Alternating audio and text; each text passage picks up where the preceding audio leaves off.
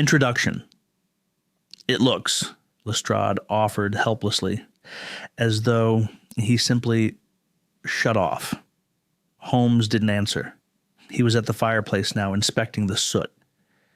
Then to the curtains, examining the dust pattern. He crouched near the corner of the rug and pressed a finger into it. "Watson," he said suddenly, "come here. What do you make of the color beneath this chair?" I knelt beside him. "Lighter than the surrounding carpet. Suggests it was moved recently." "Exactly. The body was placed here after death," Holmes said softly. "But why move a man if there's no mess to hide?" He turned to Lestrade. "What did the coroner report?" Lestrade handed him a small folded note. "Dr. Hargraves did a quick examination. Said the body was entirely drained of everything. Blood, yes, but also moisture. Bones brittle, organs desiccated, like he'd been dried from the inside out." "Desiccated," Holmes repeated, "and yet the body is fresh. No decomposition, no smell." I felt a shiver crawl down my spine. "Can such a thing occur naturally?" Holmes asked me, though he already knew the answer. "No," I said. "Certainly not in a span of hours. If that man died last night, he should still be warm. This is abnormal." Holmes rose slowly. "Then we are not dealing with nature, we are dealing with design." That was the beginning. From that moment onward, we descended into a labyrinth of hidden truths, strange devices, and a secret so horrifying it bordered on madness. There were no traditional villains, no clear-cut motives, only the growing realization that the boundary between man and machine, between science and monstrosity, had been crossed, and the victim was not the first to suffer for it.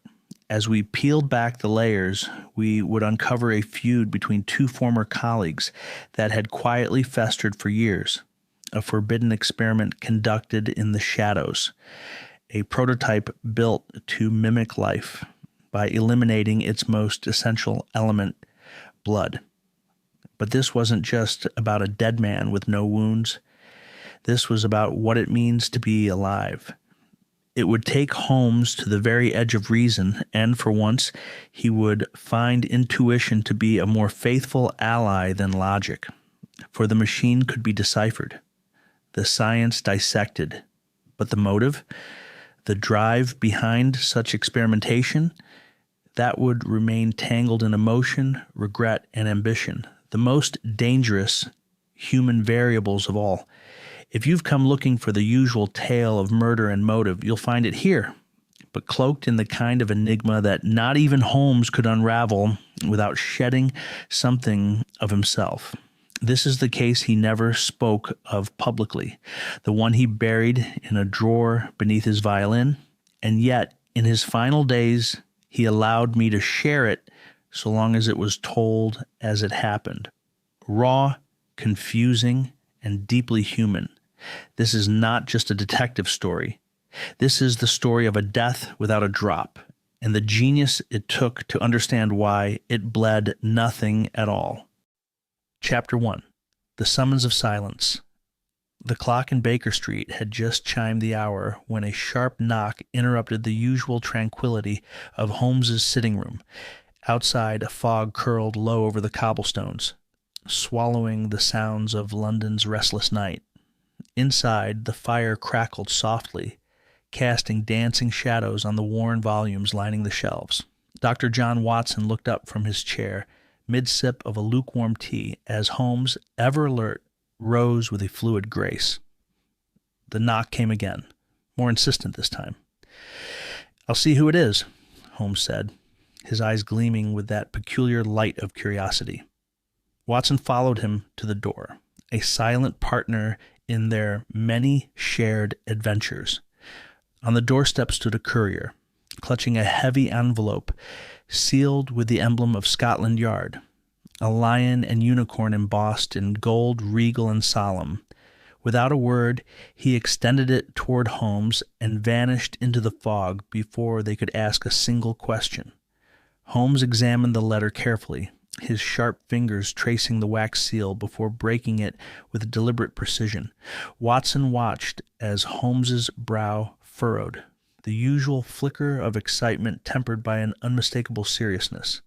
Inside was a single sheet of creamy paper, the handwriting unmistakably that of Inspector Lestrade scrawled in an urgent hand. "Mr. Holmes, your immediate attention is required on a matter most peculiar. A man has been found dead under circumstances that defy all logic. No blood at the scene, no sign of violence. We are baffled and desperate. Please come at once. Lestrade."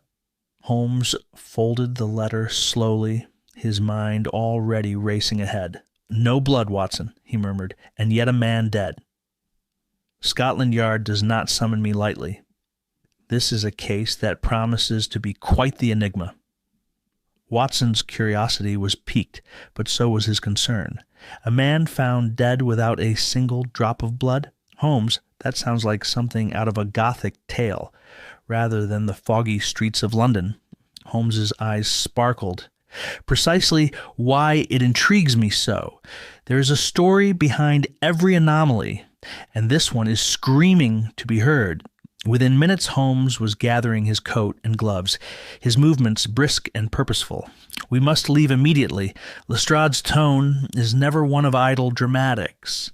As they stepped out into the night, the mist clung to their coats, and the city seemed to hold its breath. Watson cast a glance back at the warm glow of their flat, but the call of the unknown was too strong. The journey to Scotland Yard was swift, the hansom cab cutting through the thick London fog like a knife through silk. Holmes sat silent, his gaze distant, running through the possibilities with that unparalleled speed of deduction. Watson broke the silence.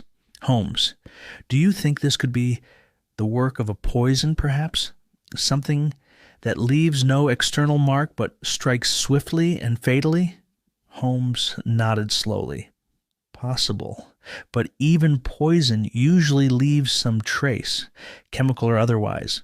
This lack of blood is most perplexing. I suspect we are dealing with a method far more cunning."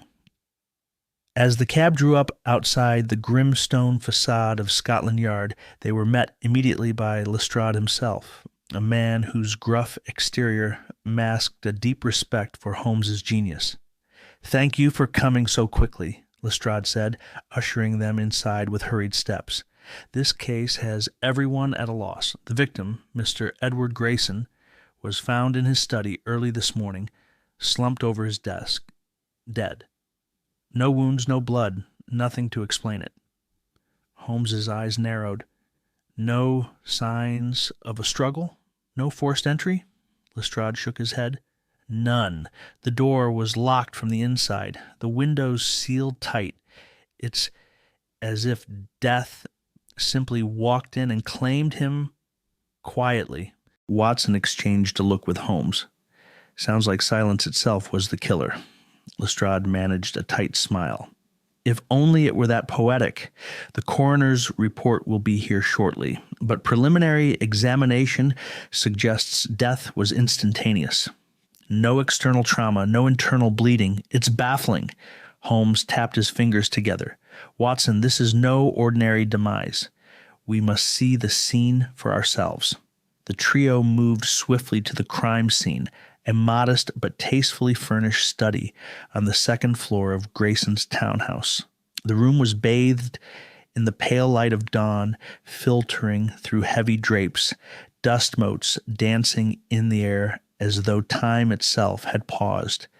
Grayson's body was slumped over the mahogany desk, his features calm in death. Not a single drop of blood stained the polished wood or the thick carpet beneath. A half-finished letter lay beside his hand, the ink still fresh. Holmes crouched beside the body, his keen eyes scanning every detail. No wounds, no discoloration, no signs of poison on his lips or tongue. Yet the man is dead. Watson knelt opposite Holmes, eyeing the room. "Could this be some kind of suffocation? But I see no signs of a struggle." Holmes stood abruptly, walking to the window and drawing back the curtains. "No forced entry, No forced exit. The air is stale, but not foul. No trace of gas or chemical agents. It is as though the very air conspired against him. Lestrade looked frustrated. We've sent for the coroner and other experts, but if you have any theories, Mr. Holmes, I would listen intently. Holmes turned, his expression a mixture of intrigue and intensity. I am quite certain the truth lies not in the obvious, but in the whispers between the lines. Watson, examine that letter closely. Watson picked up the letter Grayson had been writing. It was a brief note addressed to a Miss Evelyn, filled with hesitant phrases and ending abruptly. The ink was smudged near the signature. Holmes studied the letter under the flickering gaslight. A message interrupted. This could mean our victim knew his end was near or was caught unawares mid-communication. Watson pondered aloud. A silent message, a silent death. The irony is almost poetic. Holmes smiled thinly. Poetry is often where mysteries hide. We will uncover the truth, but first we must listen closely to what silence tells us. Back at Baker Street that evening, the gas lamps burning low, Holmes and Watson pored over the details. The city outside hummed softly, unaware of the shadow of death that had passed through one of its quiet corners. Holmes recounted every fact aloud, his voice calm but charged with intensity. A man found dead without a drop of blood is no ordinary mystery. There is an absence here that speaks volumes, a void we must fill with reason. Watson leaned forward. But Holmes, what kind of weapon leaves no trace, no evidence? Holmes's eyes glinted. That is precisely the question. When the obvious fails, the solution hides in the overlooked. He paused, then added, Tomorrow we return to Grayson's study. There is something in that room that holds the secret, a secret that refuses to be silent. Watson nodded, a chill crawling up his spine despite the warmth of the room. The case had begun with a quiet summons, but he sensed the storm to come would be anything but silent. The hansom cab rattled over the cobblestones, the sound strangely muted as if the very stones beneath were swallowing the noise whole. Holmes and Watson sat in tense silence, each lost in thought.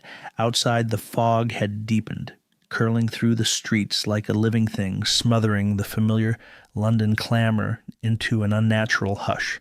As the cab pulled to a stop, Holmes peered through the murky glass. The house before them stood in rigid neatness, its stone facade immaculate, almost too immaculate.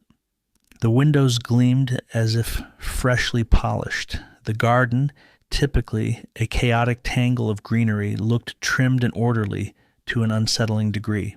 "Observe, Watson," Holmes murmured, his voice low and deliberate. "A house too clean is often a house concealing more than it reveals." Watson arched an eyebrow. "You mean someone's been tidying up with an agenda?" "Precisely. Crime scenes, as rule, are messy affairs, traces of struggle, the faintest disturbance. Here, the perfection is a silence of its own, an attempt to erase the past. And yet, such sterile order is often the loudest confession of guilt." They alighted from the cab, the wheels clicking to a halt on the stone steps. A uniformed constable opened the heavy oak door with a creak that seemed to echo through the still air. Beyond the threshold, the interior was immaculate as the exterior promised. Every surface polished, every object in place as if arranged for a grand portrait rather than the aftermath of death. Holmes's eyes narrowed, taking in every detail.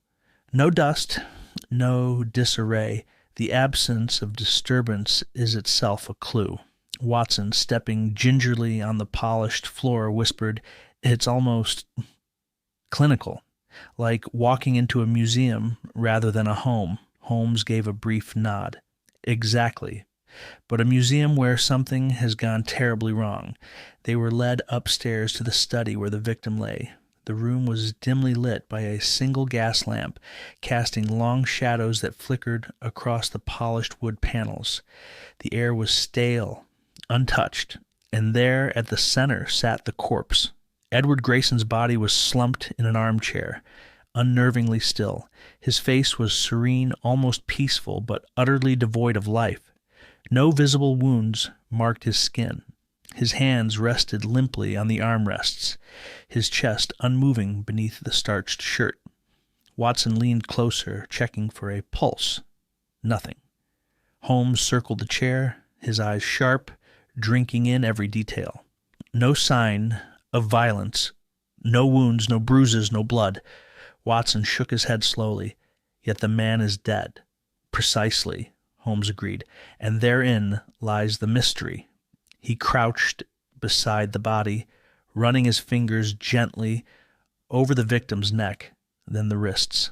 No external sign of poisoning either. No discoloration, no swelling. Watson's gaze wandered around the room. The furniture gleamed, the bookshelves were meticulously arranged, and the faint scent of fresh polish hung in the air. But what caught his attention was the absence of the usual signs of human presence: a half-smoked pipe, a folded newspaper, a pair of reading glasses left casually on the desk. Here nothing was out of place. Holmes stood upright, voice calm but laced with urgency. The scene has been prepared, sanitized, but death never lies. It merely waits for the right observer to read its language. He turned to Lestrade, who had followed them into the room. "Inspector, has anyone else been allowed near this study?" Lestrade grimaced. "Only the coroner and a few officers, Mr. Holmes. We're keeping this scene locked down as best we can."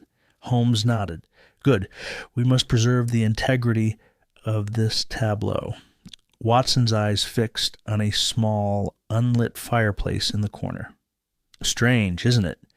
Usually, a study like this would have a fire going at this hour, especially with the chill in the air." Holmes glanced over. Indeed, the coldness of the room might be part of the story, a room too cold to be natural. He crouched again, lifting a small leather-bound notebook from the desk. What secrets might this hold? Opening the notebook carefully, Holmes flipped through the pages filled with neat, precise handwriting. Notes on various subjects, philosophy, chemistry, references to obscure texts, nothing out of the ordinary on first glance. But Holmes's eyes caught a margin note, hastily scribbled and nearly illegible. He leaned closer, whispering, "A cipher, perhaps, or a frantic plea?" Watson peered over. "What does it say?" Holmes shook his head. "Too faint to make out here, but it bears further examination." He closed the notebook and stood, the chill of the room seeping into his bones. Watson noticed the air again. No draft, no ventilation disturbed. A perfect vacuum of movement and sound. The stillness pressed down on them, an invisible weight that made every breath seem loud and intrusive. Lestrade broke the silence. "We have questioned the servants. None heard a thing, no disturbances through the night. It's as if the death happened in absolute silence." Holmes folded his arms, eyes gleaming with the fire of intellect. A death without sound, without blood, without struggle. A puzzle that demands we rethink the very nature of how life can be extinguished. Watson shivered, not from cold, but from the uncanny stillness. "It feels like the room itself is holding its breath." Holmes smiled thinly. "And that, my dear Watson, is where the truth lies. In the silence between heartbeats, in the calm before the storm." He turned towards the window, pulling back the heavy drapes to let the gray dawn seep in. The outside world was awakening, oblivious to the chilling scene within. Holmes's gaze swept the room once more. Every detail conspires to mislead, to hide the real story. The spotless surfaces, the untouched air, the peaceful corpse, all are carefully arranged elements of a grim tableau. Lestrade sighed. "So, where do we begin?" Holmes pointed to the fireplace.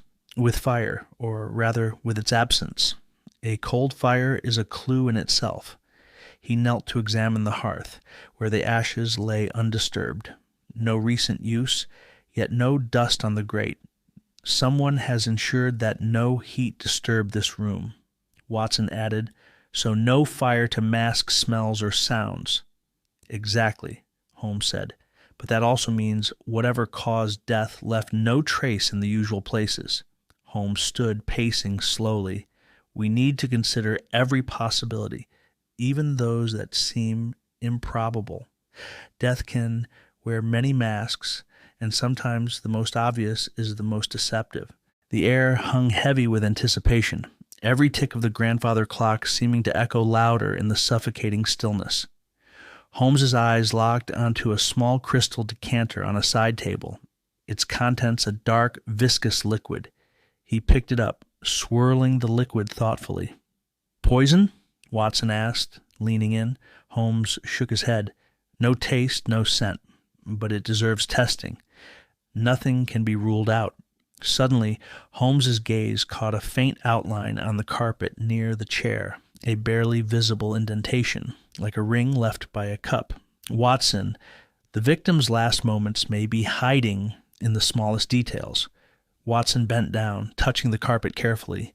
No blood, no stain, just a subtle impression. Holmes smiled. Exactly. When silence kills, the clues speak softly. We must learn to listen. Back in the hallway, Holmes and Watson stepped out for a moment of fresh air. The fog outside had thickened further, the world beyond reduced to a misty whisper. Holmes lit his pipe, the smoke curling upwards in lazy spirals. A death without a trace is an invitation to probe deeper, to look beyond the obvious and question reality itself. Watson exhaled slowly. It chills me to think a man could be erased so completely. Holmes nodded. That is the challenge, Watson. The absence of evidence is often the most damning evidence of all. They exchanged a look of grim determination. The summons of silence had been answered, but the case was only beginning. The somber glow of the gas lamps flickered against the polished walls of the examination room at Scotland Yard. Holmes and Watson stood silently as the medical examiner, Dr. Ambrose Cartwright, prepared his instruments with the practiced hands of a man who had seen more than his share of death, yet none quite like this. Cartwright's brow was furrowed beneath his spectacles, his expression a mixture of professional detachment and genuine perplexity. He gestured toward the body of Edward Grayson, laid out with clinical precision on the cold metal slab. No blood, Holmes murmured quietly, eyes never leaving the cadaver. No wounds, no abrasions, nothing that suggests cause of death by violence or accident. Watson nodded, leaning in for a closer look. The body was dressed in a dark wool suit, pristine and untouched. The cuffs were buttoned, the collar neatly arranged around the neck. Not a stitch disturbed, no sign of the struggle that so often precedes sudden death. Dr. Cartwright sighed, running his gloved fingers over the skin with unusual gentleness. I have conducted my initial external examination, Mr. Holmes. There is not a single scratch, bruise, or blemish. The skin is pale, yes, but otherwise intact. No discoloration around the lips or fingertips to suggest poisoning or suffocation. Holmes's eyes sharpened. And the clothes, doctor? Any stains, dampness, or signs of foul play? None, Cartwright confirmed. The fabric is dry, impeccably clean. There are no rips, no signs of forced entry or removal. This man died fully clothed, in a manner that left no outward mark. Watson exchanged a glance with Holmes. It's as if death took him quietly, without so much as a whisper. Cartwright nodded solemnly. Precisely. And that is why this case has confounded even my most seasoned colleagues. Holmes stepped forward, his gaze intense. Have you begun the internal examination? The medical examiner hesitated, then gestured toward the instruments lined up on a nearby table. We have not yet started the autopsy. Preliminary observations are puzzling enough. The coroner suspects a cause to be determined only through dissection and chemical analysis. Holmes's fingers tapped rhythmically on the edge of the metal slab. "Proceed, Doctor. Every second counts in unveiling this mystery." Cartwright nodded, and the room fell into a heavy silence as the procedure commenced. Watson watched as the doctor made the initial incision, his face a mask of concentration. The tension in the room was palpable. This was no ordinary post-mortem, and everyone present sensed the weight of the unknown pressing down. Minutes passed as Cartwright worked meticulously, exposing the inner workings of the body. Holmes observed closely, his mind sifting through every detail, connecting invisible dots. "There," Cartwright said suddenly, his voice tinged with disbelief. "No hemorrhaging in the organs, the heart is intact, the lungs clear, the brain shows no signs of trauma or swelling." Holmes leaned in, eyes sharp. "No signs of internal bleeding or rupture?" "None," Cartwright replied. "The blood itself appears normal in volume and color. Yet the man is dead." Watson swallowed hard. "How can a man with a normal heart and lungs simply cease to live?" "That is the question that haunts us all, Doctor," Holmes said softly. The examination progressed deeper, revealing no abnormalities in the major organs, no blockages in arteries, no evidence of infection or disease. It was as if the victim's body had simply stopped without warning or explanation. Cartwright's confusion grew. "This defies all medical knowledge. There is no apparent cause of death." Holmes, never one to be easily swayed, frowned thoughtfully. "Have you tested for the more elusive toxins? Digitalis, strychnine, cyanide? We have taken samples for toxicology," Cartwright said. "But nothing preliminary suggests poisoning." Holmes nodded. "And what of the victim's pulse points? Any signs of embolism or blockage that might have caused sudden cardiac arrest?" "No abnormalities," Cartwright confirmed. "The blood flow is normal. No clots or obstructions." Watson's voice was barely a whisper. "So it's as if his heart simply stopped silently." Holmes smiled thinly. "Yes, Watson. Like a candle snuffed out in a still room. The absence of a flame is the only clue." Holmes turned to the assembled team of forensic officers. "We must examine the victim's clothes more closely." An officer produced a magnifying glass and carefully inspected the fabric. No tears, no marks, no foreign substances. Holmes's gaze was unyielding. "No insect bites? No signs of allergic reaction?" "Nothing," the officer replied. Holmes crouched beside the slab, studying the victim's hands. "No defensive wounds, no scratches that might indicate a struggle." Watson watched the pale fingers twitch slightly. A reflex. Nothing more. His clothes remained untouched, as if he were dressed for a meeting rather than a fight for his life. Holmes mused. "Yet here we stand, confronted with silence and stillness." Cartwright exhaled heavily. "I must admit I have never encountered a case so devoid of physical evidence."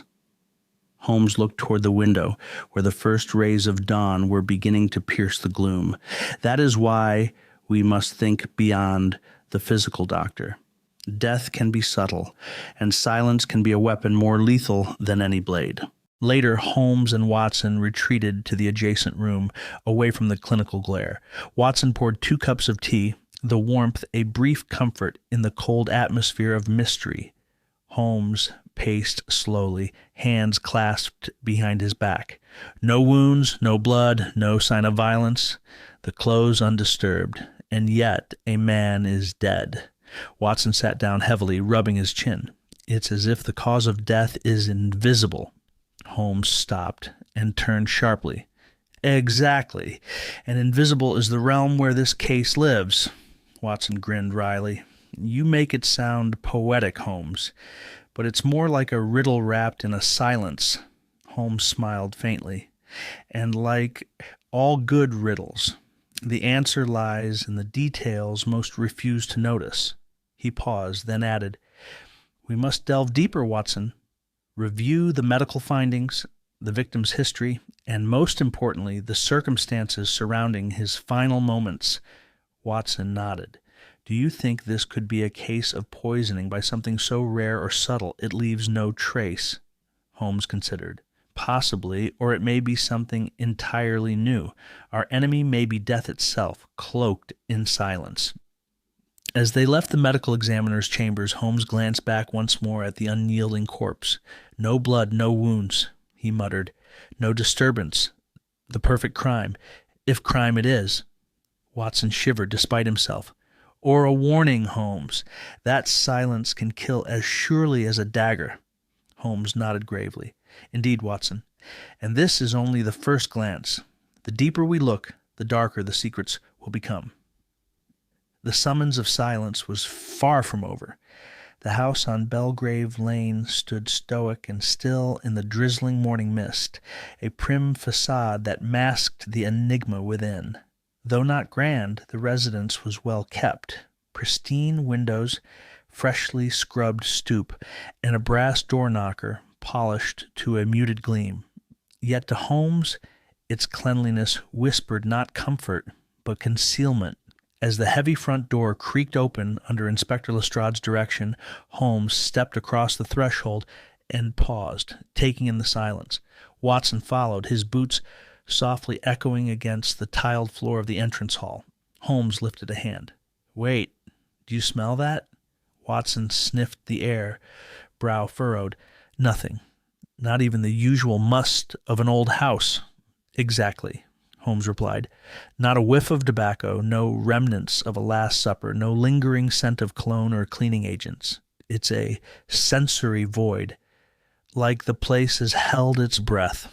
Lestrade crossed his arms, impatient. I assure you, Holmes, we've scoured the place top to bottom. Not a drawer disturbed, not a window cracked. And that is precisely the problem, Holmes muttered. The sitting room was immaculate, perhaps unnaturally so. A small fire had long gone cold in the hearth, yet the ash was neat and the grate empty of logs. A single chair sat slightly pulled back from a side table, where an open book lay face down, as though interrupted mid-chapter. Holmes moved around the room with feline grace, his fingers trailing just above surfaces. He paused near the book and tilted it to read the spine. Marcus Aurelius, he said softly, a man fond of meditations, Watson. Perhaps a clue to his character, or his state of mind in those final hours. Watson nodded. He died in this room? Yes, Lestrade confirmed, slumped in that very chair, fully dressed. Nothing overturned, no signs of panic. Holmes crouched and scanned the carpet beneath the chair. Not a single thread out of place. No bruising on the body, Holmes muttered. No defensive wounds. The man did not fight, did not flee. Watson glanced around. So he either didn't know death was coming or welcomed it.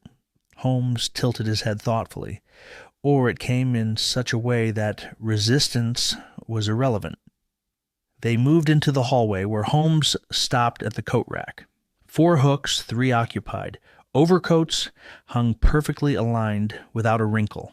A single umbrella rested in the stand below, bone dry. Even his outer garments speak of order, Holmes observed. Yet the house shows no evidence of him ever returning home. Not a speck of mud, not a damp footprint. Which means what? Asked Lestrade, arms folded. Watson chimed in. That either he never left that day, or someone replaced his clothes after death. Holmes gave a curt nod. Unlikely. Dressing a dead man is a delicate art, and this is perfection. No creases, no tug marks, no misaligned buttons. He dressed himself. Yet we are told he went unseen for 2 days prior. The detective moved to the rear of the house. The kitchen, like the rest, gleamed. Plates stood dried and stacked neatly. A kettle perched on the stove, untouched. No dirty dishes, no signs of meals half prepared or hastily consumed. Holmes crouched and opened the pantry. It was modest but organized, spices in labeled tins, grain sealed in jars. A man lives alone, keeps order, values solitude, yet he dies without distress, without movement. What do you make of that, Watson? A fast-acting toxin, something ingested earlier that stopped his heart before he could react? Holmes' eyes glinted. Possible.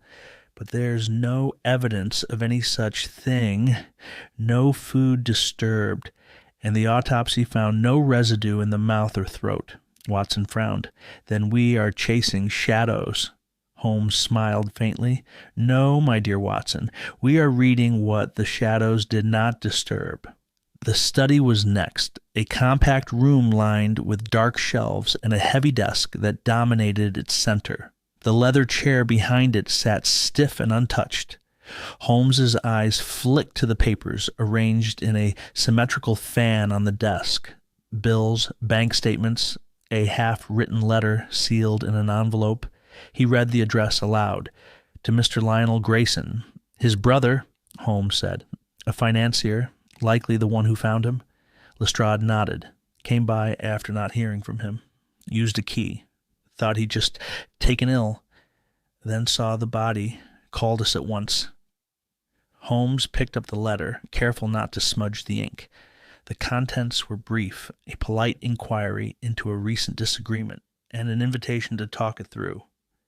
No indication of depression, Watson said. On the contrary, Holmes replied, he was making amends, a sign of life planning for continuity. But then Holmes paused, his gaze locked on the edges of the desk where a faint line ran in the dust. He leaned closer, his breath held. Ah, he whispered. Now we listen to what the dust says. Watson leaned over as well. What do you see? Something has been removed, Holmes replied.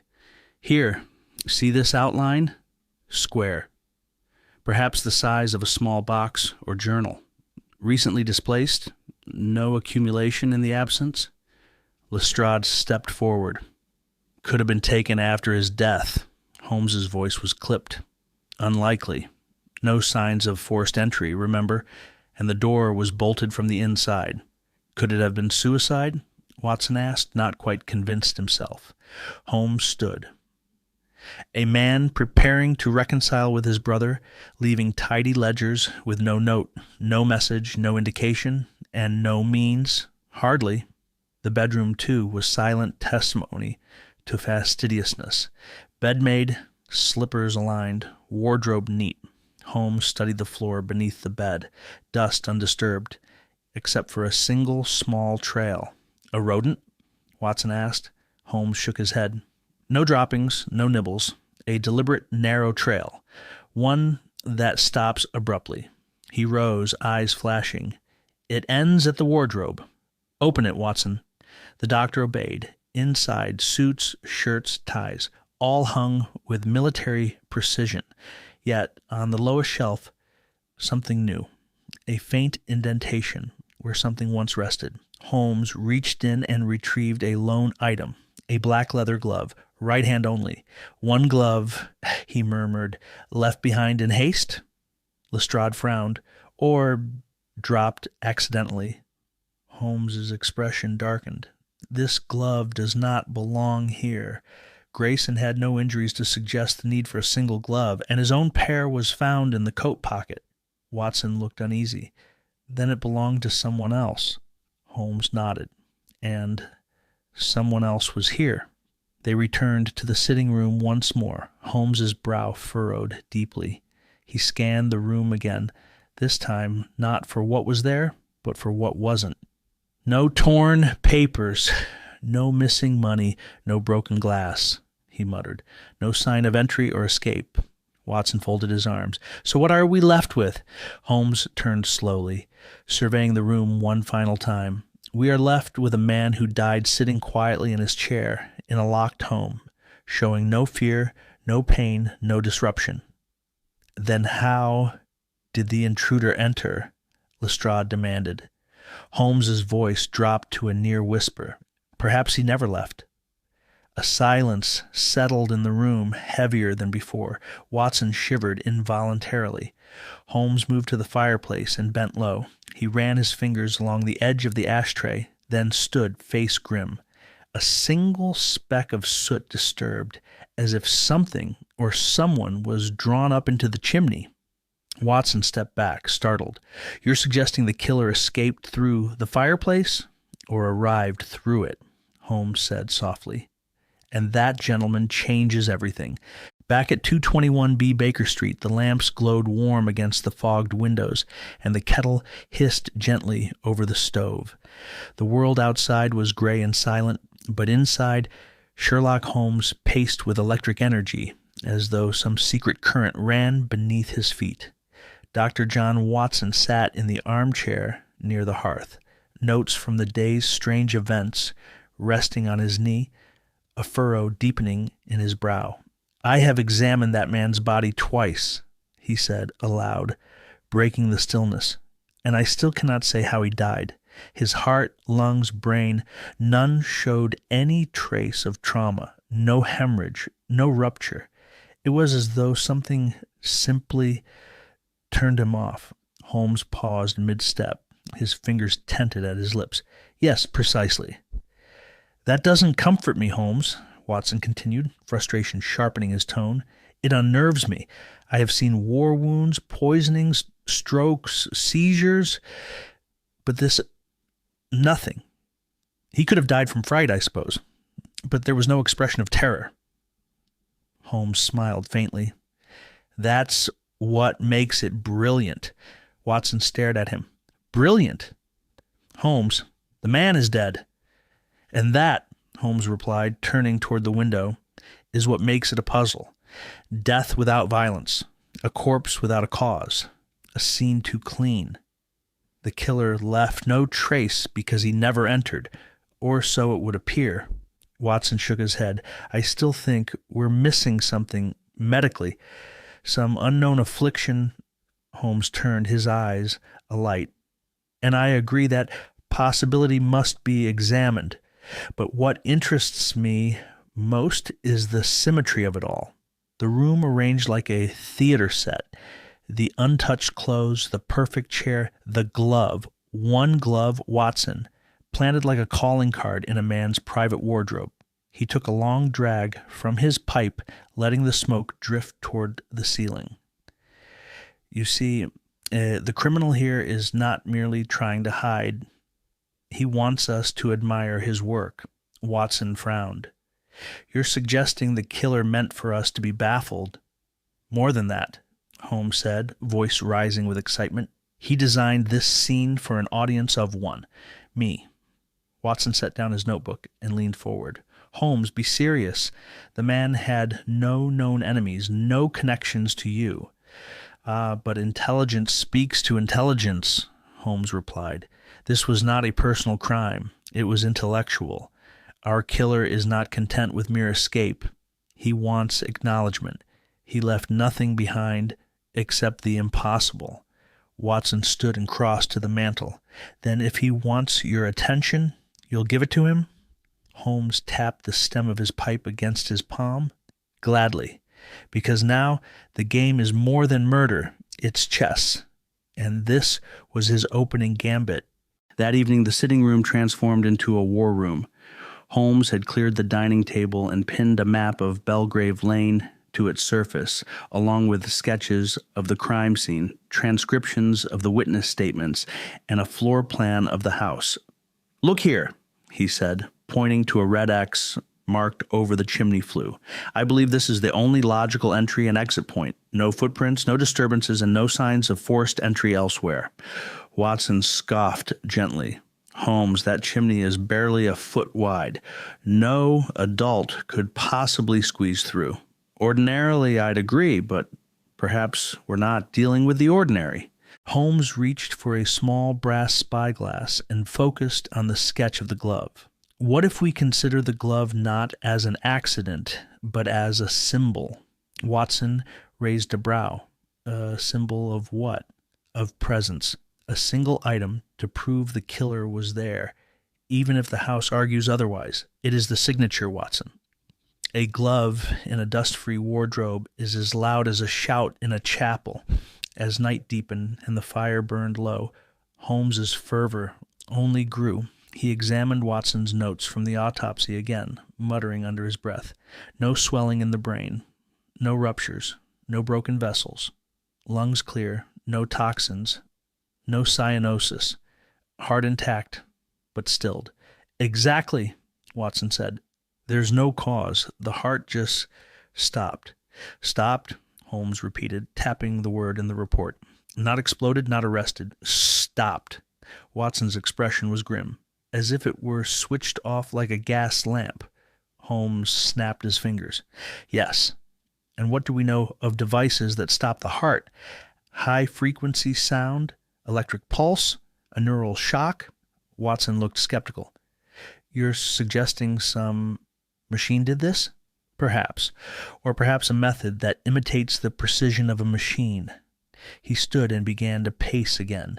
We must learn more about the victim, Mr. Adrian Grayson. Loner, intellectual, practiced order to the point of ritual. No wife, no servants, only a brother and a cat, both absent on the day of death. Wait, Watson said. A cat?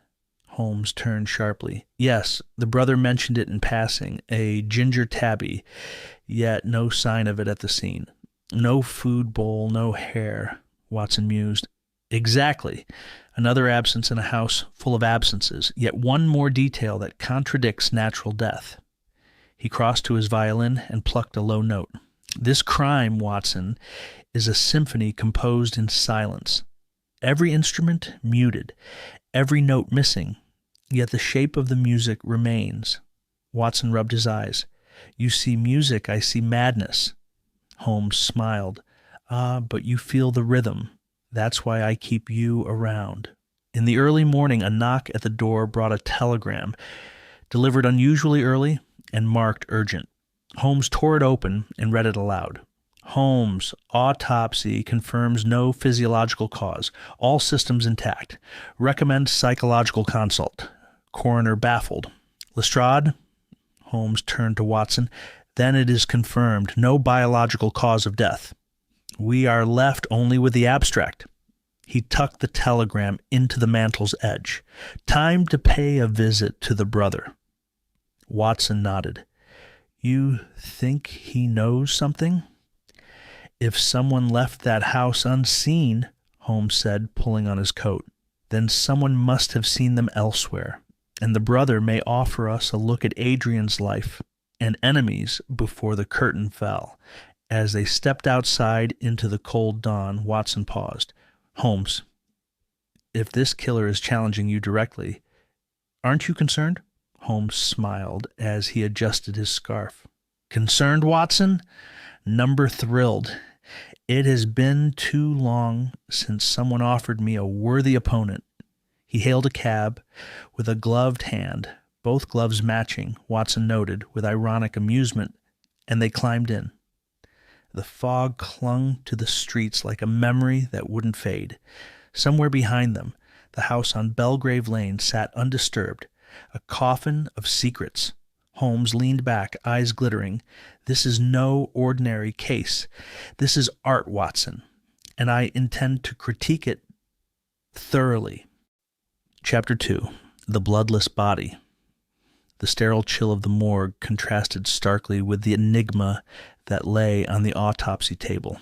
Dr. Jonathan Blake, the city's seasoned forensic pathologist, stood over the lifeless form of Adrian Grayson, his brow furrowed in contemplation. The preliminary external examination had revealed nothing unusual, no signs of trauma, no indications of foul play. Yet the very absence of evidence was in itself a perplexing anomaly. No internal bleeding. As Dr. Blake commenced the internal examination, he anticipated the usual telltale signs that accompany most deaths: bruising, hemorrhaging, or at least some form of internal bleeding. However, upon making the Y incision and reflecting the skin and soft tissues, he was met with an unexpected sight: pristine internal cavities, devoid of any blood accumulation. The organs lay in situ, unblemished and untouched by the usual post-mortem changes associated with internal bleeding. This absence was not just unusual, it was unprecedented in Dr. Blake's extensive career. Typically, even in cases of natural death, some degree of internal bleeding or pooling is observed due to the cessation of circulation and the effects of gravity. The complete lack of such signs suggested a rapid and perhaps systemic shutdown of the circulatory system, halting blood flow instantaneously. Organs dehydrated. Proceeding with the examination, Dr. Blake noted another disturbing irregularity. The internal organs, while structurally intact, exhibited signs of dehydration.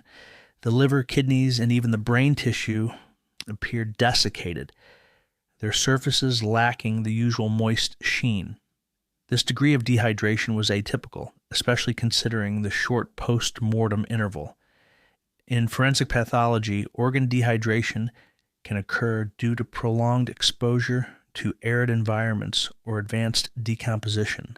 However, the environmental conditions surrounding Grayson's death did not support such a scenario. The room where the body was discovered was climate-controlled, and the body had been found shortly after death. The rapid onset of organ dehydration hinted at an internal process, perhaps a metabolic catastrophe or an unknown agent that induced swift desiccation at the cellular level. Blood vessels collapse. Further compounding the mystery, Dr. Blake observed that many of the major blood vessels had collapsed. The aorta, vena cava, and even the cerebral arteries displayed a flattened appearance as if devoid of any blood volume. This phenomenon is occasionally seen in cases of severe hemorrhage or prolonged post-mortem intervals, where the vessels lose their turgor due to the absence of blood pressure. However, in Grayson's case, there was no evidence of external or internal bleeding to account for such a loss of blood volume. The collapse of the vessels, in conjunction with the dehydrated organs and absence of internal bleeding, painted a picture of a body that had been systematically drained of its vital fluids without any apparent cause or mechanism. Dr. Blake meticulously documented his findings, aware that this case defied conventional medical understanding. The anomalies presented suggested a mode of death that was not only swift but also bypassed the typical physiological processes associated with dying. It was as if the body had been subjected to an unknown force or agent that induced an immediate and total cessation of life functions, leaving behind a corpse that bore none of the standard markers of death. Dr. John H. Watson, though often eclipsed by his companion's deductive brilliance, had not earned his title by accident. Before he was a chronicler of Holmes's triumphs, he was a medical man, trained, observant, and no stranger to the strange. Standing over the report from the autopsy, he turned the findings over in his mind as he paced the dim parlor of 221B Baker Street.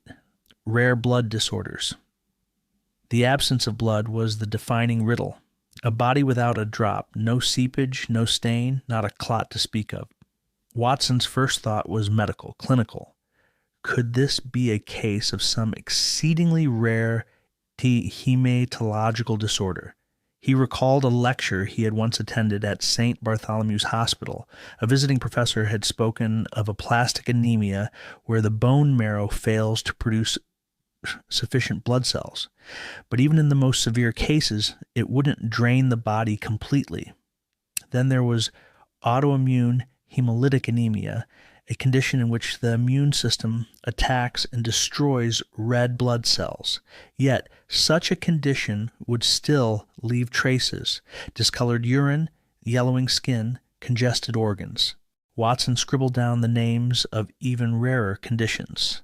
Paroxysmal nocturnal hemoglobinuria came to mind, a strange affliction that caused red blood cells to break down during sleep. But again, it left behind signs. There would be evidence in the urine, in the sclera of the eyes, in the organ's hue. But this, he murmured aloud, this is more than a depletion. It is an absence. There was no breakdown, no byproducts, no mess. The blood hadn't been destroyed. It had simply vanished. Potential poisons, Watson shifted mental gears. If nature could not account for it, might man's interference? Poisons? He mused. London had no shortage of them. He had seen death from strychnine, cyanide, arsenic, each with its own tale to tell on the corpse. Yet none of these drained the blood. But what if a subtler toxin had been used? Something experimental? Something foreign? He thought of anticoagulants, warfarin, heparin, but they didn't remove blood, only prevented it from clotting. And while bleeding could be fatal, there had to be an exit wound, an escape route for the blood. In this case, there was none. Then Watson remembered a paper he'd read about a poison used in parts of Asia derived from the calabar bean. In sufficient doses, it slowed the heartbeat until death arrived silently, but again it did not erase blood. He scribbled snake venom into his notebook. Certain serpents had hemotoxins that disrupted blood clotting, sometimes even leading to internal bleeding or blood destruction. Still, there would be discoloration, tissue damage, or bruising. Grayson's body bore none of these symptoms. It was as if the blood had been dissolved, extracted, or spirited away by invisible hands. Or, he added under his breath, it was never there to begin with. The idea was absurd and yet no more so than the facts. Medical myths. Watson sat down heavily in his chair, frowning at the fire. Logic had not yielded answers. Perhaps it was time to entertain the illogical. Medicine had its margins, its myths, tales told in late-night whispers during hospital rounds. Most were nonsense, but some bore strange truths.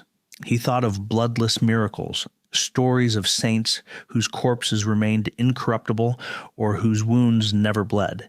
He thought of bodies said to be drained by spectral means, vampiric legends from Eastern Europe, tales of succubi and night hags. He had dismissed these stories as superstition, and yet here was a man who had died without a single drop of blood in his veins and with no sign of trauma. Could there be merit in old myths?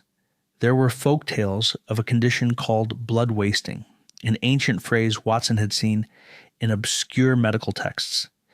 It described patients who wasted away inexplicably, growing pale and anemic, yet showing no external signs of bleeding. But such cases always took time, weeks, even months, not an instantaneous vanishing. Watson reached for his copy of Abernethy's Lectures on Anatomy and Physiology. He flipped to a passage discussing spontaneous exsanguination. It was rare and always left behind clear markers, open vessels, blood-soaked surroundings, chaos. Grayson had none of it. His was not a body that had suffered. It was a body that had been silenced. He recalled a case from India during his military posting. A soldier had died in his sleep, found pale and cold, his skin almost translucent. The cause had never been determined. Watson had written it off as heat stroke or some tropical illness.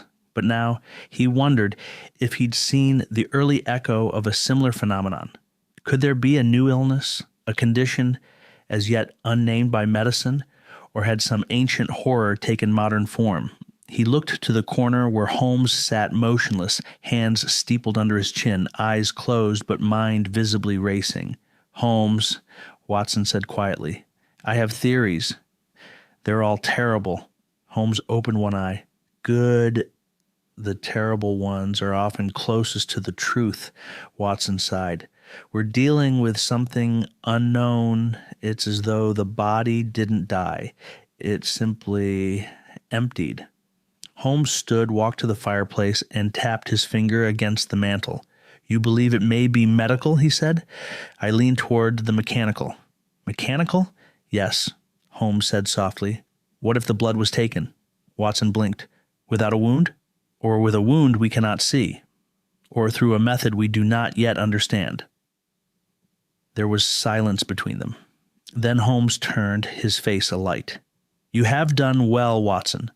Your hypotheses, though each insufficient on their own, form a framework. Rare disorders, undetectable poisons, whispered myths, all possibilities. But what we must seek now is motive. Watson nodded slowly, and in that dim, gas-lit room the shadows seemed to listen. The body lay in cold repose, but its mystery was far from buried. While Holmes chased whispers in the corners of London, and Watson puzzled over diagnoses lost to time, a third front was opened, one that sought certainty in science. Inspector Lestrade, disquieted by the lack of forensic closure, summoned London's finest minds in medicine and pathology. If Holmes was to pursue the fantastical, Lestrade would tether this case to cold clinical expertise. By late afternoon, a gathering of eminent physicians convened at St. Thomas's Hospital. The atmosphere in the surgical amphitheater was electric. The corpse of Adrian Grayson had been transported under secure guard, and now it lay beneath the scrutiny of half a dozen men whose credentials spanned from Oxford chairs to battlefield triages. At the center stood Dr. Alton Ridgway, senior consultant in anatomical pathology, a man whose gloved fingers had solved countless deaths. Beside him, Professor Ellery Shaw, a physiologist known for controversial theories on cellular decay. On the outer ring stood a hematologist, a toxicologist, and 2 forensic specialists. Ridgway gestured with a scalpel, but did not begin immediately.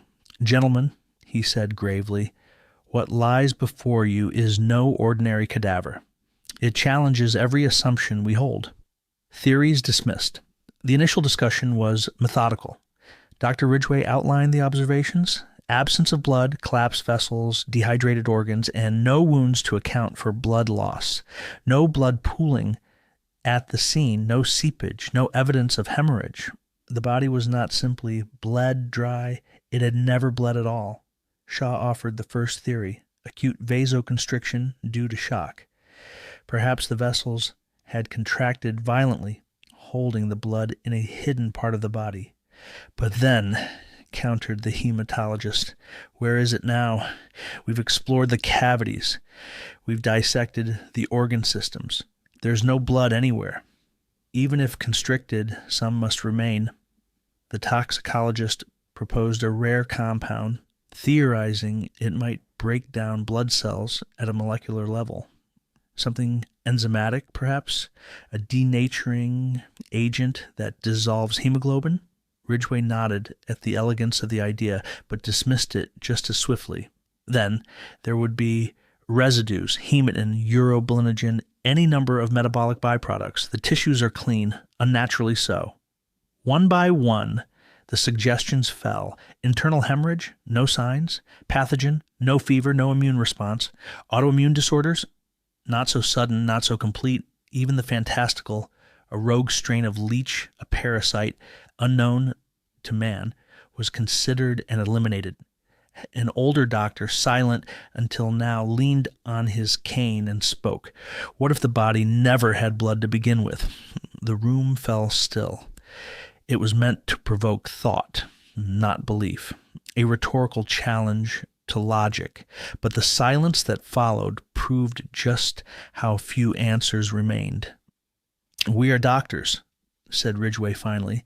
"We do not believe in ghosts, yet what we see here defies us. Science has no explanation." They filed their observations in formal statements, each man hesitating to declare the case an impossibility, but not daring to label it anything else. Their notes read like disclaimers, disclaiming everything they thought they knew. That evening, Watson returned to Baker Street with the reports in hand. Holmes, lounging with a book of ancient Mesopotamian funerary rites, set it aside and looked up. "Well?" he asked. Watson handed over the papers with the weary grimace of a man who had hoped for sense and received silence. Holmes flipped through the documents, pausing to read aloud. Absence of physiological cause for exsanguination. Dehydration of internal organs inconsistent with environmental conditions. Collapse of vascular structures in absence of systemic hemorrhage, unexplained.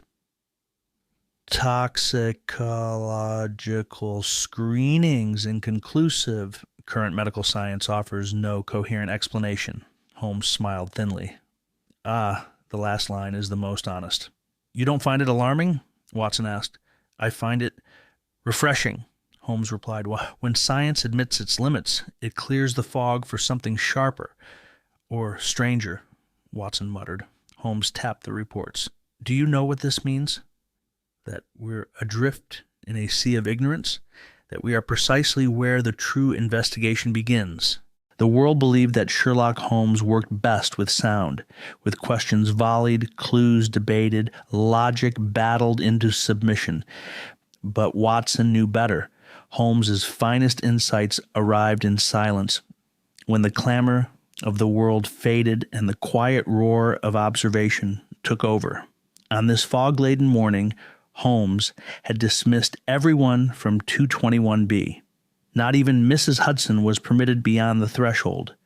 The curtains were drawn. The fire was low. A single gas lamp hissed above the examination table. Laid out upon it, the body of Adrian Grayson. It had taken some string pulling with Scotland Yard, but Lestrade, already unnerved by science's helplessness, had agreed to allow Holmes one final, uninterrupted analysis. The medical experts had looked inside the corpse and seen nothing. Holmes would look at what they missed. The outside, the forgotten, the minute. He began with the fingernails. They were unbroken, clean but not manicured. Beneath the crescent tips of the right hand, Holmes detected the faintest smudge of grayish dust. A closer inspection, through his jeweler's lens, revealed tiny fragments, microscopic, of stone, wood, and something crystalline. Brick dust, Holmes whispered. And quartz. Possibly glass? He turned the hand over. No scratches, no defensive wounds, no bruising across the knuckles, yet the sediment told a different story. You were somewhere dirty, but not underground. High up, perhaps, an attic or a rooftop. The left hand was different. There was a fresh trim, recent, possibly post-mortem, and the skin beneath the nail bed was paler than expected. Holmes made a note. Right hand, exposure. Left hand, concealment. Odd. Next, he focused on the collar. At first glance, Grayson's shirt appeared crisp, freshly laundered, but Holmes knew the lies linen could tell. He loosened the necktie and unfolded the collar flaps. There it was, a subtle ring of dust, finer than that beneath the fingernails. Holmes dabbed it gently with a cotton swab. Ash? Number? Not quite. He sniffed it. Gypsum, he murmured. Plaster dust. The collar edge also showed slight pilling, the kind caused by friction. Holmes rolled the fabric between his fingers. This shirt was worn through stress, perhaps forcibly redressed. He moved to the buttons. The top three were made of shell, polished smooth. But it was the second button that drew his focus. It was slightly looser than the others. With delicate precision, Holmes extracted a magnifier and examined the stitching.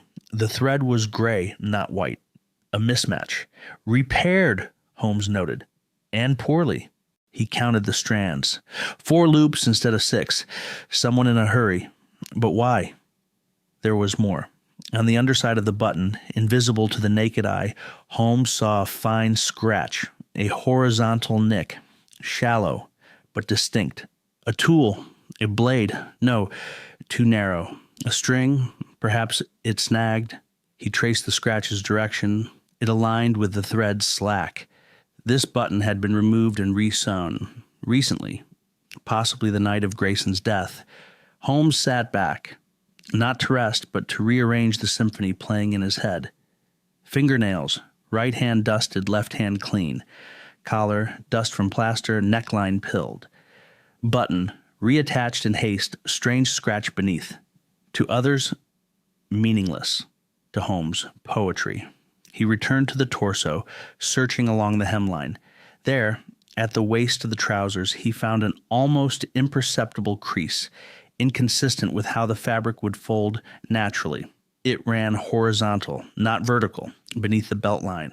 Holmes tugged gently at the waistband and turned it inside out. A faint impression remained, barely there, like the ghost of pressure once applied. A strap, he mused, a band around the waist, tight, possibly a harness. He examined the shoes, polished, yet the soles told the truth. The right heel was worn far more than the left. Walking imbalance, no. Grayson had no limp. Holmes crouched, inspecting the boot stitching. One stitch was frayed. He pressed his thumb to the heel and found a subtle indentation. A hook, he breathed, or something once attached here. It wasn't blood that Grayson had lost. It was contact, the trace of something removed before anyone else had arrived, something methodical. Holmes returned to the desk and opened his notebook. He did not write conclusions, only questions. Why repair a button badly? Why is one hand dirty and the other not? What left plaster dust around the neck? What device may have been strapped to the waist? What hook once clung to his shoe? He closed the book and turned to the fireplace, hands behind his back. Science found nothing inside, he said to the room, because the story is on the surface. For Holmes, the body was not just a corpse. It was a map, not of where Grayson had died, but of where he had been before death, what he had done, and most importantly, what had been done to him. The absence of blood, then, was not a vanishing act. It was a ritual, something meticulously cleaned, something extracted not through violence, but through design. Somewhere in London, Holmes now believed, was a machine, a device, a mechanism capable of draining a man without breaking skin. And Grayson, he had worn it. Not by choice, perhaps, but by force. He turned back to the body and looked into the face. Even now, frozen in death, there was no expression of pain, only stillness. Whoever did this, Holmes whispered, was a craftsman. 2 days after the autopsy's inconclusive finale and Holmes's silent study of Adrian Grayson's body, Baker Street welcomed an unexpected visitor, a man whose knocking carried the urgency of guilt or perhaps dread. When Mrs. Hudson showed him in, Watson was the first to rise. He was a wiry fellow in his 40s with twitching fingers and darting eyes. A half-buttoned coat hung off one shoulder, and the scent of pipe ash clung to him like guilt. I'm Harold Kent, he said, voice cracking. I live next door to the deceased. I heard about what happened, and I think I saw something I should have reported earlier. Holmes looked up from his notes and motioned for the man to sit. Speak freely, Mr. Kent, he said gently. What you remember might hold more weight than you realize. Harold shifted in the armchair as if it had been wired with electricity. It was the night before they found him. I'd stepped out onto my landing for a smoke sometime after midnight. My bedroom window faces Grayson's study, and the light was still on. I thought it strange. He's not a night owl, you see. Retired banker, very dull. Lights out by 10, usually. Holmes nodded. Go on. I noticed his curtains were drawn, which was rare, but even through the gap I saw shadows. Shadows? Watson asked. Yes, not just Grayson's. Another figure, taller, moving about, agitated. At one point, I swear I saw the silhouette of Grayson standing perfectly still, while the other figure hovered behind him, almost like they were adjusting something on his back. Holmes's fingers twitched slightly. Did you hear anything? Only a low hum. Mechanical, maybe. Not loud, but constant, like an electric motor or a dentist's drill, muffled. Kent rubbed his hands. I didn't think much of it until the next morning, when the constables arrived. Then it started gnawing at me. Why didn't you come forward sooner? Holmes asked. Because I'm a coward, Kent admitted. And because of what I heard yesterday. Something about the body having no blood? That's not natural. That's not something a man wants to be associated with. You understand? Watson leaned forward. Did you recognize the other man? Could you describe him? I never saw the face, but I remember the way he moved. Methodical, like a surgeon, or a man used to precision. Holmes stood suddenly and turned to the mantelpiece, where a map of the neighborhood was pinned. He marked Kent's window in red, then paced the room once, twice. Mr. Kent, he said, you mentioned Grayson was dull, a man of habit. Oh, yes, Kent nodded. Same breakfast daily. Read the paper with a magnifier. Never had visitors, save for one man I saw occasionally. Holmes stopped. A name? Kent hesitated. Had Dr. Elric Graves. Holmes froze. Watson blinked. That's not a name I know. It's not one I've heard in years, Holmes murmured. Graves was once a lecturer at King's College, specialist in hematology, but he veered into experimental medicine. Rumors swirled, unethical trials, theories bordering on vampirism. Vampirism, Watson scoffed. Not the tooth and cloak variety, Holmes said sharply. Graves believed blood was more than biology. He considered it the seat of memory, of identity. He once proposed that transfusing blood wasn't just medicinal. It could alter personality, transfer knowledge. Watson was silent. Graves disappeared after the Royal Society rejected his papers. Last I heard, he had vanished to Europe. Kent cleared his throat. He returned, or at least visited Grayson 3 weeks ago. They argued on the doorstep. I heard it. What did you hear? Holmes asked. Grayson said, I told you, Elric, I'm not doing it again. And Graves replied, You're already done, Adrian. The machine just needs you one more time. A stillness fell over the room. Holmes turned slowly. Mr. Kent, are you certain? Kent nodded. Then Dr. Graves is no longer a footnote, Holmes said. He's our prime suspect. Watson spoke cautiously. We don't know he killed Grayson. No, Holmes agreed him, but Grayson's blood didn't just disappear. And if anyone had motive, knowledge, and madness enough to remove it without leaving a wound, it's Graves. He went to his files, retrieved a thin dossier marked G. Inside were newspaper clippings, a few medical transcripts, and a yellowed photograph. A tall man with hollow cheeks, sharp eyes, and a grim smile. Elric Graves was obsessed with what he called the vascular soul. Holmes tapped the photo. He once said he could read emotions from the pattern of a person's blood under a microscope. He called it sanguinal resonance. Watson leaned over. Do you believe him? I believe he believed it. Holmes turned to Kent. Thank you for your honesty. You may have saved the lives of others, but you must remain available for questioning. Kent nodded and stood. He turned toward the door, paused, and looked back. If I were you, he said softly, I'd find Dr. Graves, and soon. Chapter 3. The Man in the Iron Veins. The journey to Dr. Elric Graves's last known address was as dreary as the man himself was rumored to be brilliant. Fog wrapped around the wheels of Holmes's hired carriage like a silk shroud. Watson, seated beside him, tightened his scarf against the chill. They had left the gas-lit streets of London far behind and now climbed the misty hills of Derbyshire, where the land seemed to resist intrusion. The clinic was not on any map. Its location had been passed in whispers, from a former student to a janitor to a man Holmes had once saved from a duel in Prague, and now, tucked into the skeletal woods beyond a crumbling estate, it emerged from the fog like a wound in the land. A black iron gate squealed open. The building behind it was narrow, 3 stories tall, constructed of obsidian stone. Ivy had long since lost the battle with its windows. A single sign hung at the entrance, G. Institute of Hemodynamic Research. The lettering was as bleak as the air around it. Holmes stepped out first.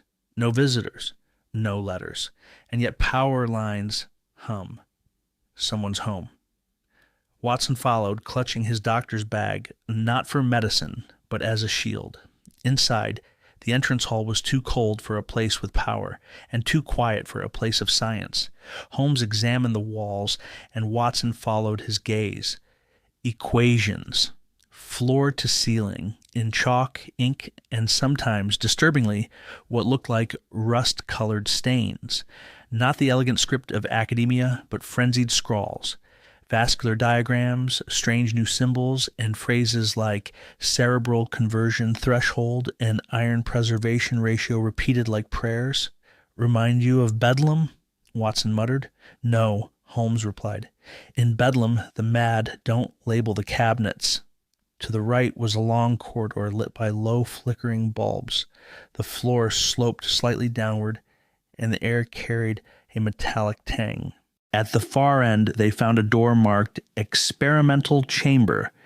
Isolation required. It was ajar.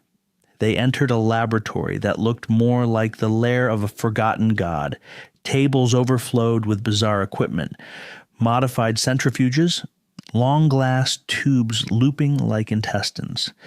Machines covered in gauges measuring pressure, temperature, and frequency. Holmes approached a central device, a gleaming construct with tubes extending like veins across the room, ending in needles of surgical precision. Watson, Holmes said, what does this machine suggest? Watson hesitated. It resembles a blood separation device, but nothing in a hospital would look like this. It's designed to pull something from the body. But what? Holmes didn't answer. He had moved to the far wall where a whiteboard stood. Unlike the rest of the lab, the board was meticulously clean, as though Graves had wiped away one truth to write another. 3 words stood alone in the center: Iron Veins Project. Next to it, a sketch of a human circulatory system, with the veins replaced by thin wires. Just then, a low hum filled the air. A door creaked open. Holmes held up a hand. Not a ghost, he said. A generator. They followed the hum through a steel-plated door that required Holmes's lockpick to breach. Inside, they found a corridor chilled beyond reason. To their left, a door with a small biometric scanner. To their right, a reinforced freezer locked by multiple latches. Watson pressed his fingers to the freezer door. It's powered, active. Holmes examined the biometric scanner. Graves didn't just fear intrusion. He feared release. He turned back to Watson. This freezer could hold a body, or worse, something extracted from one. Watson raised an eyebrow, such as blood, or what remains when blood is no longer ordinary. Holmes turned and opened a nearby cabinet. Inside were labeled vials. Each had initials and a date. The liquid in them was not red, but dark, nearly black. Holmes plucked one out and held it up. Not blood, or at least not entirely. This is treated. Thickened. Magnetically suspended, perhaps. Something he preserved. He looked around. Graves wasn't just harvesting. He was refining. Just then, footsteps echoed above them, slow, deliberate. Holmes motioned for silence and crept back down the hall. At the staircase, he looked up to see a flicker of movement, then the unmistakable sound of a door being locked. They raced up the steps to the second floor. The hallway was lined with offices, but only one showed signs of recent use. Inside, they found a cot, sheets untouched, a journal on the nightstand, and on the windowsill, a single recent teacup, still warm. He was here, Holmes said. Minutes ago. Watson lifted the journal. Notes, all encrypted, but some sketches match what we saw downstairs. And then they saw it, an envelope tucked inside the journal. Holmes opened it. Inside, a photograph. It showed Adrian Grayson strapped to the very machine below. The door clicked shut behind them of its own accord or by some unseen hand. Holmes didn't flinch. Watson did. The temperature in the room was warmer than the hall, yet the air had a clinical stillness, like something was being preserved here. A whiff of copper teased the senses. Then came the voice. I wondered when the shadows would walk in daylight again. From behind a tall glass cabinet stepped a man. His frame was narrow, draped in a lab coat that had once been white. His hair was long, silver-streaked, and hung limply as if avoiding light. Thick spectacles magnified gray irises to an unnatural size, making him resemble an insect that had learned speech. Dr. Elric Graves, I presume, Holmes said coolly. Graves blinked once. Presume nothing. Observation is your ally, Mr. Holmes. Presumption leads to error. Observation leads to revelation. Watson whispered. He's mad. Holmes raised an eyebrow. Sometimes madness is simply vision ahead of its time. I should like to find out which he is. Graves stepped forward. You're not here by accident. You've seen the body. No blood, no wounds, no truth offered, and yet you chase answers. You knew Adrian Grayson, Holmes said without flinching. Graves paused, his lips twitching upward. Grayson, yes, the prototype, the experiment, the volunteer. Watson stepped forward. He was found dead, bloodless. His internal organs were dried like parchment. His veins collapsed. You knew about this. Explain. Graves tilted his head like a curious owl. I could explain, but would you hear it? Truth rarely travels well over reason. Holmes approached slowly. Try us. We're difficult to deafen. Graves turned to his desk, where a series of sketches lay. Arteries, vessels, hearts suspended in odd mechanical arrangements. I studied the thing that keeps us walking, Graves said. Not the soul, too subjective. Not the mind, too deceptive. The blood, the silent messenger, the history keeper, the courier of memory and madness alike. Watson scoffed. You think blood holds memory? Graves' eyes gleamed. Not think. No, he picked up a vial filled with a dark substance. Adrian Grayson came to me willingly, a soldier haunted not by what he saw, but by what his body remembered. Phantom pain, flashbacks, guilt that therapy could not touch. He wanted release. Release from what? Watson asked. From his own bloodstream, Graves whispered. He believed, and I confirmed, that his trauma wasn't only psychological. It lived in his cells, coded like a melody in every drop. Holmes folded his arms. And so you drained him. No, Graves said. I evolved him. We began the Iron Veins project together. Blood fortified and purged. Not leaching it out, replacing it. Replacing? Watson asked. With what? Graves gestured to a machine humming softly in the corner. Synthetic hemocatalysts, iron-rich carriers, microscopic lattice systems, blood that does not rot, does not clot unless ordered to. Blood that remembers nothing. Holmes's eyes narrowed. And what went wrong? Graves laughed softly. What always goes wrong? The body refused to forget. The host fought back. He walked to the cabinet and pulled out a file labeled Grayson 8. We tried gentler blends, then stronger ones. We calibrated to tolerance, mood, metabolism. But the trauma was deeper than either of us imagined. The final treatment took everything, including him. Watson clenched his fists. You killed him. Graves turned slowly. I offered him peace. He accepted it. If death is what followed, then perhaps it was mercy. Holmes spoke coldly now. You are aware that the police do not consider experimental failure a pardon for manslaughter. Graves smiled again, but something in it had broken. Law follows the heart. Science does not. Holmes pointed to a corner of the lab. What's in the freezer downstairs? Graves' expression darkened. The last stage, the preserved remainder of what the world cannot yet understand. Would you open a tomb without knowing the curse? We're not here for curses, Holmes said. Only answers. Graves walked toward a painting on the wall, a haunting canvas of veins twisting into gears. He pressed it inward. A safe clicked open behind it. He pulled out a small vial and handed it to Holmes. It shimmered black-red in the light, thicker than ink. Grayson's final blood state, Graves said. The purest version, no DNA matches, no blood type. It's closer to metal than man. Watson took the vial and turned it in his hands. But why? Why create this? Graves turned slowly. To end memory, Holmes blinked. Explain. Graves looked almost gentle now, almost tragic, because memory, true memory, is a disease. It festers. It turns men into ghosts. I believed that if I could purify blood, I could cleanse the past. A man without memory would be free. But in the end, the blood remembered what the mind wanted to forget. Watson stepped forward. Do you still have the equipment that altered his blood? Graves shook his head.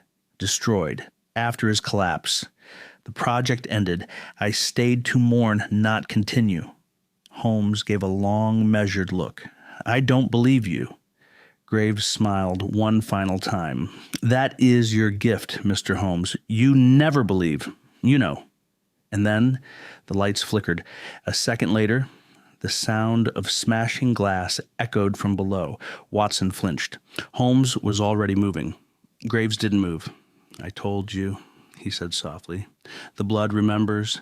The rain had begun to fall in earnest, and by the time Holmes and Watson left Graves's laboratory, cold needles against the foggy London air, smearing gaslight into ghostly halos. Watson pulled his collar tight, though his discomfort had less to do with the weather and more to do with what they had just heard. John Marlowe, Holmes said aloud, as if the name were a cipher he could solve by sound alone. Watson looked sideways at him. You believe that's the body's name? Holmes nodded.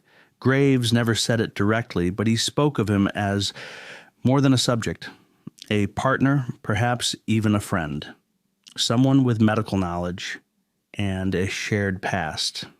That file labeled Grayson-8 was a misdirect. I believe Grayson may have been a fictional identity. A screen they arrived at Baker Street in silence, save for the soft patter of raindrops on their hats. Once inside, Holmes immediately crossed to his files and pulled down a folder marked Medical Strikes, 1880s. Yellowed paper, carefully labeled, spilled across the desk. Years ago, Holmes said, there was a scandal at St. Bartholomew's. A respected surgeon was caught performing unauthorized experiments on comatose patients, injecting them with unidentified chemical blends, claiming he was close to vascular reprogramming. Watson flinched. That sounds eerily familiar. Holmes handed him a report, brittle and ink-stained. Dr. John Marlowe, senior vascular specialist, suspended indefinitely. Medical license revoked. Patient deaths unconfirmed, but investigation ceased. Moved to private practice. Disappeared shortly thereafter. Watson read the final line aloud. Rumored to have worked with experimental biologist Elric Graves before vanishing. Holmes leaned forward, eyes bright. So there it is. Not just an old colleague, Graves's original partner, the man who helped him begin the iron veins. But why would Graves lie about the name? Watson asked. Why call him Adrian Grayson? To protect what was left of him, Holmes replied. Or perhaps to protect the idea of him. If Marlowe willingly underwent the final stage of the experiment, Graves may have wanted to erase the past, give him a martyr's identity, not a disgraced one. Watson shook his head. A name change doesn't make a corpse any less real. No, Holmes said, but it reframes the story. That afternoon, Holmes called in a favor from a contact at Scotland Yard. Within hours, they were granted access to Marlowe's sealed file, long since gathering dust in the Yard's restricted archives. The file was thick, more than a mere disciplinary report. It contained letters, hospital records, trial transcripts, even personal correspondences. Holmes devoured the pages with surgical focus. Listen to this, he said, tapping a handwritten letter from Graves to Marlowe. dated 6 years prior. John, I believe we stand at the edge of medical history. If we can purify the bloodstream, we can erase trauma, cure madness, and rewrite identity itself. But to proceed, we must abandon the laws that bind lesser men.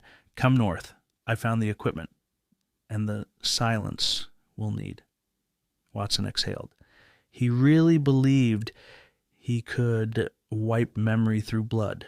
Holmes nodded, and Marlowe believed it too, or at least he wanted redemption badly enough to try. They found a photograph tucked inside.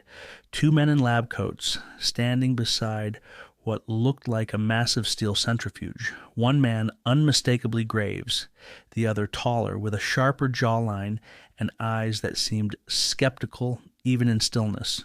John Marlowe. Watson set the photo down. Do you think the collapse was part of the experiment or something else? Holmes didn't answer at first. He walked to the fireplace, tossed a log in, and stared at the flickering flame. There's something off, he murmured. This wasn't just scientific arrogance. There's guilt behind all this. When Graves spoke of blood remembering, I don't think he meant trauma alone. I think he meant his own. The blood carried proof. Watson frowned. Proof of what? Holmes turned to face him. That Graves killed him. Watson stepped back. But why, if they were partners? Perhaps because they were, Holmes said. 2 men chasing a theory. Maybe one wanted to stop. Maybe Marlowe realized it had gone too far. If the iron veins procedure had side effects, neurological collapse, irreversible cell death, he may have tried to shut it down. Watson's voice lowered, and Graves refused. Or worse, Holmes said. He silenced him before Marlowe could expose him. There was a knock at the door. Mrs. Hudson entered, holding a telegram.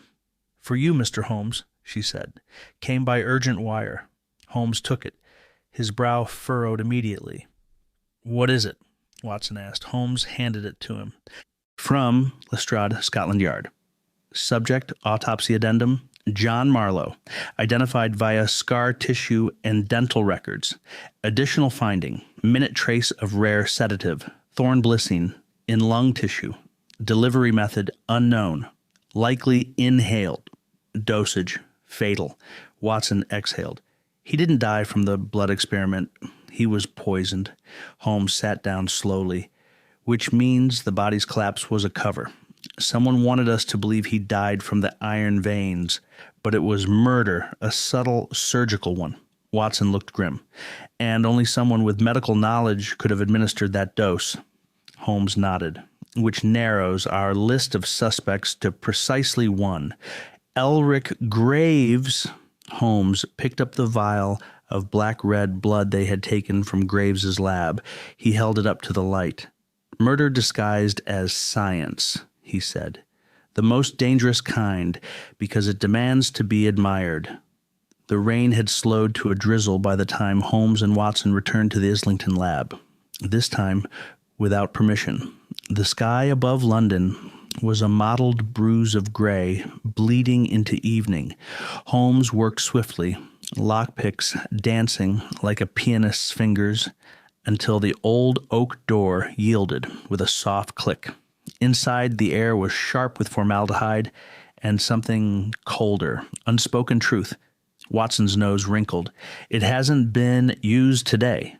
Not by the living, Holmes murmured. They moved past the humming freezer, past the steel centrifuge that looked like it belonged in a steampunk nightmare, and entered what appeared to be a study sealed behind a paneled door. Here, the transformation was total. Gone were the clinical counters and steel instruments. This was a scholar's chamber or a mad poet's, depending on perspective.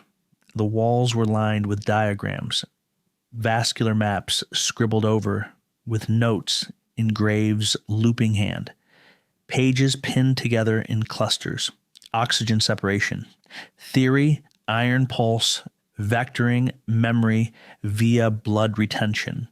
But it was the desk drawer that held the key. Holmes drew out a bundle of letters bound with copper wire. The paper was stiff with age and the ink was splotchy, but the message burned clearly. To Graves, we began as seekers. Now you are something else.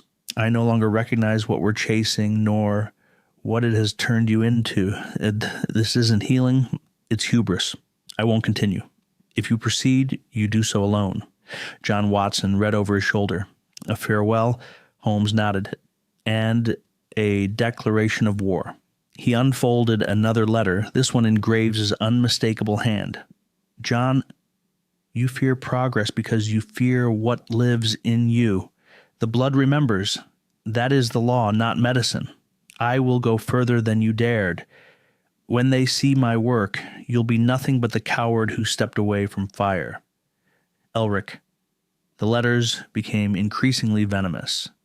Disagreements over theory, then accusations of theft. Marlowe accused Graves of falsifying data. Graves accused Marlowe of sabotaging their experiments. At the heart of it all, a divergence. Two theories on the nature of blood. Marlowe believed blood was a vessel of nourishment, altered only by illness or environment. Graves believed blood was a living archive, a carrier of memory, identity, and instinct, that through its manipulation, one could rewrite the mind. And Graves had gone further, far too far. Holmes pointed to a note scribbled in haste on the wall. If blood can store memory, can it also store loyalty? Watson's eyes narrowed. He wanted to control minds through blood. Holmes nodded grimly. He called it medicine, but what he meant was mastery. In the corner of the room sat a locked box, no larger than a doctor's satchel, but sealed with both clasp and cipher. Holmes examined it briefly, then knelt and began decoding the lock. 7 digits, he muttered. Not a date, not a patient file, likely a numeric translation of a phrase. He trailed off, then began turning the dials. 8674321. Click. Inside, they found 2 vials of deep red liquid and a tape recorder, the kind used in medical dictation. Holmes pressed play. Graves's voice emerged, crackling with static. Test 44, subject J. Marlowe, final preparation of 4th compound initiated at 0200 hours.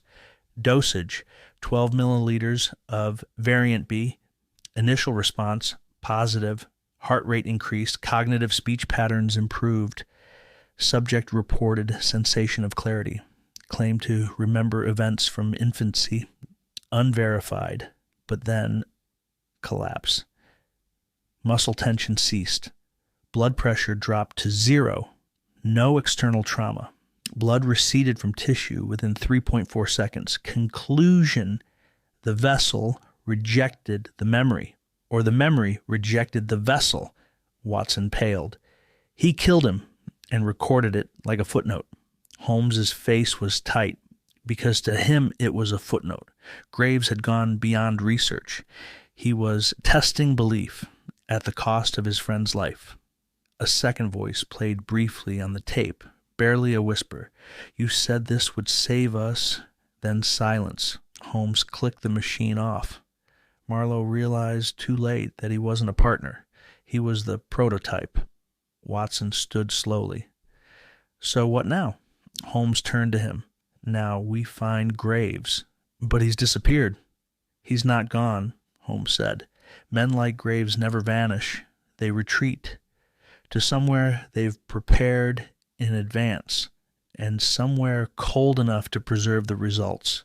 He turned back to the wall, examining one final scrawl, written not in ink, but what looked like dried blood.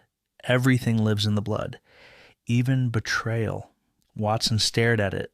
Was that a warning? Holmes's eyes darkened. That was pride.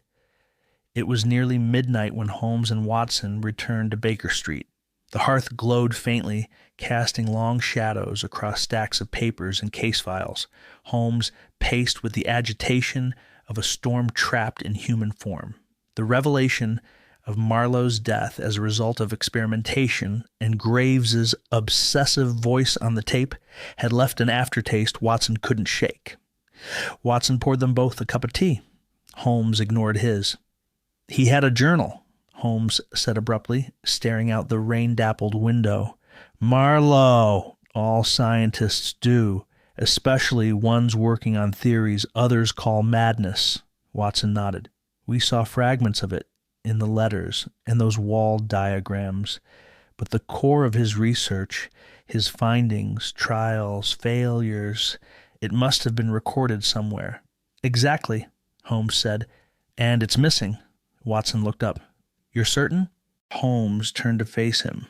Marlowe was methodical, a man of rigor, even in disagreement. He would not simply scatter his work across correspondence. His private journal would have held notes no one else was meant to see, and if Graves silenced him, the first thing he would have taken was that record. Watson exhaled. "Then we must retrieve it." "Indeed," Holmes replied. Because that journal doesn't just explain how Marlowe died. It may explain why Graves thought it necessary. The next morning found them back in Marlowe's former flat in South Kensington, where the dust still lay undisturbed like forgotten ash. Scotland Yard had long since left the scene, and Lestrade had no objection to Holmes taking a final look. After all, even he could see the case was quickly slipping into uncharted waters. Holmes moved quickly through the apartment, eyes scanning the shelves, fingertips brushing across spines and drawers. Nothing felt wrong, and that was the problem. "There should be signs," he muttered. "A broken drawer, a torn lock, anything to suggest a burglary." Watson stood by the desk, flipping through old anatomy texts and faded medical pamphlets. "Could Graves have stolen it earlier, before the murder?" Holmes shook his head. "Number two risky. He wouldn't have left Marlowe alive with a motive for revenge. And yet Marlowe met with him days later, if the tape is accurate." He knelt by the fireplace, examining the tilework. After a moment he pried a loose one free. Nothing. Frustration crept in. "There is no break-in," he said, "which means it wasn't taken by force." Watson frowned. "An inside job?" Holmes stood. "Or someone who had access and aroused no suspicion." He looked toward a photograph on the desk. Marlowe, standing with a group of smiling medical students. One of them was a woman with sharp eyes and auburn hair. "Her again?" Holmes said. "She was in Graves' notes, and she's here." "Who?" asked Watson. "Dr. Elizabeth Brant," Holmes replied. "Former assistant to both Graves and Marlowe. She disappeared from the registry 3 months ago. Said to be traveling abroad, but I suspect otherwise." "Do you believe she stole the journal?" Holmes's eyes narrowed. "I believe she was the last person Marlowe trusted, and I believe she may now be the most dangerous woman in London." They returned to Baker Street, where Holmes began combing through alumni records, scientific journals, and financial ledgers. Within hours, he had traced Dr. Brandt's movements post-resignation through a sequence of shadowy funding sources, shell laboratories, and quietly shuttered clinics. Watson watched in awe.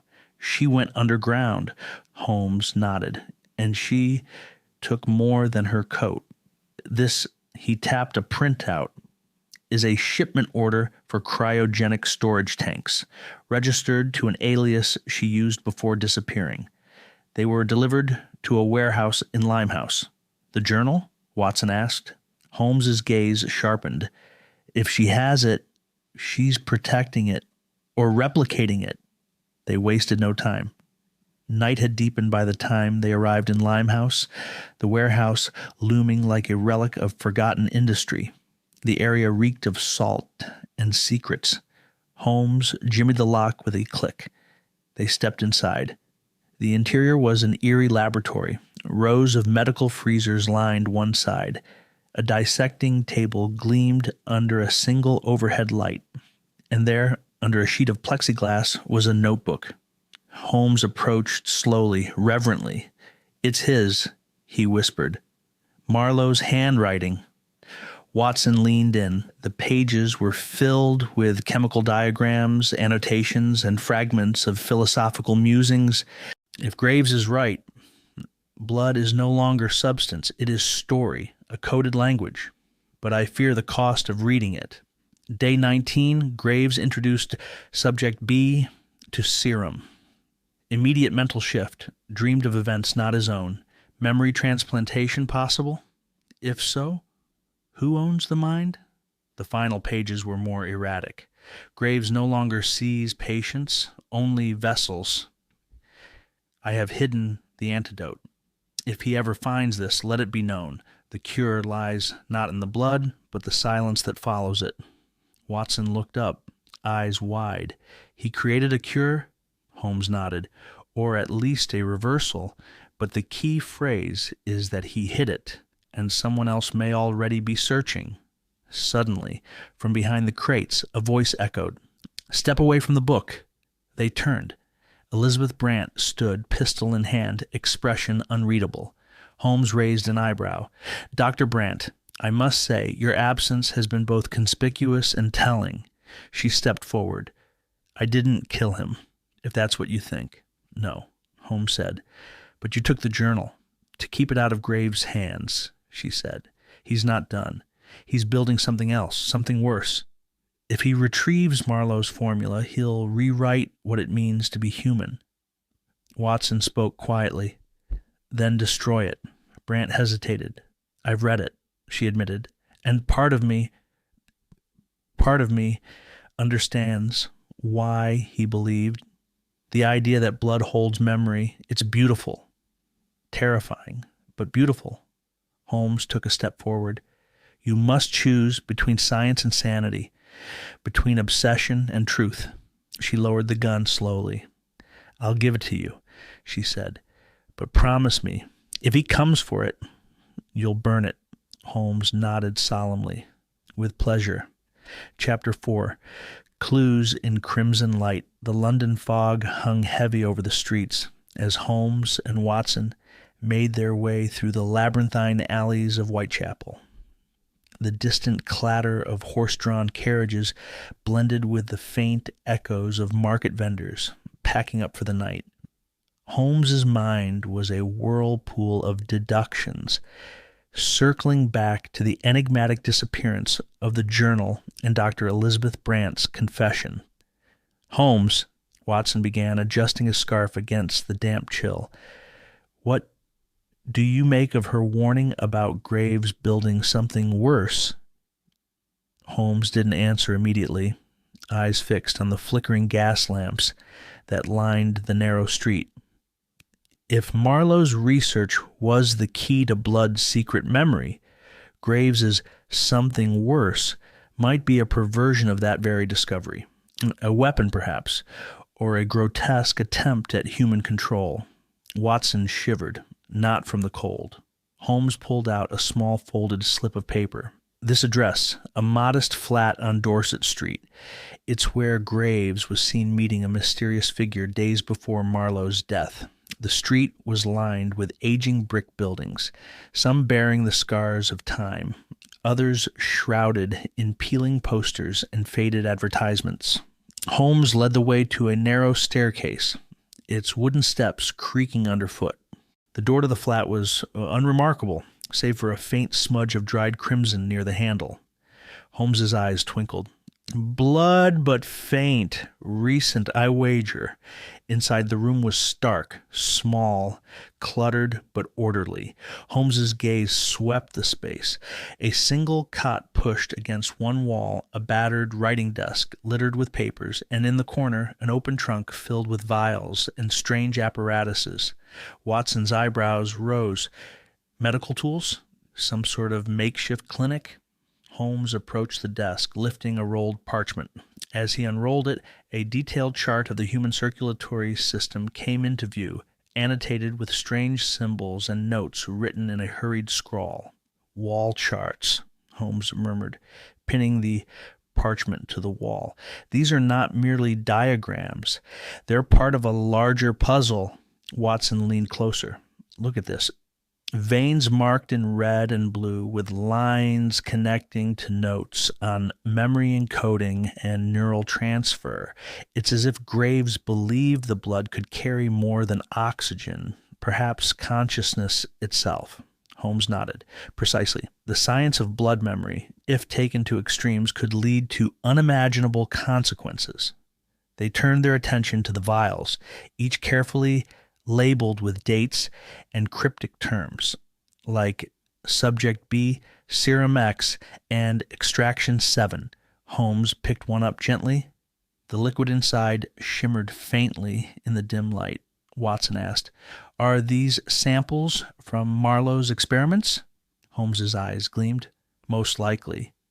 And if Graves continued these trials here, it means the secret of Marlowe's death isn't confined to his journal. It's alive in these very rooms." Suddenly, a faint sound echoed from the hallway. A hurried footstep, distant but deliberate. Holmes stiffened. "Someone's coming," he whispered, slipping the vial into his coat pocket. Watson grabbed the candlestick on the desk as Holmes moved toward the door. They exchanged a glance. Action was necessary. The door creaked open, and a figure stepped inside, tall, gaunt, with sharp eyes that flickered like a cornered fox. It was Dr. Elric Graves. "Holmes," Graves said, voice low and cold, "I wondered when you'd arrive." Holmes's smile was thin. "I see you're still experimenting in the shadows, Doctor?" Graves's gaze shifted to the wall charts. "And what if I am? The world is not ready for what Marlowe and I have discovered. Blood is not merely fluid. It is the vessel of identity, the carrier of self. Imagine controlling that." Watson stepped forward. "You mean to manipulate memory? Mind control?" Graves laughed, a harsh sound that echoed off the peeling wallpaper. "Not control. Evolution. The next step for mankind." Holmes's eyes narrowed. "At what cost?" Graves gestured toward the vials. "Sacrifice is necessary. Progress demands it. Marlowe understood that too late." "Your obsession blinds you?" Holmes said. "You killed Marlowe to hide your failures." Graves's eyes flickered dangerously. "I killed no man. Marlowe destroyed himself." Before Holmes could reply, Graves lunged toward the desk, knocking over papers and vials. Watson moved swiftly, blocking his path. "Enough," Holmes commanded. "This charade ends now." Graves paused, breathing heavily, then smiled faintly. "You don't understand the forces at play, but you will. Soon." With that, he turned and fled through the back door, disappearing into the misty night. Holmes and Watson exchanged a look, grim but resolute. Holmes whispered, "We must follow. The truth lies beyond this room, in the veins of London itself." As they stepped into the foggy street, Holmes's mind raced, piecing together the fragments of a mystery that refused to bleed dry. The streets of Whitechapel wore their nightly shroud like a mask, mysterious, fog-laden, and silent, save for the distant echo of a lone violin from a dimly lit tavern. Holmes and Watson, fresh from their encounter at the secret apartment, now sought to uncover the truth behind a witness's curious testimony. A shadow glimpsed through a window, a fleeting figure whose presence might rewrite the timeline of the entire case. "Mr. Holmes," said Mrs. Abigail Marsh, a laundress known for her sharp eyes and quieter demeanor, "I'm certain I saw someone. It was past 9 when I was returning from the market. A dark shape watching, just a moment, then vanished." Holmes tilted his head, eyes narrowing as he processed the details. "A shadow, Mrs. Marsh, but of whom, and why did it remain unseen by others?" Watson scribbled notes, mindful of the frailty in Mrs. Marsh's voice. "Did you notice anything unusual about this figure? A hat, a coat, a peculiar gait?" "Nothing clear," she admitted, "just the outline against the dim glow of a candle. I was too far to make out features, but it sent a chill down my spine, I can tell you that." Holmes paced thoughtfully, hands behind his back. This shadow could be a witness or a suspect, more likely a link in the chain. We must verify her account with precision. They retraced Mrs. Marsh's route, passing the cramped windows of Dorset Street apartments. Each flickering light and shuttered room felt like a silent witness to a drama yet to unfold. As they stopped outside the building Mrs. Marsh described, Holmes pulled out a small pocket watch, checking the time against the witness's claim. "Curious," Holmes muttered. "The timeline doesn't quite fit. According to the coroner, Marlowe's body was discovered at precisely 9:15 p.m. If Mrs. Marsh saw this figure around 9 p.m., that leaves a tight window." Watson frowned. Could the shadow have been the murderer fleeing the scene? Holmes shook his head. If so, the figure would have had to move swiftly and unseen by other neighbors who reported no disturbances. Watson rubbed his chin thoughtfully. Could Mrs. Marsh have mistaken the time or the identity of the shadow? Holmes smiled thinly. Precisely my thought. Our minds play tricks in low light, especially when fear sharpens the senses. Returning to the nearby tavern, they spoke with the bartender, a burly man named O'Malley, who recalled the evening's happenings. "Not much foot traffic after 8, O'Malley said, polishing a glass. "But I did see a stranger, a tall man, cloak pulled tight, no face visible, stand by the window across the street, staring out like a ghost, waiting for something." Holmes leaned in. "Did this man enter the tavern?" "No," O'Malley replied. "Just stood there motionless, then vanished." The detective's eyes flickered with interest. "Watson, this man might be our shadow." Watson nodded.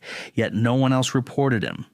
Could he be connected to Graves, or perhaps someone else entirely?" Holmes considered the possibility. "An observer, a spy, or an ally, or maybe an innocent man caught in the web." Turning to Mrs. Marsh, Holmes asked, "Would you recognize this man if you saw him again?" She nodded hesitantly. "I think so, yes." Holmes stood abruptly. "Then we must find him." The following day, Holmes canvassed the neighborhood with relentless precision, piecing together snippets from shopkeepers, street vendors, and laborers. One elderly cobbler recalled a man matching the description, a drifter named Collins, who recently arrived and took lodging nearby. Holmes wasted no time and found Collins, a wiry man with sharp eyes and a nervous demeanor, in a cramped attic room. "Mr. Collins," Holmes said, "I understand you were near Dorset Street on the evening in question." Collins blinked rapidly. I was walking home, minding my own business. Never saw no murder, I swear." Holmes studied him closely. "Did you see anyone suspicious, or perhaps notice anything unusual about the building?" Collins shifted uneasily. "Not really, but I did hear a commotion around 9:15 near Marlowe's flat." "And yet you deny seeing the figure at the window?" Collins hesitated. "I might have seen someone, but it was dark and I didn't pay much mind." Holmes's eyes gleamed. "Thank you, Mr. Collins. Your candor is appreciated." As Collins left, Holmes turned to Watson. "He is nervous, but not a threat. Still, his testimony could provide a thread to unravel." Watson asked, "Holmes, how certain can we be about witness memories? The fog, the shadows, could all these factors cause a misidentification?" Holmes nodded. "Indeed, witnesses often see what their fears or expectations suggest. The mind fills gaps with assumptions, especially in fearful moments." He paused, tapping his finger on the window frame. "This shadow might be a red herring, or a vital clue cloaked in uncertainty." Their investigation continued with painstaking care. Holmes visited the clockmaker's shop, reviewing the exact time the street lamps were lit, cross-referencing it with witness statements. The results confirmed a discrepancy. Mrs. Marsh's sighting occurred closer to 8:50 p.m., earlier than initially believed. "This changes the narrative," Holmes mused. "If the shadow appeared well before the murder, the figure might be unrelated or preparing for what was to come. Holmes and Watson shared a glance. Their thoughts echoed the mystery's complexity. Holmes pulled out a small notebook and began sketching the street layout, marking positions of witnesses and sightings. "There is a possibility," Holmes said, "that the figure at the window was observing something unrelated, perhaps Graves himself or an accomplice." Watson frowned. "An accomplice?" Holmes nodded. "Marlowe's death might be only one act in a larger performance." As night settled once more, Holmes stood by the window of their Baker Street flat, eyes fixed on the shadows outside. "The stranger in the window," Holmes whispered. "Maybe the key or the distraction." Watson joined him, gazing into the darkness. "And what do you intend to do next?" Holmes smiled faintly. "We wait, observe, and unravel the threads of this crimson tapestry until the bloodless mystery spills its secrets." The investigation into John Marlowe's death had taken them down a winding path of mystery, riddled with shadows, silence, and questions that echoed in the dark corners of London's fog. Holmes sat at the battered wooden table in Baker Street, surrounded by papers, notes, and a cluster of clocks all ticking out of sync, each representing a fragment of time from the night of the murder. Watson, with a frown etched deep into his brow, pulled from his coat pocket a small charred bundle wrapped in tattered cloth. "Holmes, I found this in the fireplace of Marlowe's flat, among the ashes of what looked like documents hurriedly destroyed." Holmes immediately set aside his papers and reached for the bundle. Carefully, almost reverently, he unwrapped the brittle remains. Blackened, curling fragments of paper fell into his hands like burnt leaves. "A desperate attempt to erase evidence," Holmes murmured. "But even fire leaves secrets behind." Watson peered over his friend's shoulder, his medical curiosity temporarily replaced by a detective's instinct. "Do you think these could explain the discrepancies in the timeline, the hour no one accounts for?" Holmes nodded slowly. "Precisely, Watson. Let us reconstruct the timeline from all accounts and see what fits and what falls away." He spread a large sheet of parchment across the table, then began plotting events, notes, and witness statements with meticulous precision. 8:30 p.m. Witnesses report Marlowe entering his flat. 8:50 p.m. The shadow in the window observed by Mrs. Marsh, though likely unrelated. 9:15 p.m. Time of death estimated by the coroner. Holmes tapped the parchment thoughtfully. Yet there is a curious silence between 8:50 and 9:15. No reported activity, no witnesses, no sounds. Watson added, "Except the faint noise Collins mentioned, the commotion near the flat." "Exactly." Holmes's eyes sparkled with a rare excitement. "This missing hour is where the key hides." They pored over the blackened papers, tracing faded ink and partial words. Despite the damage, Holmes's trained eye discerned notes on blood chemistry, cryptic references to vein manipulation, and a series of numerical sequences that resembled formulas more than readable text.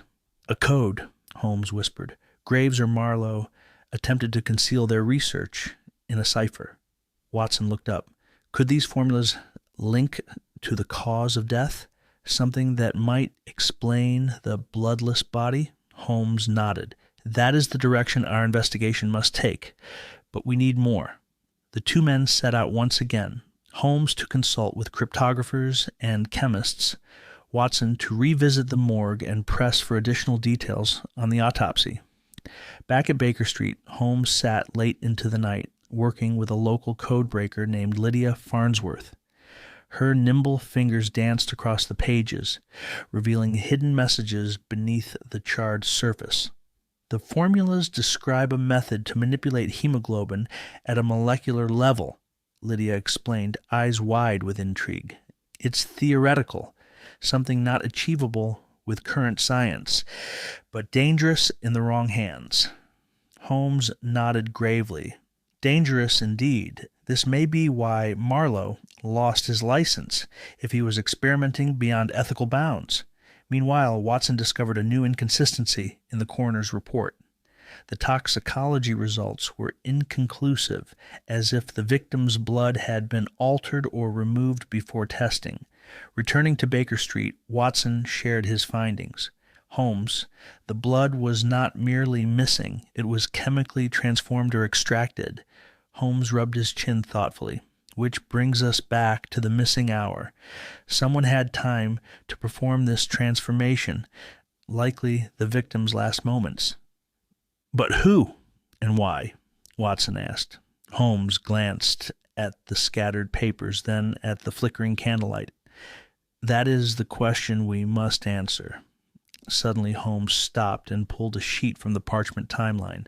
Look here, Collins's testimony places a figure near the flat just before 9:15. This figure could have had the time needed to execute the blood manipulation. Watson's eyes narrowed. Are you suggesting Collins was involved? Not necessarily, Holmes replied, but he is a link we cannot ignore. The duo planned a stakeout near the flat for the following evening, hoping to catch any suspicious activity during the elusive missing hour. That night, the fog rolled in thicker than ever, wrapping the streets in a suffocating silence. Holmes and Watson waited patiently in the shadows, watching windows, doorways, and darkened alleys. At precisely 8:50 p.m., a figure emerged from the shadows, cloak drawn tight, footsteps measured and deliberate. Holmes's gaze sharpened. Collins? Watson whispered. Holmes nodded subtly. Indeed, but watch closely. The man approached the flat, glanced nervously around, then slipped inside a side door left ajar. Holmes motioned to Watson. We follow, but with caution. Inside, the air was thick with the scent of chemicals and old paper. Collins moved swiftly to a small cupboard and withdrew a vial, its contents shimmering with an eerie red glow. Blood substitute, Holmes muttered under his breath. Suddenly, footsteps echoed behind them. Graves himself, eyes wild with suspicion and anger. What are you doing here? Graves demanded, voice low but fierce. Collins stammered, I only wanted to protect Marlowe's work, to keep it safe. Holmes stepped forward. And what is this work, Doctor?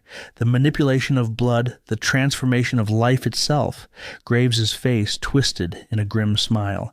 A secret too dangerous for this world. Marlowe's death was no accident, but a warning. Holmes's eyes narrowed. From whom? Graves looked away, conflicted. That, Mr. Holmes, is the missing piece you seek. The hour unaccounted is where the danger lies. As dawn crept over London's rooftops, Holmes and Watson emerged with more questions than answers. But one thing was clear. The missing hour was no accident. It was the stage upon which life and death played their cruelest game. The flickering light of Baker Street's solitary gas lamp threw long shadows across the cluttered room as Holmes sat hunched over a freshly recovered document. Watson watched with a mixture of anticipation and fatigue, knowing all too well that when Holmes's eyes gleamed with that peculiar intensity, the path forward was about to reveal itself, though often tangled in riddles and shadows. Holmes carefully unfolded the fragile parchment, revealing a letter composed of spidery handwriting, intertwined with cryptic symbols and numbers. It was found concealed beneath the floorboards of Marlowe's secret apartment, an unseen whisper left behind by the victim or someone close enough to trust. Watson leaned in, trying to decipher the strange mix of text and symbols. More codes? He muttered, rubbing his temples. Holmes smiled faintly. Indeed, Watson, but not just any code. This letter speaks the language of blood, hidden meanings cloaked in scientific jargon and arcane references. He tapped the page with a slender finger. Note these repeated phrases: crimson flow, veinless vessels, and most notably, redless trials. Redless trials? Watson repeated. Sounds like some kind of experiment. Holmes nodded. Precisely. And the experiments seem central to the tragedy that befell John Marlowe. Let us examine the letter closely. With practiced ease, Holmes began to translate the code. The symbols followed a pattern reminiscent of old alchemical texts mixed with modern chemical notations, an unsettling blend of past and present science. Holmes's eyes darted over the letter, cross-referencing his mental catalog of knowledge. This is no ordinary correspondence. The author speaks of manipulating the very essence of life, the blood, to create a state they call redless, a condition where blood ceases to flow or perhaps even to exist, yet life persists. A paradox. Watson felt a chill. Are they saying someone was trying to live without blood? That's impossible, isn't it? Holmes gave a slight nod. Impossible by ordinary means, yes, but Marlowe and Graves were men obsessed with pushing the boundaries of medicine and science. They toyed with forbidden ideas, ideas that defy nature itself. Turning the page, Holmes's fingers paused on a cluster of coordinates embedded within the text, longitude and latitude written in an obscure format but unmistakable once decoded. Coordinates, Holmes murmured, tracing the numbers. These point to a location outside London, near an abandoned facility, long forgotten by most. Watson's curiosity flared. Could this be where the redless trials took place? Most likely, Holmes replied, a place hidden from prying eyes, where Marlowe and Graves could conduct their experiments in secrecy. Holmes rose abruptly, determination etched into every line of his face. Watson, we must visit this site. It might hold the answers we seek, and perhaps the truth behind the bloodless body. The following morning, Holmes and Watson set off under a gloomy sky toward the coordinates. The journey took them out of London's bustle, into the moorlands where ruins whispered stories of forgotten times.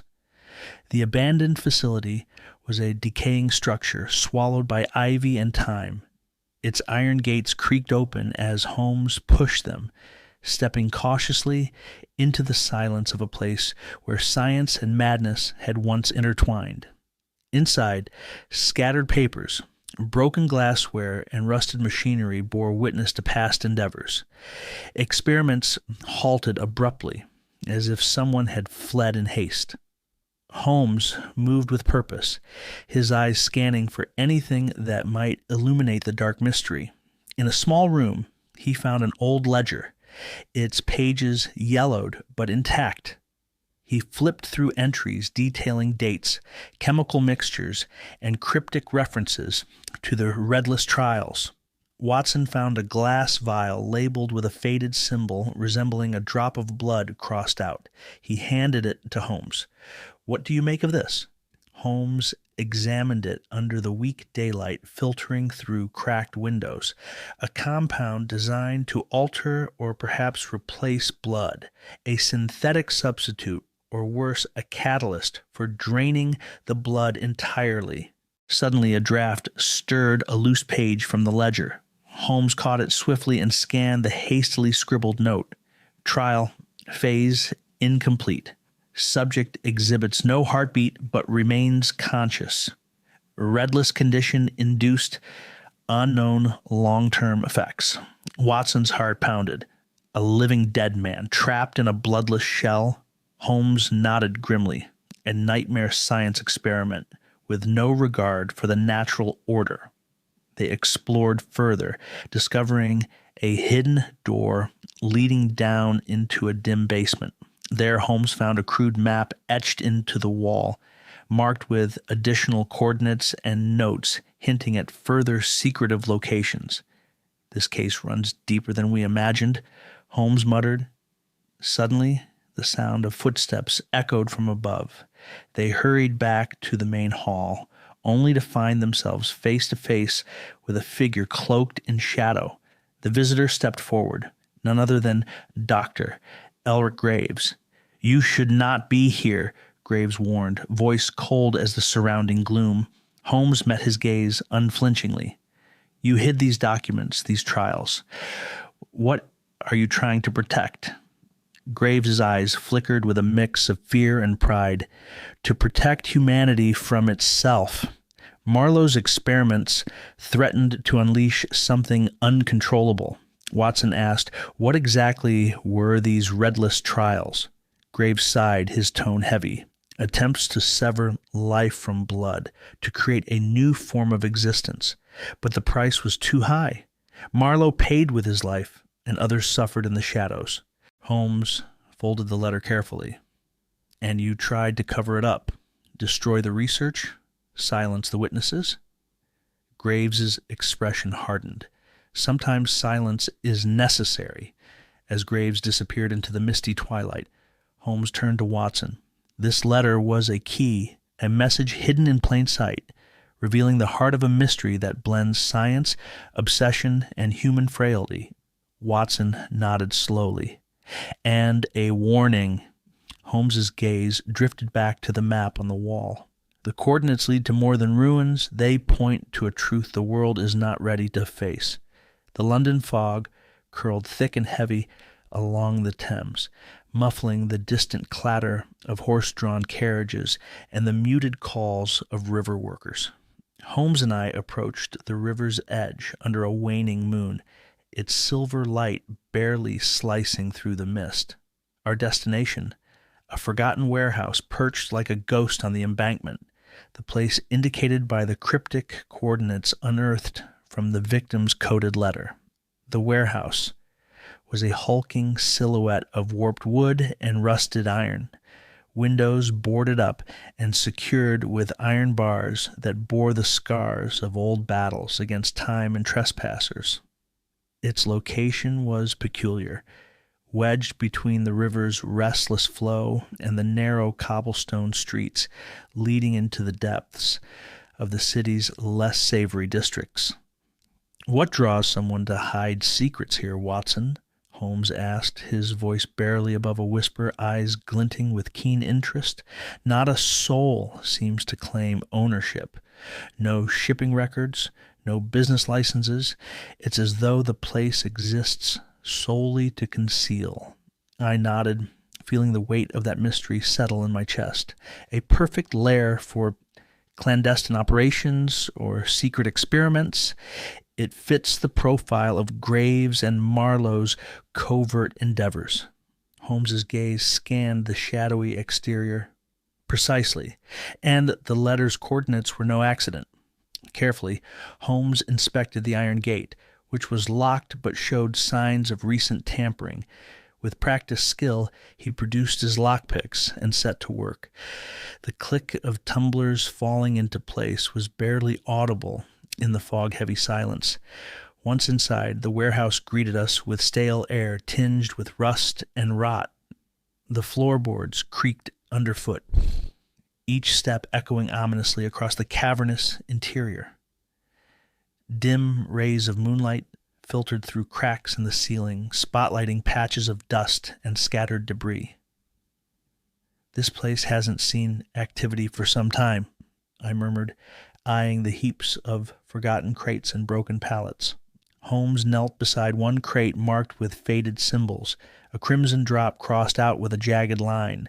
"This emblem matches the vial we found earlier. It seems the warehouse was indeed part of the Redless Trials operations." Suddenly, a faint scrape echoed from the far end of the room. We both froze. Holmes's hand went to his pocket, fingers curling around his trusty revolver. I swallowed hard, straining to pierce the thick darkness. From the shadows emerged a figure, a lanky man with a pale face and darting eyes. He held a small lantern, its flickering flame revealing the gaunt features of a man who'd seen too many secrets. "You're not welcome here," the stranger hissed, voice edged with warning. Holmes stepped forward calmly. "And yet, here we are. Might you be a caretaker or sentinel for this forsaken place?" The man shook his head. No one owns this place anymore. I come to collect remnants, old papers, vials, anything valuable. But there's more here than you understand. I noticed his hands trembled slightly as he spoke. What do you mean? I asked. Holmes folded the letter carefully. And you tried to cover it up. Destroy the research, silence the witnesses. Graves' expression hardened. Sometimes silence is necessary. As Graves disappeared into the misty twilight, Holmes turned to Watson. This letter was a key, a message hidden in plain sight, revealing the heart of a mystery that blends science, obsession, and human frailty. Watson nodded slowly. And a warning. Holmes's gaze drifted back to the map on the wall. The coordinates lead to more than ruins. They point to a truth the world is not ready to face. The London fog curled thick and heavy along the Thames, muffling the distant clatter of horse-drawn carriages and the muted calls of river workers.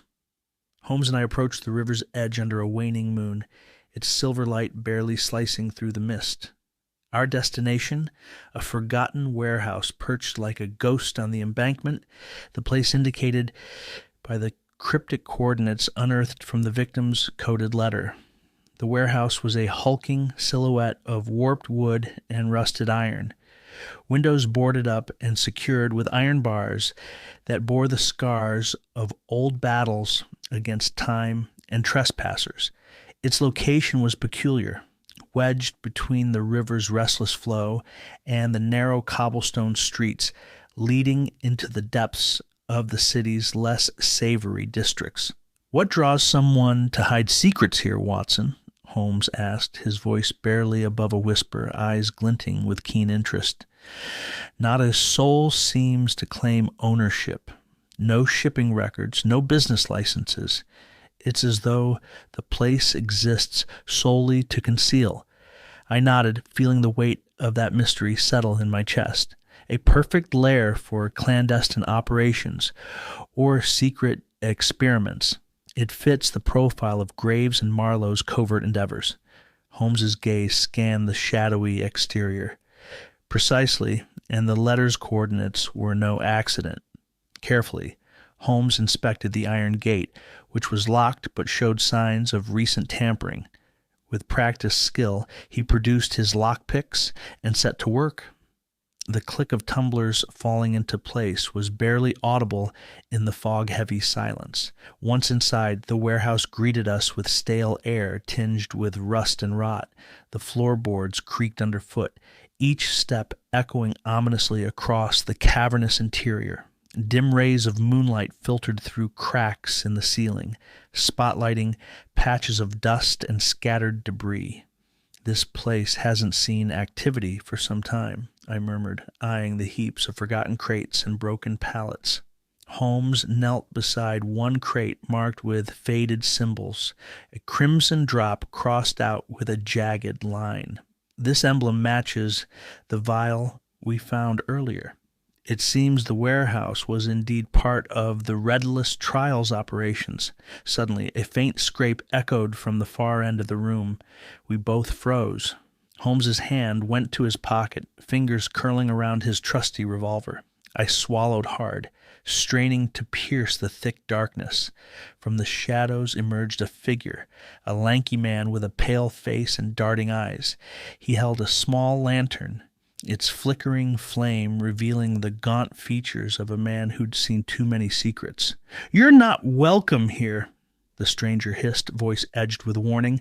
Holmes stepped forward calmly, and yet here we are. Might you be a caretaker or sentinel for this forsaken place? The man shook his head. No one owns this place anymore. I come to collect remnants, old papers, vials, anything valuable, but there's more here than you understand. I noticed his hands trembled slightly as he spoke. What do you mean? I asked. He glanced nervously toward the warehouse's depths. Whispers speak of unnatural experiments, men living without blood, the dead walking in a new form. Some say it's madness, others a curse. Holmes's eyes narrowed. Such tales fit the redless trials you mentioned earlier? The man nodded solemnly. Aye, Marlowe and Graves played with forces beyond their grasp. They sought to sever blood from life, but the cost was terrible. The experiments ended in disaster.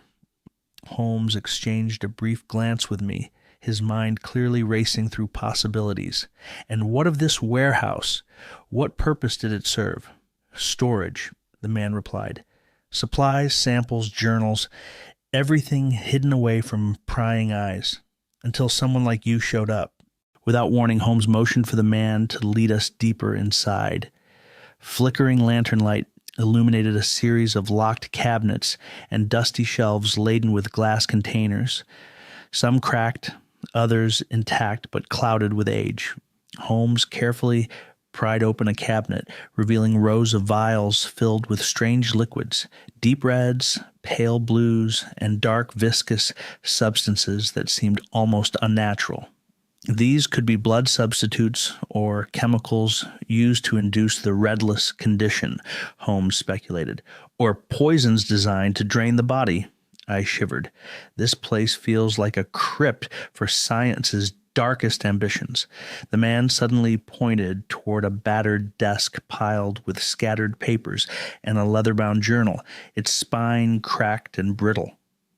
That belongs to Marlowe, he whispered, his last notes. Holmes gently picked up the journal, carefully turning the pages stained with time and secrecy. The entries were frantic, detailing experiments on blood flow cessation and synthetic blood substitutes, laced with warnings of unknown consequences. Listen to this, Holmes said, reading aloud. Day 47, subject. Remains alive despite absence of blood.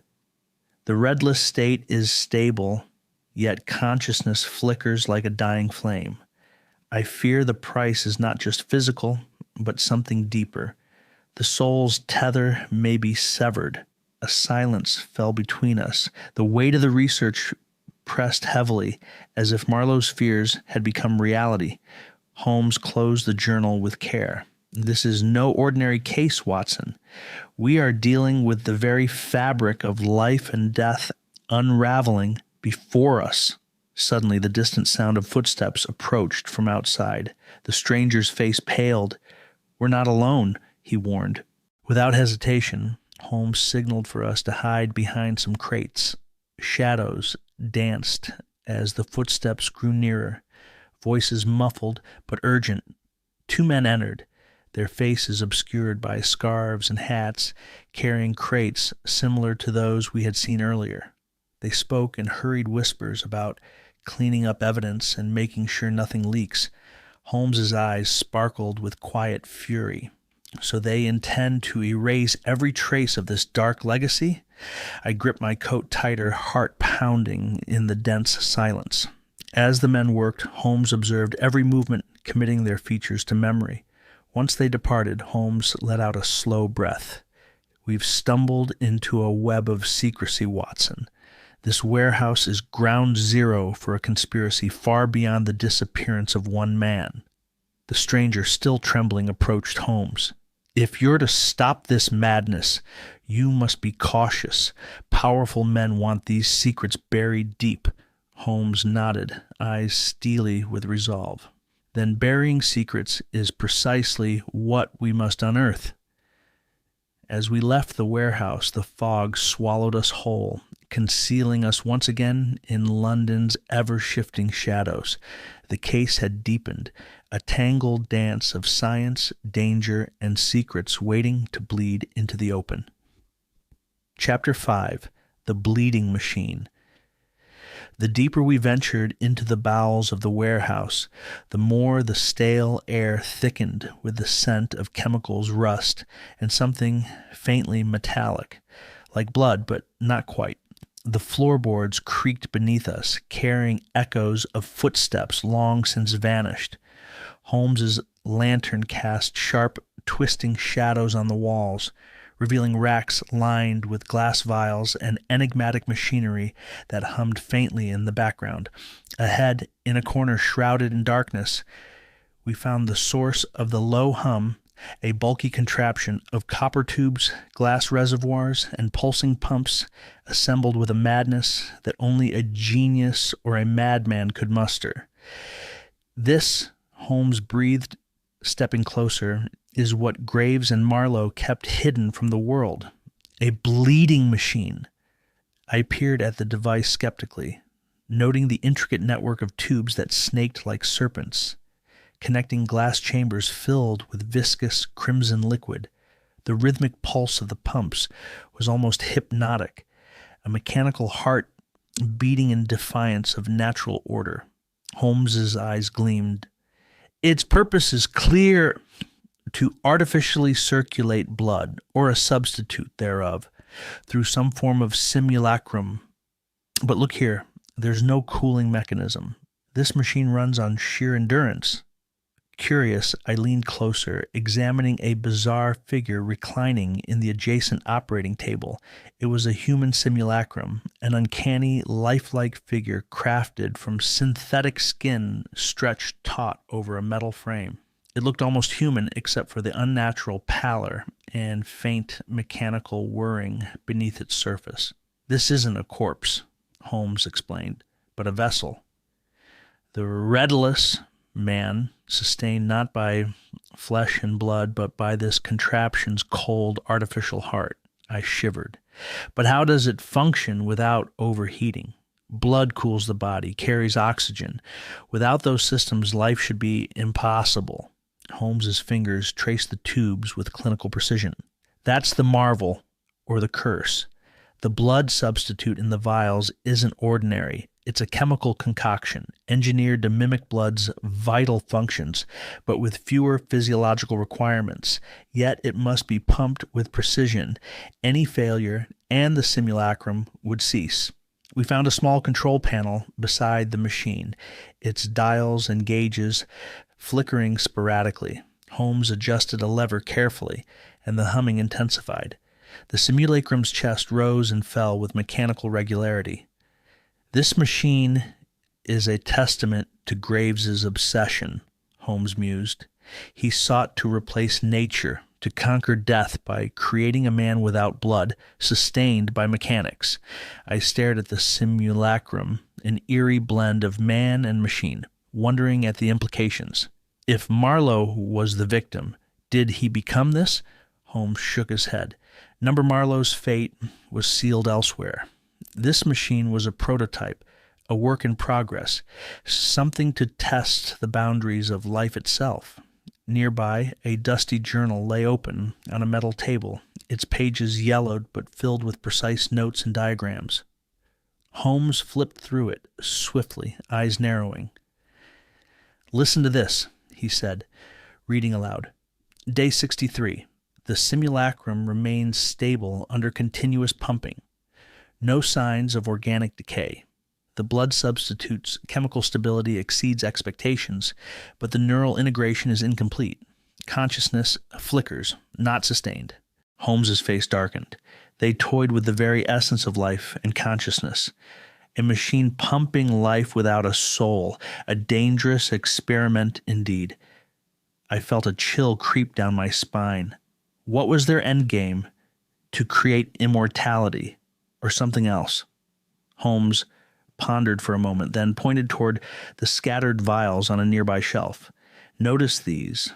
Some contain liquids marked with chemical symbols I do not recognize, perhaps experimental compounds aimed at preserving neural functions or enhancing synthetic blood properties.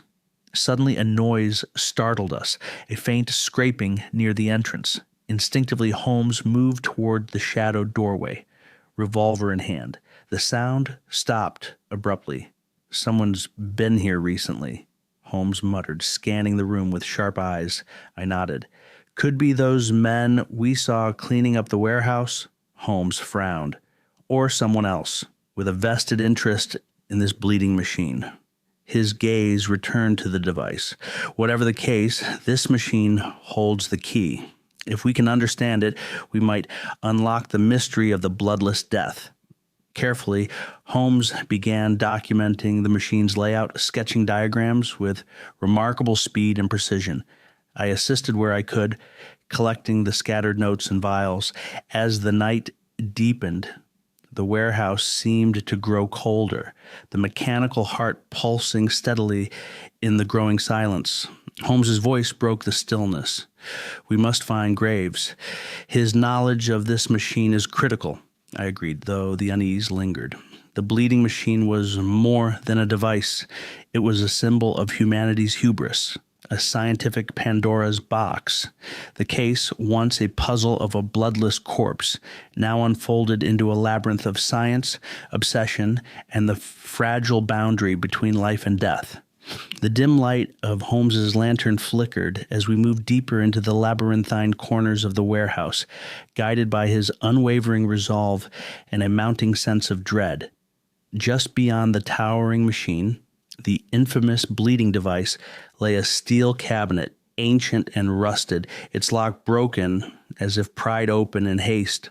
Holmes gestured toward it silently. I stepped forward and pulled the doors apart. Inside were dozens of folders, each thick with yellowed papers, photographs, and what looked like medical reports. The air was heavy with dust, but these files, these archives of fear, had not been disturbed for long. Holmes reached in, selecting a folder marked simply with a red X. Opening it, he spread the contents on a nearby table. The first thing that caught my eye were the photographs. They were unsettling, black and white images of men and women, their faces pale and expressionless, eyes staring vacantly into the camera. Some bore surgical scars, others seemed distorted, unnatural. I shuddered. "These are the subjects," Holmes said quietly, his tone grim. "Those who were subjected to Graves and Marlowe's experiments." I examined the photos carefully. "They don't look alive." Holmes nodded. "Because many were not, but others survived in some form. Their bodies altered, their blood replaced, their lives suspended between science and death." Next, Holmes pulled out a stack of papers covered in cramped handwriting, signatures at the bottom that matched those we had seen on other documents. Dr. Elric Graves and John Marlowe. "These notes," Holmes explained, "are the documented progress of their experiments, signed by both men, indicating their complicity and shared obsession." I skimmed through one report dated just months before Marlowe's death. It described the Redless trials, an attempt to fully replace human blood with an artificial substitute. The notes were detailed, revealing precise chemical formulations, trial procedures, and the physiological observations of the subjects. Holmes's eyes narrowed as he studied the pages. The success rates were inconsistent, ranging from complete failure to partial survival. The subjects' hearts would sometimes stop beating. Neural activity diminished. Others suffered horrific side effects. He paused, then pointed to a note in the margin, written in a shaky hand, likely Marlowe's. "Trial 47. Subject exhibits signs of cognitive deterioration. Artificial blood sustaining life. But soul? Question remains." I felt a chill. Soul. They believed they could replace that too. Holmes's jaw tightened. "They believed many things, Watson, but the human soul, consciousness, cannot be engineered." Pulling another folder, Holmes revealed graphs and tables showing success rates and detailed observations. Some charts recorded the subjects' physical responses to the artificial blood. Others monitored neurological activity. "Notice the drop in neural activity post-infusion," Holmes pointed out. "It plummets rapidly. They never fully succeeded in keeping the mind intact." Among the files was a report marked "Confidential," written in Graves's distinct handwriting. The tone was more desperate, almost frantic. "The chemical formula must be perfected. I cannot lose control again. The Redless man must live, not as a mere body, but as a complete being. Failure is not an option." Holmes's voice grew softer. "Graves' obsession drove him beyond reason. The machine we found was a desperate attempt to maintain life artificially. but the cost was too great. I picked up a smaller envelope labeled Subject 12. Inside was a faded photograph of a man, his face pale and eyes hollow. A short note described his condition. Subject 12 survived initial infusion. Lived 3 weeks with artificial blood. Symptoms included memory loss, disorientation, and extreme fatigue before death. Holmes sighed deeply. They were playing God with men's lives, Watson, testing the limits of science on fragile humanity. I glanced at the scattered papers again, the sheer volume of trials and errors revealing a story of hope twisted by desperation and hubris. Suddenly, Holmes's finger stopped on one report, dated only days before Marlowe's death. The page detailed an experimental infusion of an unknown chemical marked as Compound X. "This is the breakthrough," Holmes whispered, "or the downfall." The notes described injecting Compound X alongside the artificial blood to stabilize neural functions. But the records ended abruptly. "Could this have caused Marlowe's death?" I asked. Holmes nodded slowly. "Either that or the formula was stolen, altered, or sabotaged." He then revealed a stack of letters, a silent correspondence between Graves and an anonymous figure. The letters spoke in cryptic terms about the redless future and the final trial. Holmes's eyes flashed with suspicion.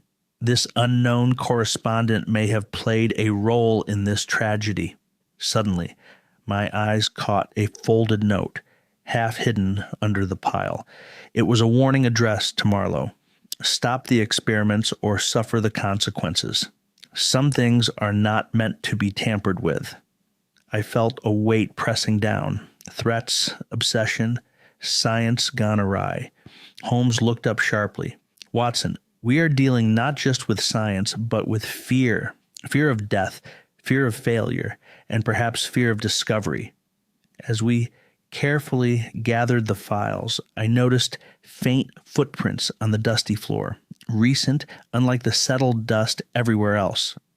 Holmes's gaze snapped to the door. "We are not alone here."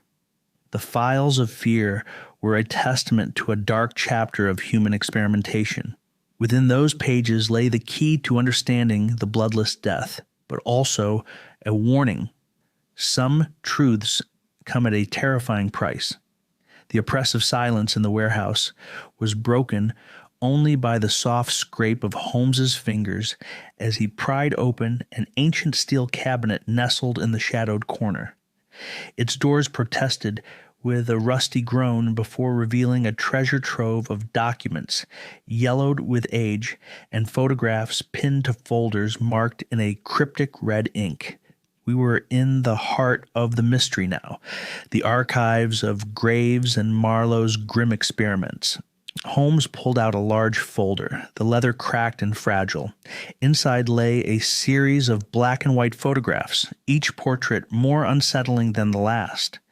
The subjects, as labeled in a faded scrawl, were captured mid-pose, faces pale and haunting, their eyes vacant like hollow windows into a forgotten abyss. "These are the victims of the redless trials," Holmes murmured. "Men and women whose blood was replaced, whose lives were rewritten by science and obsession." I studied the photographs carefully, noticing the scars. Some surgical, others raw and unnatural. A few subjects looked barely human, twisted by pain or transformation. One showed a gaunt man, eyes sunken and lips slightly parted, as if gasping for breath he could no longer draw. "They look like ghosts," I said, a shiver creeping down my spine. "Do you think any survived?" Holmes's gaze was unwavering. "Some did, in varying states of physical and mental decay. The notes here suggest partial success, but at an unspeakable cost." He opened another folder, revealing a stack of meticulously detailed medical notes. Each was signed by both Graves and Marlowe, a testament to their shared involvement and mutual obsession with pushing the boundaries of life itself. "These records," Holmes explained, detail every step of the procedure: chemical formulas, infusion protocols, physiological observations. It is a scientific ledger of triumphs and horrors alike. I skimmed one report dated barely 2 months before the victim's death. It chronicled Trial 37, describing an infusion of synthetic blood laced with a compound referred to only as X23. The report was clinical, but hinted at underlying terror. Subject exhibits initial stability. Heart rate normalizes, neural activity suppressed but consistent. Side effects include memory lapses and acute fatigue. Trial ongoing. Holmes pointed to a scribbled note in the margin, barely legible. Warning: neural degradation accelerates post-day 5. Unknown long-term effects. What does that mean? They were experimenting on live patients knowing this risk. I asked, aghast. Indeed, Watson, Holmes said grimly. They gambled with human lives in pursuit of a theory that could redefine mortality. Another folder contained charts and graphs, the cold mathematics of their experiments. Success rates fluctuated wildly, from catastrophic failures to fleeting signs of hope. Neural activity was a persistent problem. No subject maintained full cognitive function after infusion. Holmes tapped a graph showing a precipitous decline in brainwave patterns just days into the trials. The brain needs blood not just for sustenance, but for consciousness. Replace the blood with this artificial concoction, and you risk turning the mind to silence. I examined a report signed by Graves himself. His handwriting, erratic and urgent. Formula requires immediate revision. The brain's refusal to accept artificial substitutes is troubling. Mental faculties degrade as the body adapts. The redless man is a living paradox, alive but not truly alive. Holmes's face darkened. Graves was desperate to perfect this. The machine we found, an intricate network of tubes and pumps, was their attempt to sustain life where nature failed. Next came correspondence, letters exchanged between Graves and an unknown associate, written in coded language. They spoke in shadows, hinting at the final step, the perfect transfusion, and the redless future. Holmes's eyes gleamed. This secret correspondent may have been the catalyst behind the escalation of the trials, someone who shared Graves's fanaticism. I unfolded a particular letter that struck a chilling note. It warned Marlowe to cease his involvement or face dire consequences, signed ominously as a guardian of nature. Holmes shook his head slowly. Fear and fanaticism have woven themselves tightly into this mystery.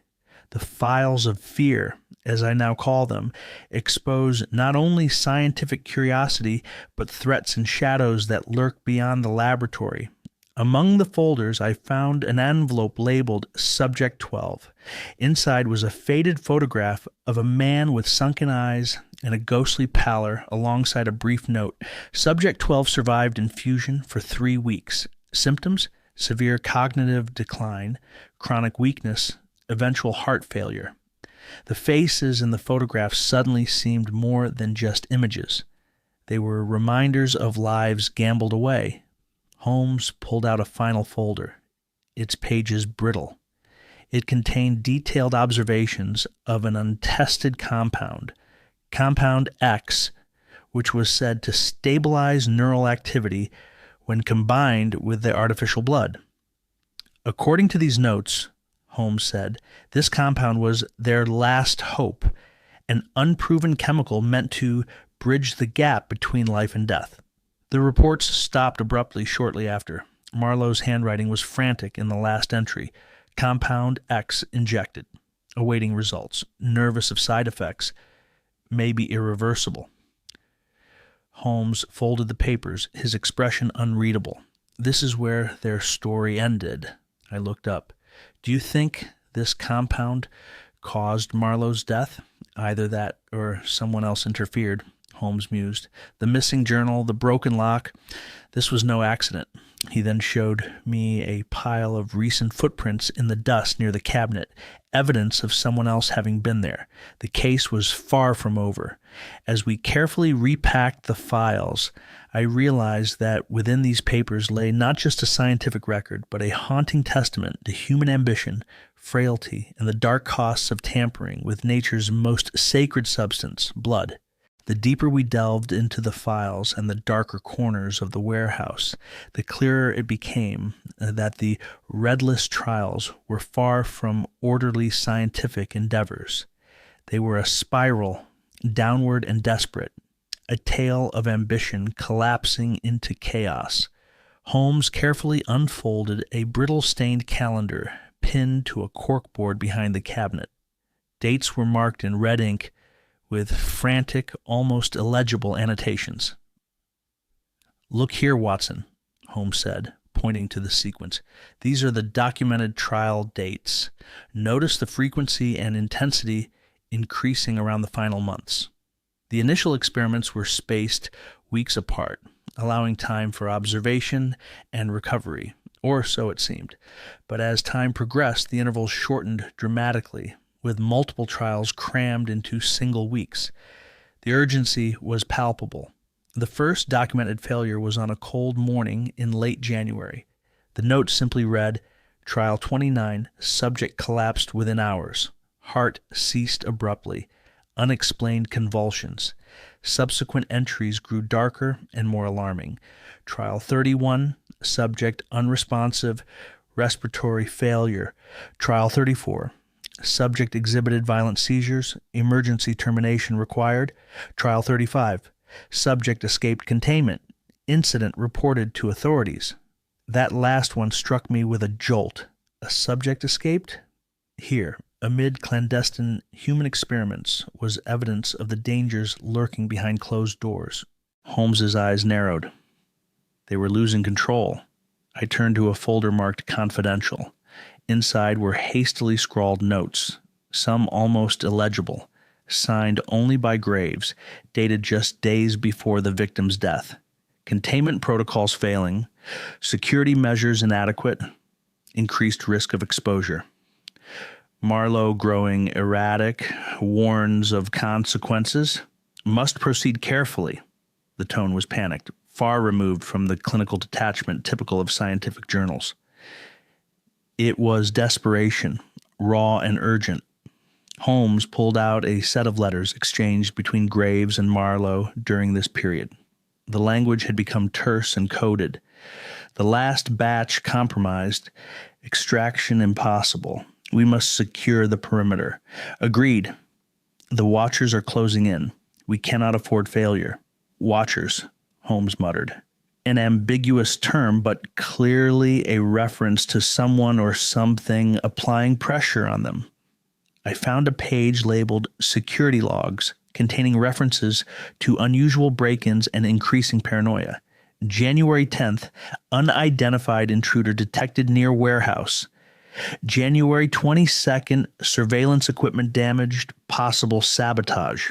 February 3rd, threatening notes found, content redacted.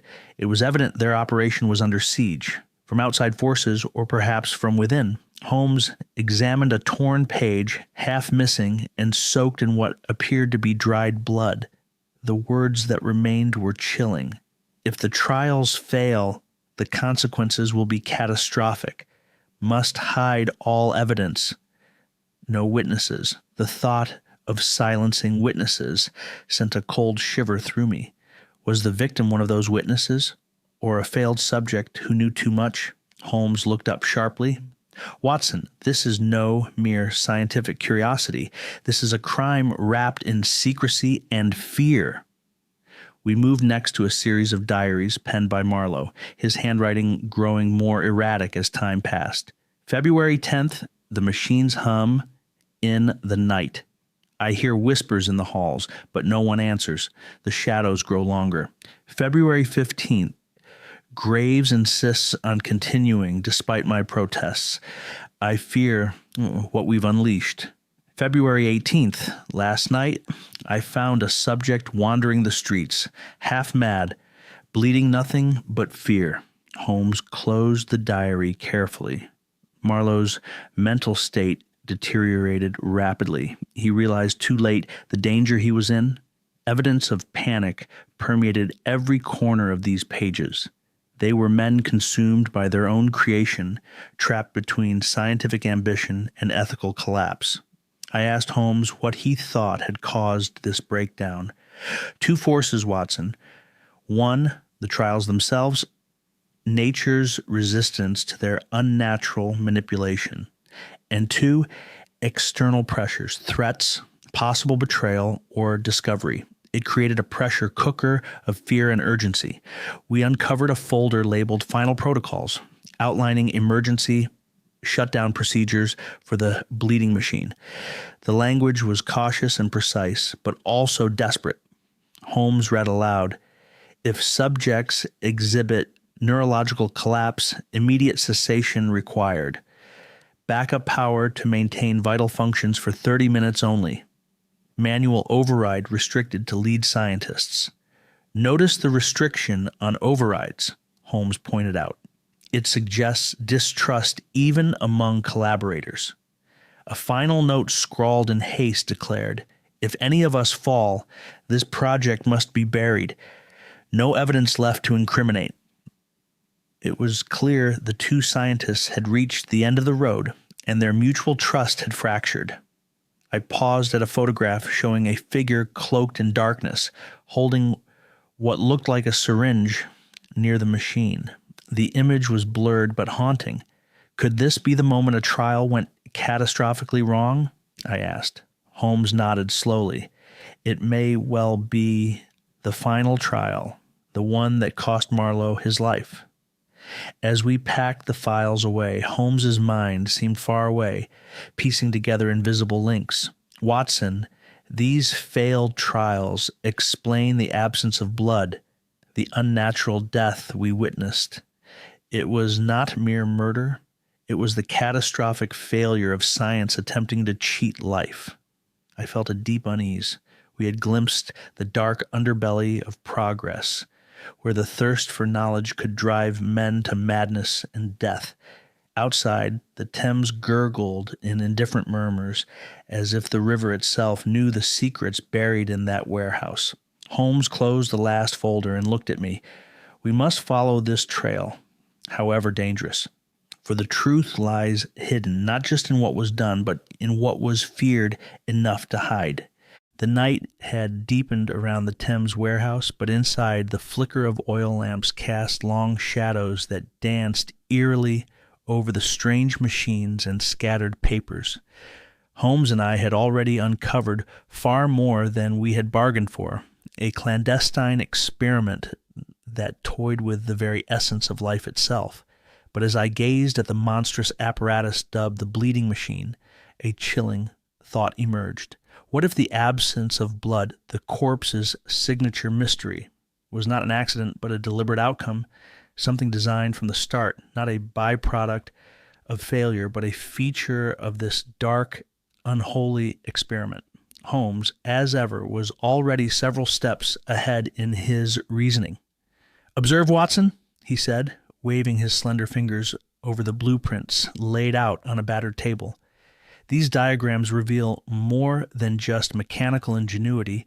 They reveal an obsession with removing the very thing that defines our mortality: blood."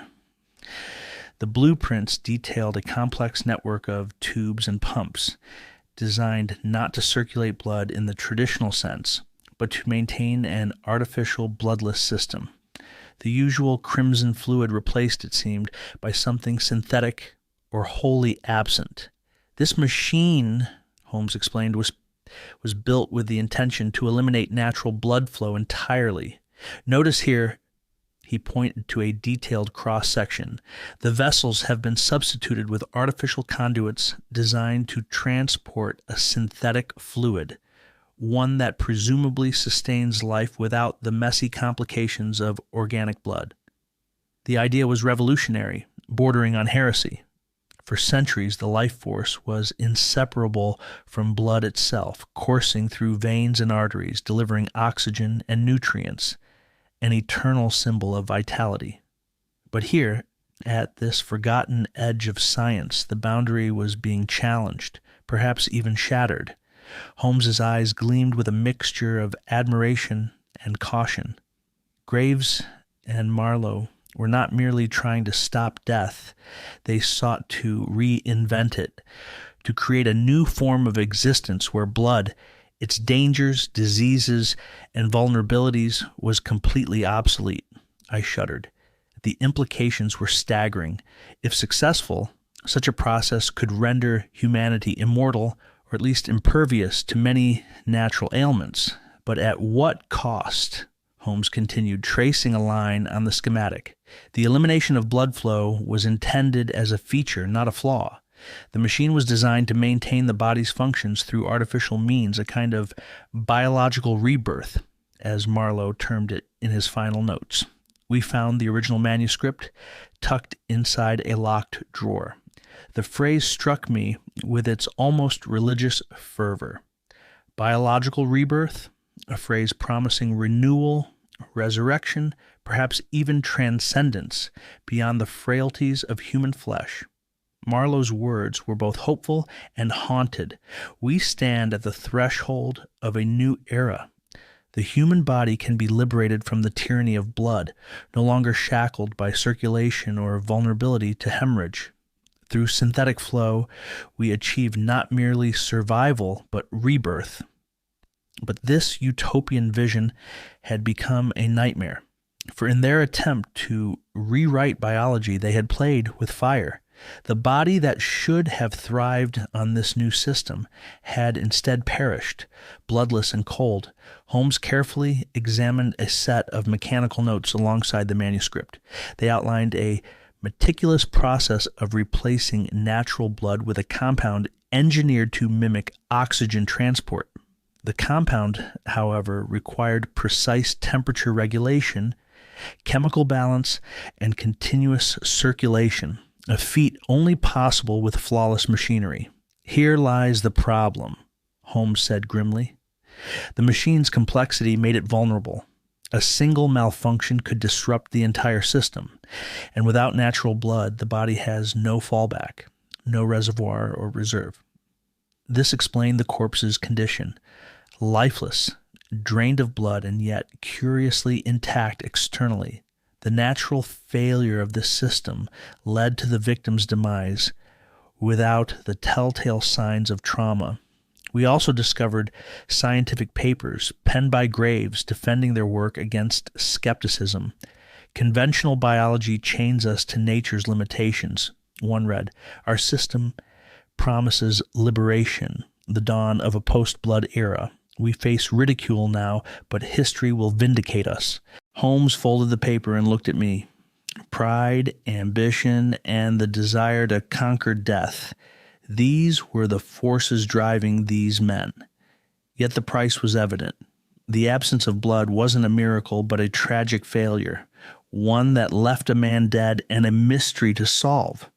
Amid the scattered notes, a letter caught my eye, addressed to an unknown recipient. The trials must cease. We are meddling with forces beyond comprehension. The machine has already claimed too many victims. I fear what comes next. Holmes held the letter thoughtfully. A voice of conscience, perhaps, or a warning ignored. In the midst of this scientific tomb, the silence was broken only by the distant rush of the river and the ticking of clocks in dusty corners. The bleeding machine was a monument to human ambition and folly, a dream that cost lives in its pursuit. Holmes's final observation was chillingly precise. Watson, this corpse was not merely a victim of murder or accident. It was an experiment that failed spectacularly.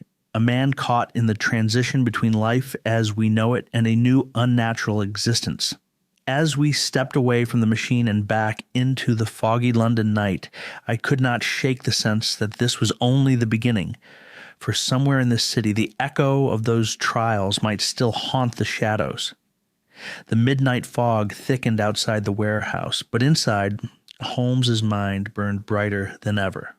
Every scrap of evidence, every peculiar detail from the bleeding machine's files, every whispered testimony now seemed to coalesce into a sinister pattern, a dark narrative stitched together by ambition, hubris, and a desperate desire for secrecy. "Watson," Holmes said, his eyes never leaving a yellowed photograph of the victim, John Marlowe. "It's clear now that Marlowe was no mere casualty. He was the final test subject, the ultimate experiment." I nodded slowly, absorbing the weight of his words. The man who had been found bloodless and cold was not a victim of random violence or misfortune. He was the living, or rather the dying proof of Graves and Marlowe's dangerous scientific gamble. Holmes paced the length of the room, speaking with the surety of a mind on the cusp of revelation. The entire project was not just theoretical. It reached a stage where human trials were conducted, and Marlowe, the ex-surgeon with his own checkered past, willingly or unwillingly became the final test. His voice dropped, shadowed by gravity. The price was death. Indeed, the evidence was chilling. The photos of the so-called subjects in the files of fear showed a progression from hopeful experimentation to grotesque failure. Marlowe's condition was the tragic culmination. A man whose blood had been effectively removed or replaced, but whose body could not sustain the fragile synthetic circulation. Holmes's eyes locked on a report indicating the last documented experiment date, mere weeks before Marlowe's death. The progression from hope to horror was stark. This was no mere accident. The failure was inevitable. The machine, for all its complexity, could not supplant nature. What struck me was the secrecy surrounding the entire endeavor. The experiments were hidden away, the documents signed only by Graves and Marlowe, locked behind heavy doors and guarded by silence. Holmes tapped the stack of papers. "Now, someone wants to bury the secret, literally and figuratively." That someone, Holmes believed, was a powerful figure operating behind the scenes, with influence enough to suppress inquiries and erase records. The break-in at Marlowe's residence, the missing journal, the destruction of evidence, all pointed to an orchestrated effort to hide the truth. Holmes's expression darkened. Marlowe's death was not the end of this story. It was the closing chapter on an experiment that some wanted to keep forever sealed. He was convinced that Graves, or perhaps an unknown benefactor, was still at large, desperate to ensure that the secrets of the bleeding machine never reached the public eye. As Holmes began piecing together a timeline, it became clear that Marlowe's final days were marked by growing paranoia. Neighbors recalled his increasingly erratic behavior, his isolation, and whispered phone calls to unknown contacts. Holmes pulled a note from the pile. "Listen to this. They are coming for me. The redless trials must not be exposed. Trust no one." The phrase "redless trials" echoed ominously. The experiment's name, the code name for the bloodless transformation. I asked Holmes if he suspected foul play in Marlowe's death. His reply was cautious but firm. "It's possible, Watson, but I am inclined to think Marlowe died as a direct consequence of the experiment, a sacrifice to science's altar. However, the cover-up that followed suggests someone feared what he might reveal." The question remained: who stood to benefit from the silence? Holmes's eyes gleamed as he reviewed a final piece of the puzzle, a ledger listing payments made in cash tied to anonymous accounts and untraceable transactions. "Money flows where secrets must be kept," he mused. "This network of hush payments points to an organization or individual willing to go to great lengths." I couldn't help but wonder how deep the conspiracy ran. The scientific breakthrough, if it could be called that, was entwined with greed and fear. Holmes's thoughts returned to the bleeding machine itself. This device embodies the double-edged sword of human curiosity. It promises rebirth, but delivers death. As the night wore on, Holmes mapped out the next steps. We needed to find Graves, the man who had sparked the entire project and now lurked in the shadows. If anyone could explain the full extent of the tragedy and perhaps the true intent behind the bleeding machine, it was he. Watson, Holmes said quietly, we stand at the precipice. The answers lie in the past, but the danger looms in the present. We must tread carefully. Outside, the London fog swallowed the river's edge, but inside the warehouse, a small flame of hope flickered, a hope that truth would eventually bleed through the silence. Chapter 6. Red herrings and red hands. The morning light filtered weakly through the heavy curtains of Scotland Yard's offices, but the atmosphere inside was anything but subdued. Inspector Lestrade sat behind his cluttered desk, fingers drumming a nervous tattoo on the wood as he scowled over a stack of reports. His usual robust composure was fraying at the edges, worn thin by a case that defied logic and stretched resources to their breaking point.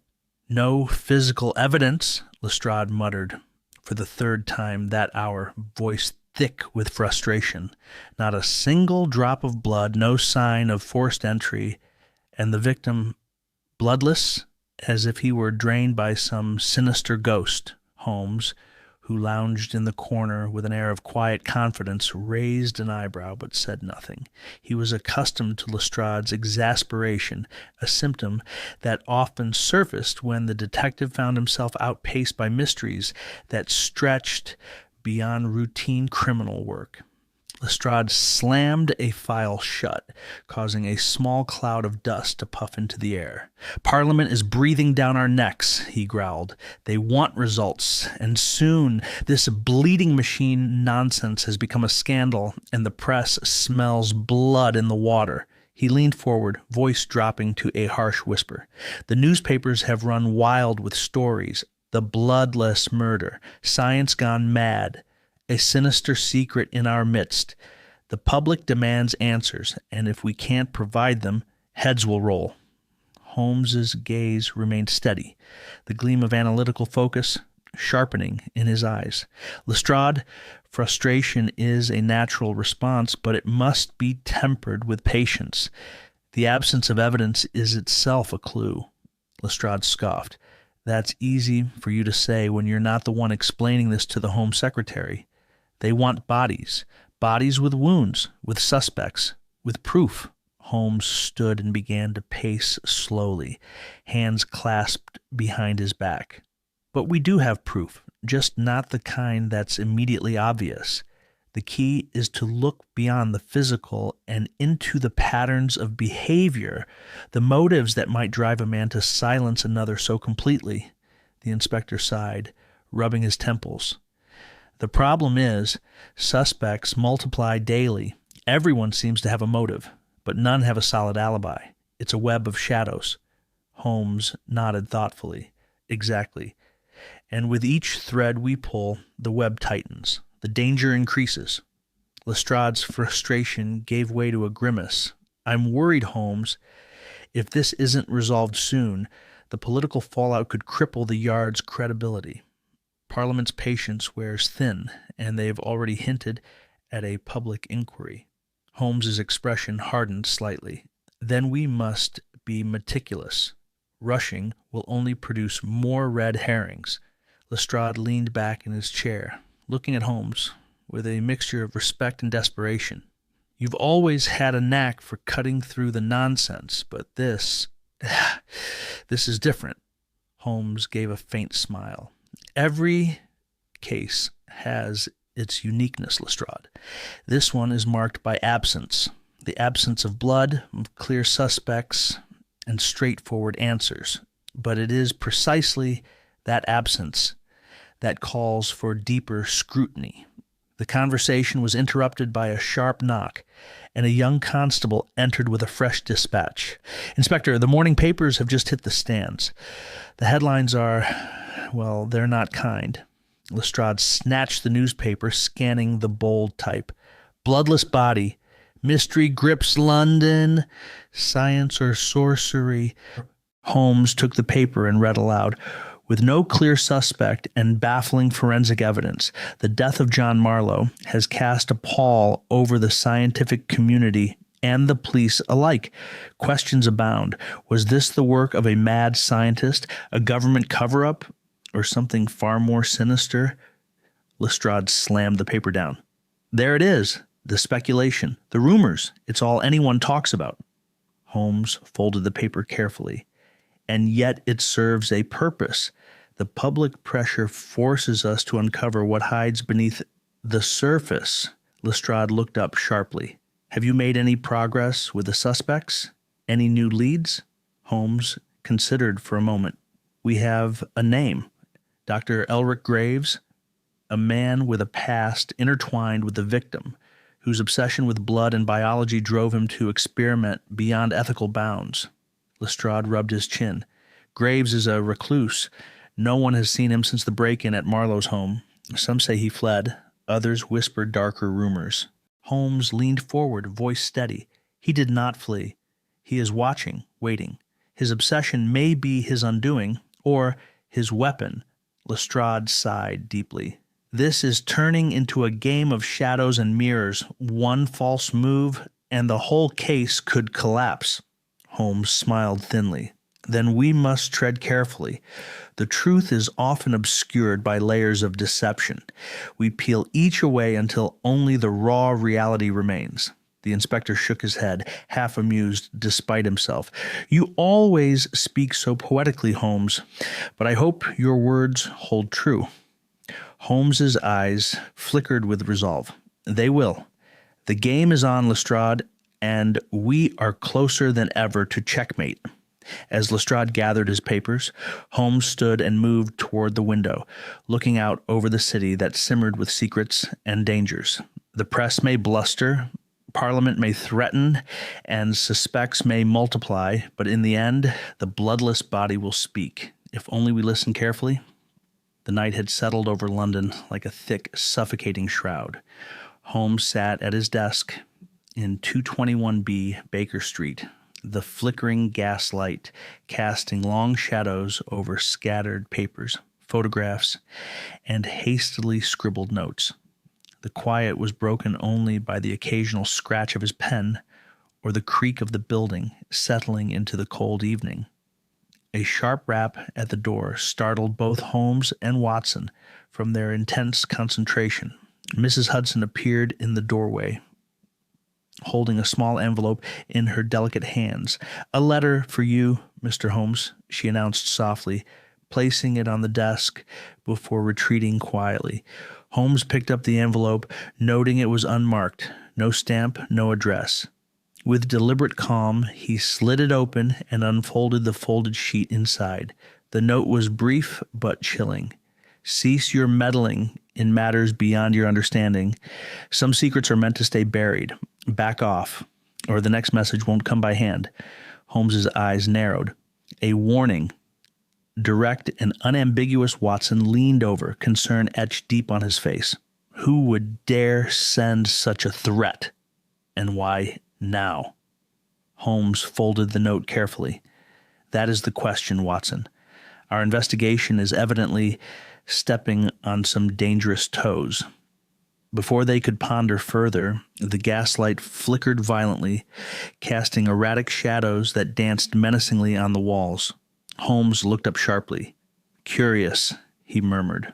Watson's unease grew as the light dimmed and then suddenly went out, plunging the room into near darkness. Moments later, Mrs. Hudson hurried in, holding a spare candle. "The gas has gone off again, sir. This is the third time this week," she said anxiously. Holmes's gaze sharpened. "That cannot be a coincidence." Later, while they discussed the note and the mysterious gaslight outages, Watson spoke up. "Yesterday, I noticed I was being followed on my way home. A shadowy figure seemed to trail me for several blocks, disappearing only after I entered my building." Holmes' expression turned grave. "Our enemies are growing bolder. This case has evolved from a mere puzzle to a threat against our very lives. Watson clenched his fists. Do you think it's connected to the bloodless body? To Dr. Graves? Holmes nodded slowly. It must be. Someone wishes to intimidate us, to halt our progress. But fear is a poor counselor. We must remain vigilant. That night, Holmes insisted on extra precautions. They double-checked the locks, arranged for a watchman to patrol the street, and remained alert for any unusual activity. As midnight approached, the quiet of Baker Street was shattered by a sudden crash from the rear of the building. Both men rushed toward the noise, only to find an overturned gas lamp outside, its broken glass glistening like shards of ice on the cobblestones. Holmes crouched down, inspecting the scene. An attempt to sabotage the lighting, no doubt to cloak some nefarious deed under darkness. Watson scanned the shadows, heart pounding. Do you think they were after us? Holmes stood, eyes scanning the empty street. Indeed, and they will try again. The days that followed were tense. Watson found himself glancing nervously over his shoulder. Holmes remained calm but unyielding, his mind working furiously to uncover who stood behind the threats. One afternoon, a letter arrived, addressed to Holmes, this time marked with a strange symbol, a drop of blood crossed out in red ink. Inside, a single line, "Stop digging, or the price will be blood." Holmes showed the note to Lestrade during a meeting at Scotland Yard.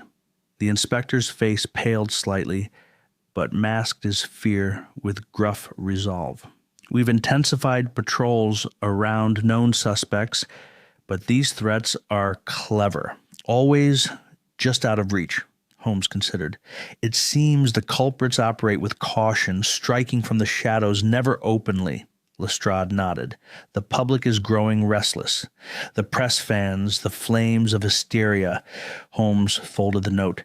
We must be cautious. The danger is no longer theoretical. It is personal. The next evening, as Holmes and Watson walked home from a meeting, a figure stepped from the fog-shrouded street, blocking their path. The man's voice was low but firm. Stop your inquiries. Let the dead lie. You're meddling with forces beyond your control.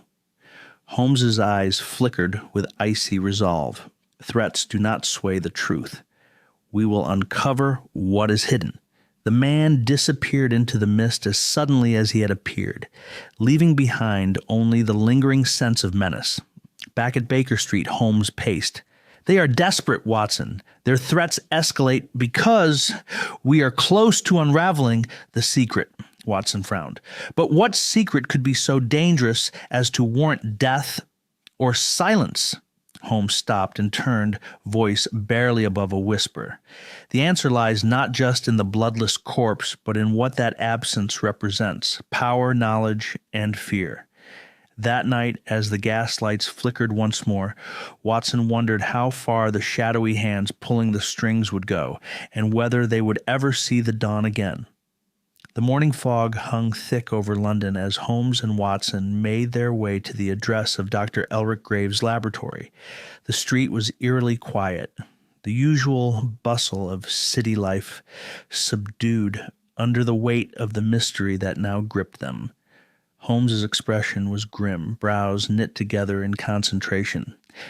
I have a sinking feeling we won't find what we expect. Watson nodded, adjusting his coat against the damp chill. Graves has been elusive ever since our first encounter. I fear he knows more than he lets on. When they reached the building, the sight that greeted them was worse than either had imagined. The laboratory was no more than a smoldering ruin. Blackened beams jutted out like skeletal fingers, ash and debris littered the ground, and a faint, acrid smell of burnt chemicals hung heavy in the air. A few curious onlookers had gathered, whispering rumors and speculation. Holmes knelt beside the rubble, examining the charred remnants with a clinical eye. Deliberate, this was no accident, he said. Someone intended to erase all traces of Graves's work. Watson's gaze swept the ruined space. And the man himself? Any sign? Holmes shook his head. Gone. Like a ghost swallowed by the flames. Detective Lestrade arrived shortly after, grim-faced and tired. "We've scoured the area, but there's no sign of Dr. Graves. It's as if he vanished into thin air." Holmes stood, brushing dust from his coat. Someone wanted to cover their tracks. Graves was a man tangled in secrets, and now those secrets burn with his lab. Lestrade frowned. "Any clues at all?" Holmes's eyes caught a glint among the ashes. He reached down carefully and retrieved a small blood-stained surgical blade, its edge sharp and glimmering despite the soot. "A surgical blade?" Holmes murmured, turning it over in his fingers. "One of Graves's tools, no doubt." Watson looked puzzled. "But why leave this behind?" Holmes smiled thinly. "A message, perhaps, or a mistake." The blade was distinctive, a custom-made scalpel, used only by a select few in the medical world. Holmes carefully wrapped it in a cloth, tucking it safely into his pocket. "There is more to this than mere destruction," Holmes said. "Someone is playing a dangerous game, and the blade is the key." Lestrade looked skeptical. "A clue or a red herring?" Holmes's gaze was unwavering. "In this case, the line between the two is razor thin." The trio decided to investigate the immediate surroundings further. Holmes's sharp eye caught something unusual, a faint footprint near the edge of the debris, partially obscured by ash but still discernible. "It's a boot, quite large," Holmes observed. "Not a common make, likely military or specialist." Watson knelt to get a better look. "Could be Graves's or his pursuers?" "More likely the latter," Holmes replied. "Someone was here to ensure the lab's destruction." As they surveyed the scene, a strange sensation settled over Watson, the unmistakable feeling of being watched. He turned sharply, but saw only the quiet street, empty and still. Holmes, ever perceptive, noticed Watson's tension. "You feel it too?" Watson nodded. "Yes, this case grows darker by the hour." Holmes's mind raced. The destruction of Graves's lab was no mere accident. It was a calculated attempt to bury evidence and perhaps eliminate witnesses. Back at Baker Street, Holmes spread out the pieces of the puzzle: the surgical blade, the footprint, the recent threats, and the shattered remains of the laboratory. "The blade belonged to Graves, and its bloodstains indicate recent use," Holmes mused aloud. "Who bled and why? The missing journal, the destroyed lab, the warning notes, they all point to a single conclusion. This mystery is far from over." Watson paced the room. "If Graves is gone, where else can we look?" Holmes's eyes gleamed with determination. "To the past. Graves and Marlowe's shared history must hold the answers." A knock at the door interrupted their thoughts. Mrs. Hudson entered, holding a small package addressed to Holmes. No sender was named. Holmes opened it carefully, revealing a torn piece of fabric and a hastily scrawled note: "Stop now, or more will be lost." The threat was clear, but Holmes' resolve only hardened.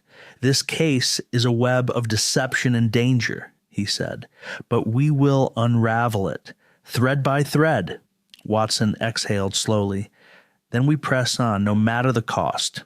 Holmes pocketed the blade and the note, already plotting their next move. In the shadows of London, the game of cat and mouse continued. One step closer to the truth, yet deeper into peril. The investigation was threading deeper into the dark underbelly of London's hidden dealings, and Holmes could feel the grip of urgency tightening. The destruction of Graves's laboratory and the disappearance of the doctor himself only heightened the stakes. But now a new piece of the puzzle had surfaced, one that threatened to change the entire course of the case. Holmes sat at the cluttered desk in Baker Street, peering over rows of meticulously cross-referenced documents. The flickering candlelight threw long shadows over the piles of papers: shipping manifests, customs declarations, passenger lists, and freight records. "Watson," Holmes said quietly, "the bloodless death, the destroyed laboratory, the missing journal, all these are connected by one underlying thread, the technology. Watson, seated by the fire, rubbed his chin thoughtfully. The machine, you mean? That infernal contraption that mimicked the flow of blood, but without a drop to spare. Holmes nodded. Precisely. And if Graves's disappearance was not to hide his guilt, but to protect his invention, then someone else must be after the technology. He tapped a particular entry on the ledger. Foreign powers have been known to express interest in experimental, medical, and biological devices. A device that can eliminate blood flow without killing the host. It would be a weapon or a tool of immense value. Watson's eyes widened. You suspect espionage? Holmes leaned forward, fingers steepled. More than suspicion. Evidence. Look here. He slid over a series of shipping logs from the Port of London. A shipment scheduled to depart tonight, a vessel called the Black Marlin, bound for Antwerp. But the cargo listed is vague. Scientific materials. The timing coincides suspiciously with Graves's disappearance and the destruction of his lab. Watson exhaled slowly. It sounds like the missing journal or some part of the machine might be on that ship. Holmes's eyes gleamed with certainty. Exactly.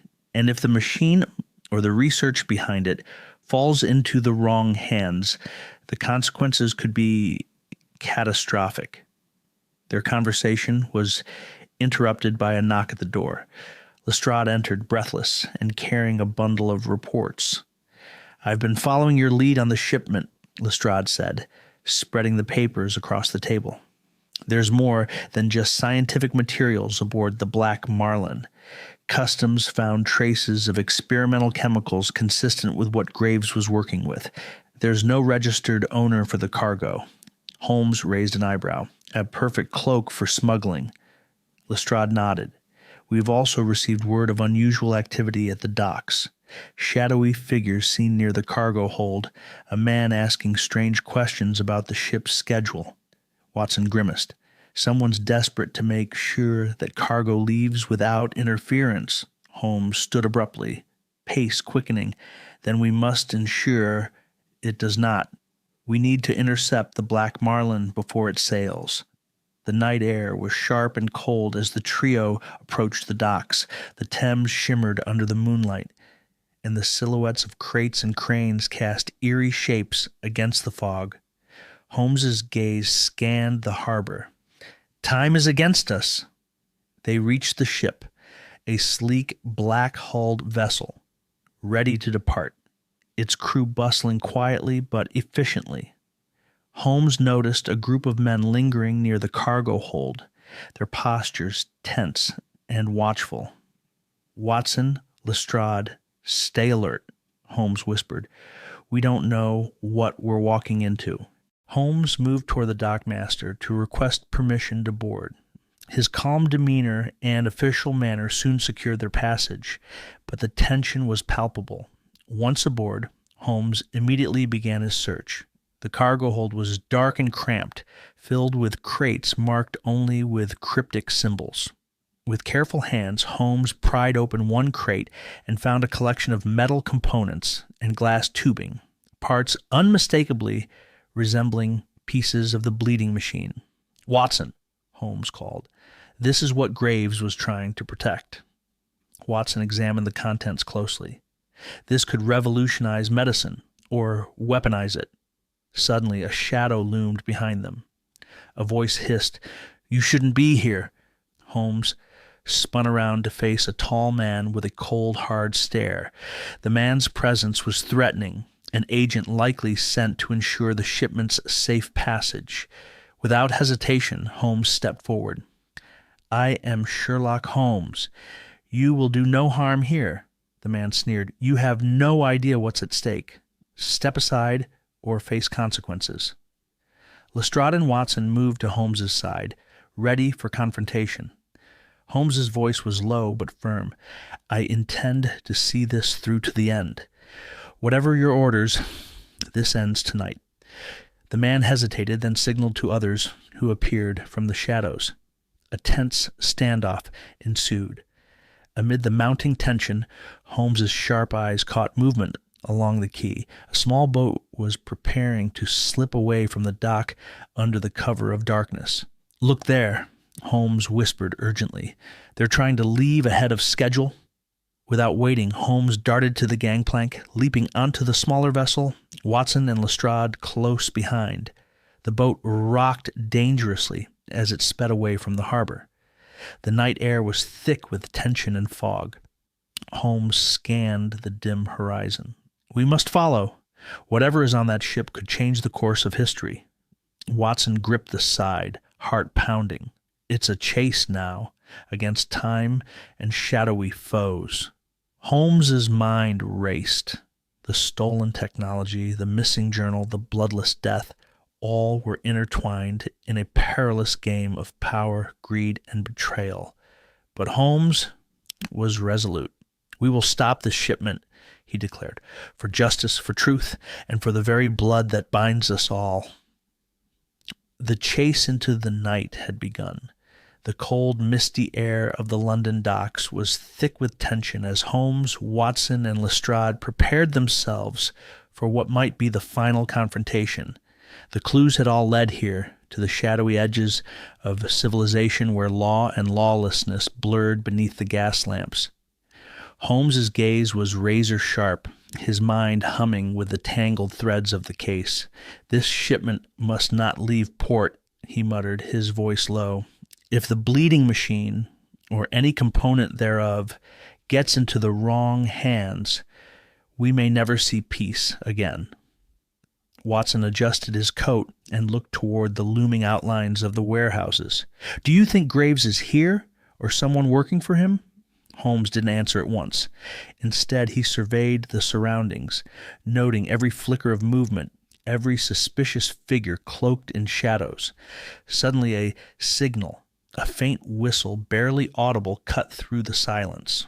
Holmes nodded sharply. "They're here." From the gloom emerged a group of men, faces obscured beneath hats and scarves, moving with deliberate purpose.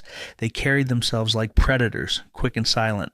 Lestrade drew his service revolver, signaling to Watson to prepare as well. The ambush was upon them. "Hold your ground!" Holmes commanded, stepping forward as the first of the men lunged toward the crates. But Holmes was faster, sidestepping and grabbing one assailant by the collar. "You underestimate me," Holmes growled, twisting the man's arm behind his back. A scuffle broke out. Watson and Lestrade jumped into the fray, disarming and overpowering the attackers one by one. The clash was brief but fierce, echoes bouncing off the dockside warehouses like thunder. When the dust settled, all but one assailant lay tied and subdued. Holmes turned to the remaining man, who wore a smug expression despite the situation. "Who sent you?" The man's eyes flicked nervously. "You don't know what you're dealing with. This is bigger than you, Holmes. Bigger than England." Holmes narrowed his eyes. "Names?" Before the man could answer, Watson produced a small revolver and pressed it lightly against his side.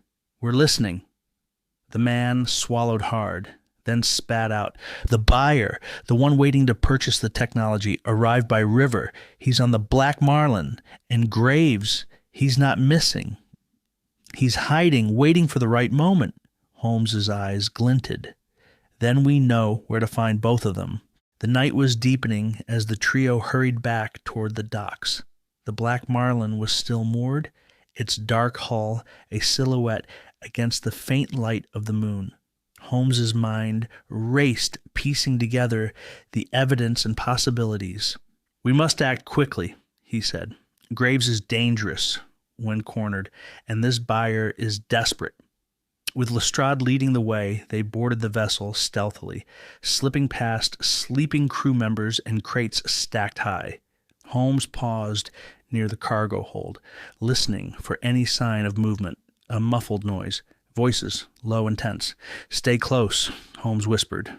They rounded a corner into a dimly lit cabin, where two figures stood in heated discussion.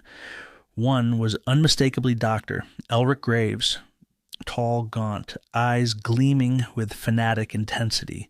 Opposite him stood a well-dressed man, a foreign accent thick in his speech. "You must understand, Doctor," the man said, voice urgent. "The shipment leaves at first light. We cannot delay." Graves's hand trembled slightly as he clutched a folder of papers. "The machine is not ready for widespread use. The risks be damned," the buyer interrupted sharply. "This is the future. Power beyond imagination. I will pay handsomely." Holmes stepped forward, his voice cold steel. "Gentlemen!" The two men whipped around, startled. Graves's eyes narrowed. "Sherlock Holmes," the buyer said, with a forced smile. "I wondered when you would show up." Holmes motioned to Lestrade and Watson. "You are both under arrest. This illegal transaction will be stopped." The buyer laughed nervously. "You think you've won? This is merely the opening move." Graves's expression darkened, but Holmes was already advancing. "Dr. Graves," Holmes said, "your machine caused the death of John Marlowe. The bloodless corpse, your final experiment gone wrong. The destruction of your lab was an attempt to hide the evidence, but now the truth will come to light." Graves's lips twitched into a grim smile. "Truth is relative, Mr. Holmes. What I offer transcends life itself." Watson stepped closer. "And at what cost?" "You played God and lost." Graves suddenly moved, lunging toward a hidden drawer. Holmes was faster, grabbing his wrist and wrenching it away. Lestrade cuffed Graves while Watson secured the buyer. Holmes surveyed the scene, the tangled web now unraveling. "Justice will be served," Holmes said quietly, "but this is only the beginning. The thirst for such power will not easily be quenched." As dawn broke over the Thames, the authorities took the suspects into custody. Holmes and Watson stood on the quay, watching the sun rise over a city still unaware of how close it had come to a peril beyond imagining. Holmes turned to Watson. "The bleeding machine was a red herring in many ways, Watson, but also the key," Watson replied. Holmes nodded. "Indeed, and now we must prepare for the next move, for in this game the true danger is never far behind." Chapter 7. When Blood Speaks. The interrogation room was dimly lit, the harsh overhead light casting long shadows on the weary faces within. Dr. Elric Graves sat with an eerie calm, his gaunt frame draped in a threadbare coat, fingers steepled before him like a scholar lost in thought.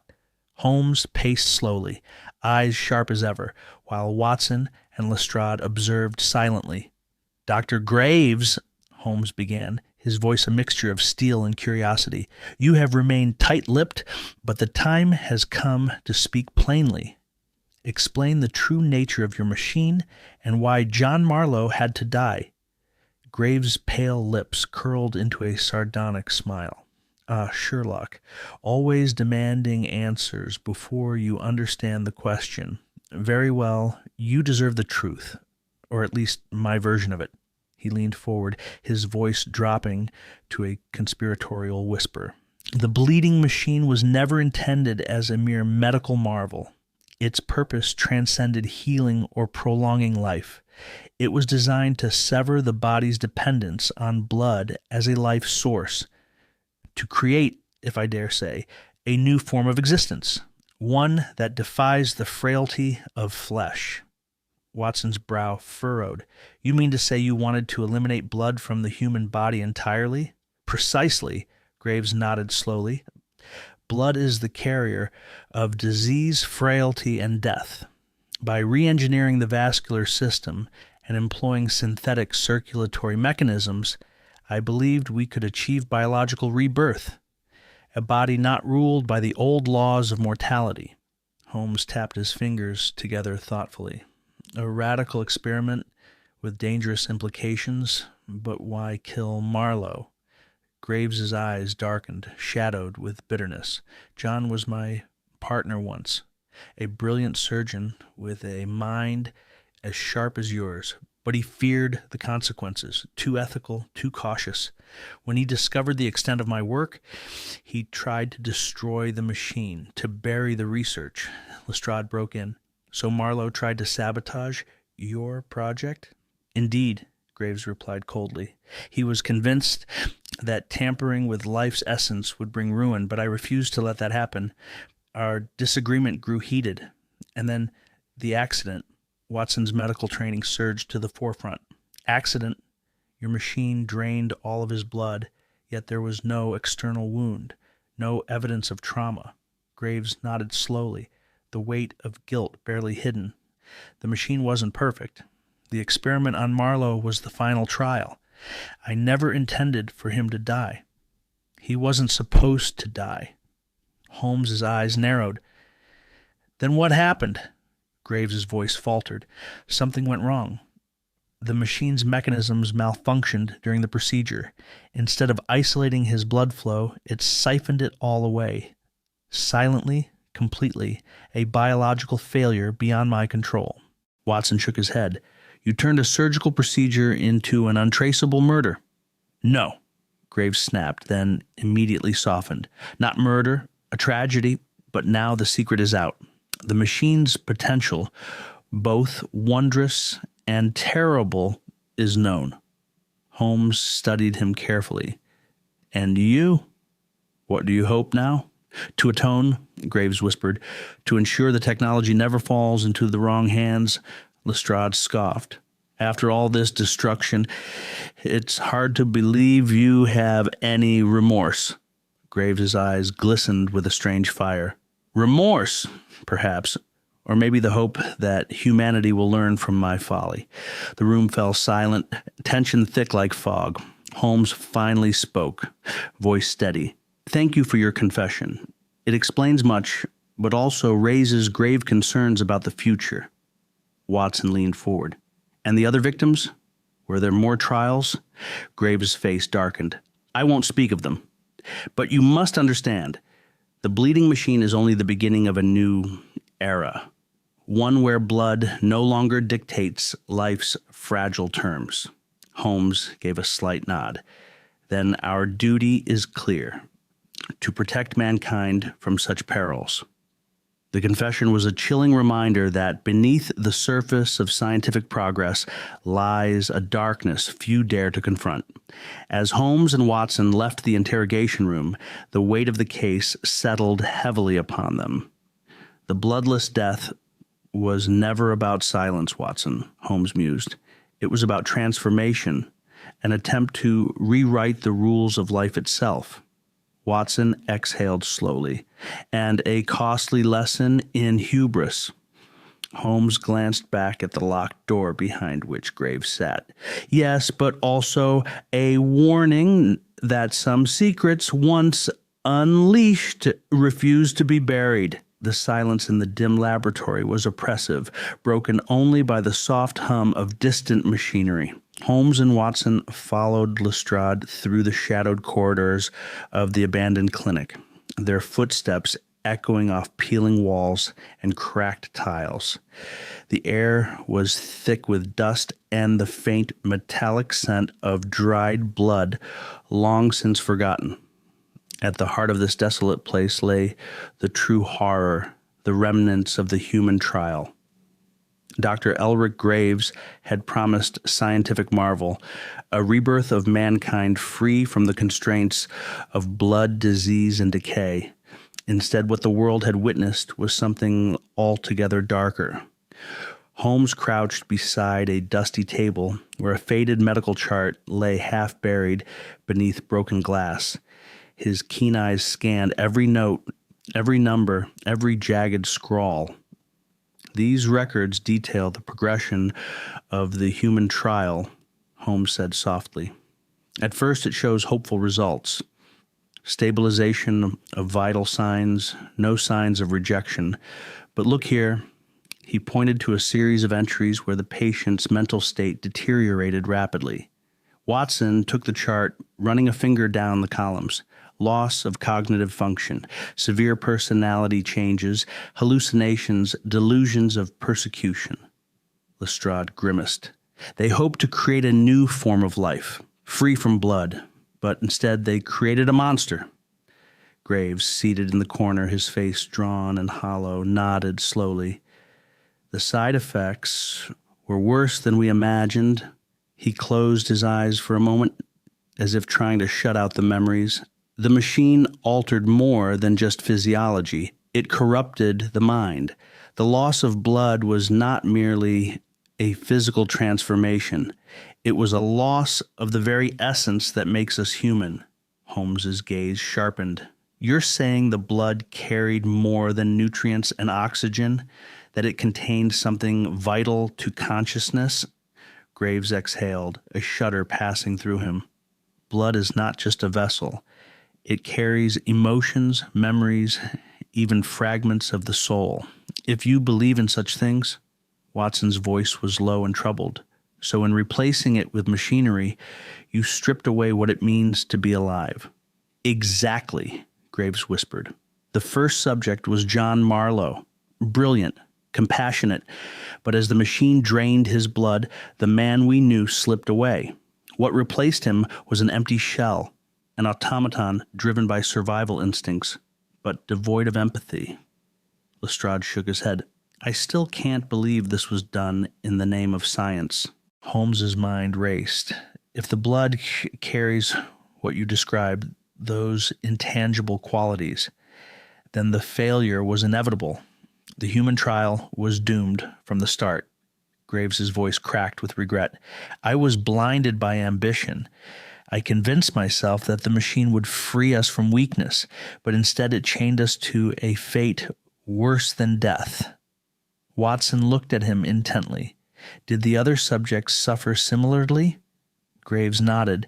The trial was quickly shut down after Marlowe's death, but a few others were tested. Each succumbed to madness or withdrew into silence. The machine's influence spread like a poison, eroding the last vestiges of humanity. Holmes stood abruptly. We need to understand the full extent of these side effects, both to explain Marlowe's death and to prevent further tragedies. They moved to a locked cabinet where Graves reluctantly produced a series of photographs, grayscale images showing gaunt figures with vacant eyes, faces frozen in terror or despair. Watson swallowed hard. It's like the life was drained not just from their veins, but from their souls. Graves's eyes glistened. And that is the real crime. Holmes turned to the doctor. Why did you continue? Why risk so much, knowing the consequences? Graves's shoulders sagged. Because I believed the machine was the future. Because I wanted to cure the incurable. Because I thought I could control the madness. Watson's medical mind rejected the notion.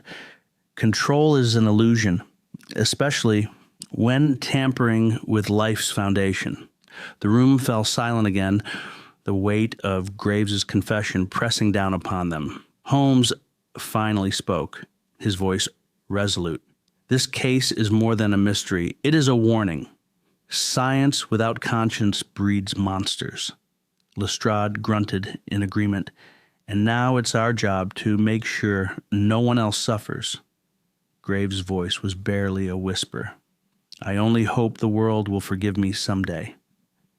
As they left the forsaken clinic, the shadows seemed to follow them.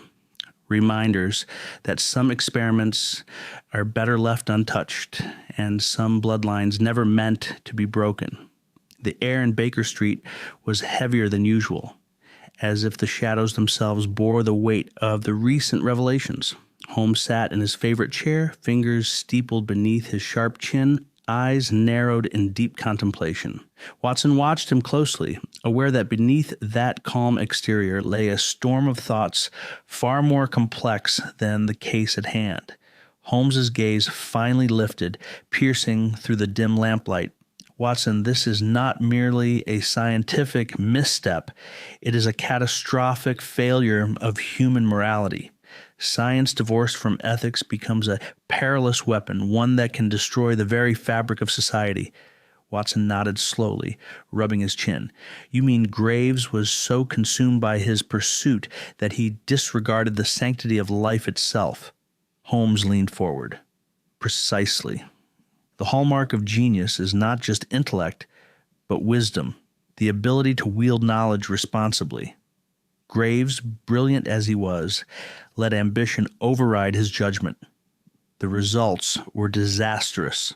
The loss of blood in the victim was a symptom of a greater malaise, Watson mused, a loss of humanity itself. Indeed, Holmes agreed, blood is life, yes, but it is also the invisible thread that binds us emotionally, spiritually, and socially. The machine Graves created sought to sever that thread, believing it would create invulnerability. Instead, it unleashed vulnerability of the soul. Holmes stood, pacing the room, hands clasped behind his back. What terrifies me, Watson, is not just the immediate consequences, but what this portends for the future. Imagine if such technology falls into the wrong hands, without ethical constraints, without oversight. Watson's eyes widened. A dystopian nightmare, Holmes nodded gravely. Science without a moral compass is a rogue ship adrift in a storm. It threatens to sink not just individuals, but civilization itself. He paused by the window, staring out at the London fog rolling in thick and gray. Graves was once a man of promise, a healer who sought to cure humanity's ailments, yet somewhere along the line that promise was corrupted. Do you believe he intended to harm? Watson asked. Holmes's reply was measured but firm.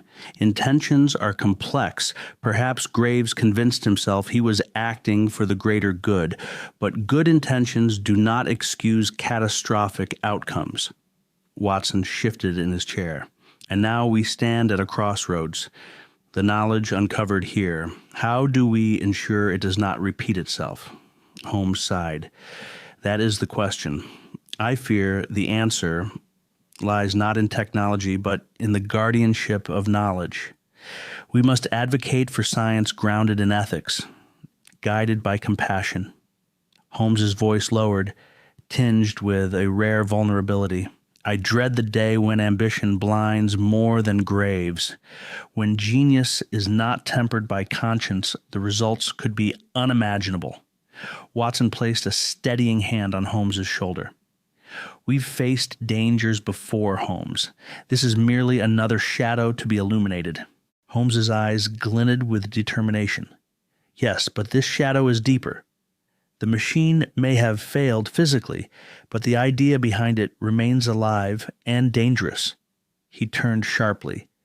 We must find Marlowe's missing journal.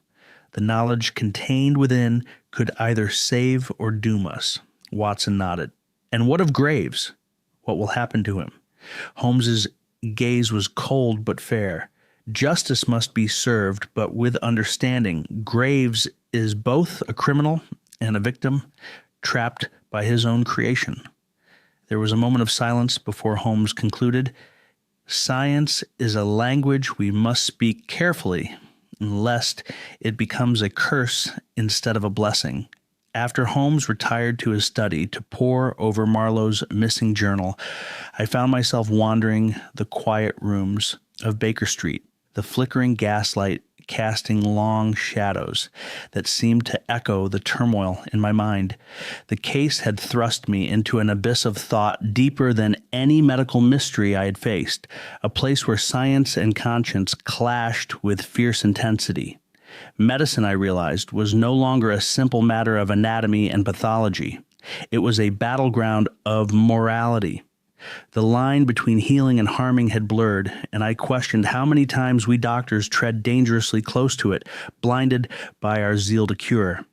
The story of John Marlowe was a tragic epitaph to that delicate balance. Once a surgeon of promise, a man sworn to save lives, he had become entangled in a web spun by his own ambition and the dark genius of Dr. Elric Graves. Together they ventured beyond the bounds of accepted science, creating a machine that defied nature itself. I thought about the dead man, lying bloodless yet whole, his body a cruel testament to a failed experiment. The absence of blood was not just a medical anomaly, but a metaphor for something far greater, the loss of humanity in the face of relentless technological progress. As a doctor, I had always believed in the power of the human body to heal, to endure, but this case challenged that belief. Could a machine, however brilliant, truly replace the intricate dance of life that courses through our veins? Could the cold, mechanical pulse ever replicate the warmth of blood, the pulse of emotion and soul? I shuddered at the thought. Medicine was more than science. It was an art, an act of compassion and respect for the fragile miracle that is life. To reduce it to mechanistic functions risked turning us all into mere cogs in a soulless system. The temptation to play God, to master life and death with the flick of a switch or the turn of a dial, was a siren song that had lured many before graves, but the cost was invariably devastating. In the pursuit of perfect control, Graves and Marlowe had sacrificed not just their ethics, but the very essence of what made us human. They sought to eradicate weakness, vulnerability, and pain, only to create a nightmare where life itself became a hollow imitation. I recalled Holmes's words about science without ethics, a rogue ship drifting in a storm. That metaphor struck me deeply. In medicine, we rely on steady hands and steady hearts. Without a moral compass, even the most brilliant minds can steer us toward disaster. The case forced me to reflect on my own profession, on the fragile trust patients place in their doctors. How easily that trust could be shattered if science veers off the righteous path. The nightmare of Graves's machine was a warning, a cautionary tale for all who dare to tamper with the mysteries of life. And yet, the march of progress is relentless. We stand on the threshold of breakthroughs that could revolutionize medicine, from artificial organs to genetic engineering. The question is not whether we should advance, but how we can do so without losing our soul. I wondered about the victims of this new age, the lives caught in the crossfire of ambition and invention. John Marlowe's death was but a single ripple in a vast ocean of ethical dilemmas. How many more tragedies would unfold in the shadows of scientific achievement? The pressure to innovate, to push boundaries, is immense. Governments, corporations, and researchers all race to unlock the secrets of life. But behind the scenes, who ensures the safeguards? Who enforces the lines that should never be crossed? The cost of playing God is often invisible until it is too late. Graves's downfall was a stark reminder that hubris can shatter lives, and that the consequences of unchecked experimentation are borne by the innocent. As I paced the room, I grappled with the paradox of progress, the hope it brings entwined with the peril it conceals. Medicine's moral line is a boundary we must respect, yet it shifts with every new discovery. How do we define that line in a world where science moves faster than legislation, faster than public understanding? Who decides when a cure becomes a curse? I glanced toward the fireplace, its flickering flames a fragile glow against the encroaching darkness. Like those flames, the light of reason and compassion must be tended carefully, lest it be extinguished by the cold winds of ambition. The man versus machine conflict was not merely a battle of flesh against steel, but a struggle for the very essence of human identity. Technology could augment our bodies and minds, but it could never replace the heartbeats, the fears, the hopes that define us. Graves's machine had attempted to erase that humanity in the name of invincibility, but what it left behind was a hollow shell, a life devoid of blood, warmth, and meaning. I felt a pang of sorrow for the victims, for Marlowe, and those who might follow. Their stories were written not just in blood, but in the silence left behind when blood disappears. The case was a brutal reminder that medicine must never lose sight of its ultimate purpose, to heal and to honor life, not to dominate or destroy it. As dawn broke over London, I resolved to carry this lesson forward. Science must be tempered with conscience, and progress must walk hand in hand with humility. Holmes would find the journal, uncover the full truth, and bring justice to those who had suffered. But it was my duty as a doctor and a man to remember the cost, the price of playing God.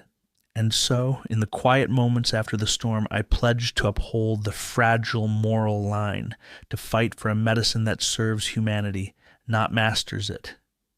The London dawn broke gray and heavy, a thick mist curling around the narrow streets like a ghostly shroud. Holmes and I stood outside the warehouse on the Thames, the site of the darkest secrets we had uncovered yet. The air was heavy, not just with the fog, but with the weight of anticipation, justice, and the terrible cost of human ambition. Lestrade's men moved swiftly and quietly. The arrest of Dr. Elric Graves, the man whose name had become synonymous with scientific obsession and moral ruin, was imminent. Yet beneath the surface excitement of the capture, I sensed something deeper troubling Holmes, a shadow crossing his usually impenetrable mind. Graves was not just a criminal, he was a tragic figure, a man who had danced too close to the fire and been consumed by it. The story that unfolded over these past weeks had revealed a mind brilliant but broken, a man who had sought to conquer death itself, only to lose his grip on what it meant to be truly alive.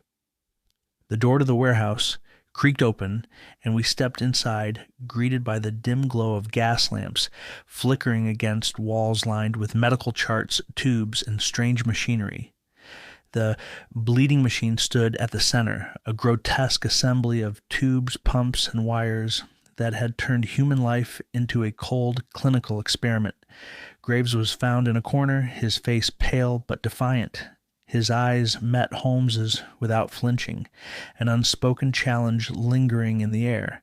He was taken into custody without resistance, the weight of his actions finally pressing down on him. As the men began dismantling the machine, Holmes moved silently among the components, touching parts with reverence and disgust. The device was a marvel of engineering, yes, but one that mocked the very essence of life. It had succeeded in draining blood, but in doing so, it had stripped away something far more vital, the soul. The dismantling was methodical, the parts separated and bagged for evidence, the eerie hum of the machine's potential silenced forever. It was a symbolic act, an end to a nightmare, a gesture toward reclaiming the sanctity of life. But as Holmes watched the machine come apart, his face tightened with unease. He knew this was not the end. Graves's ambition, though shattered, was a warning flare. Science would continue to push boundaries, to test limits, and without the anchor of ethics, we were all at risk. Walking away from the warehouse, Holmes was unusually silent. The usual sparkle of triumph in his eyes was replaced by a heavy solemnity. "We have caught the man," he said quietly. "But the battle between progress and morality is far from over."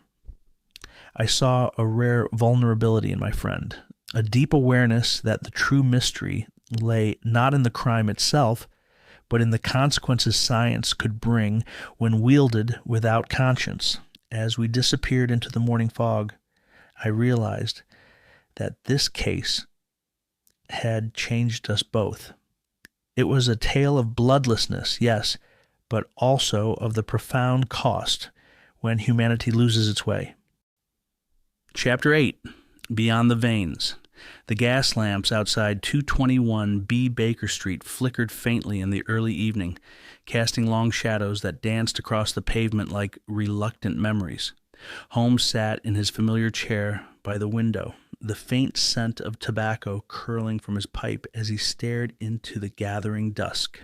I watched him quietly from across the room, notebook in hand, ready to capture the final threads of a case that had twisted far beyond anything we had encountered before.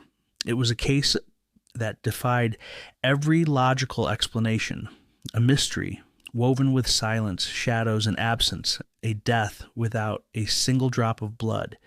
Yet, even after unearthing truths buried in machines and human ambition, the world outside was determined to forget.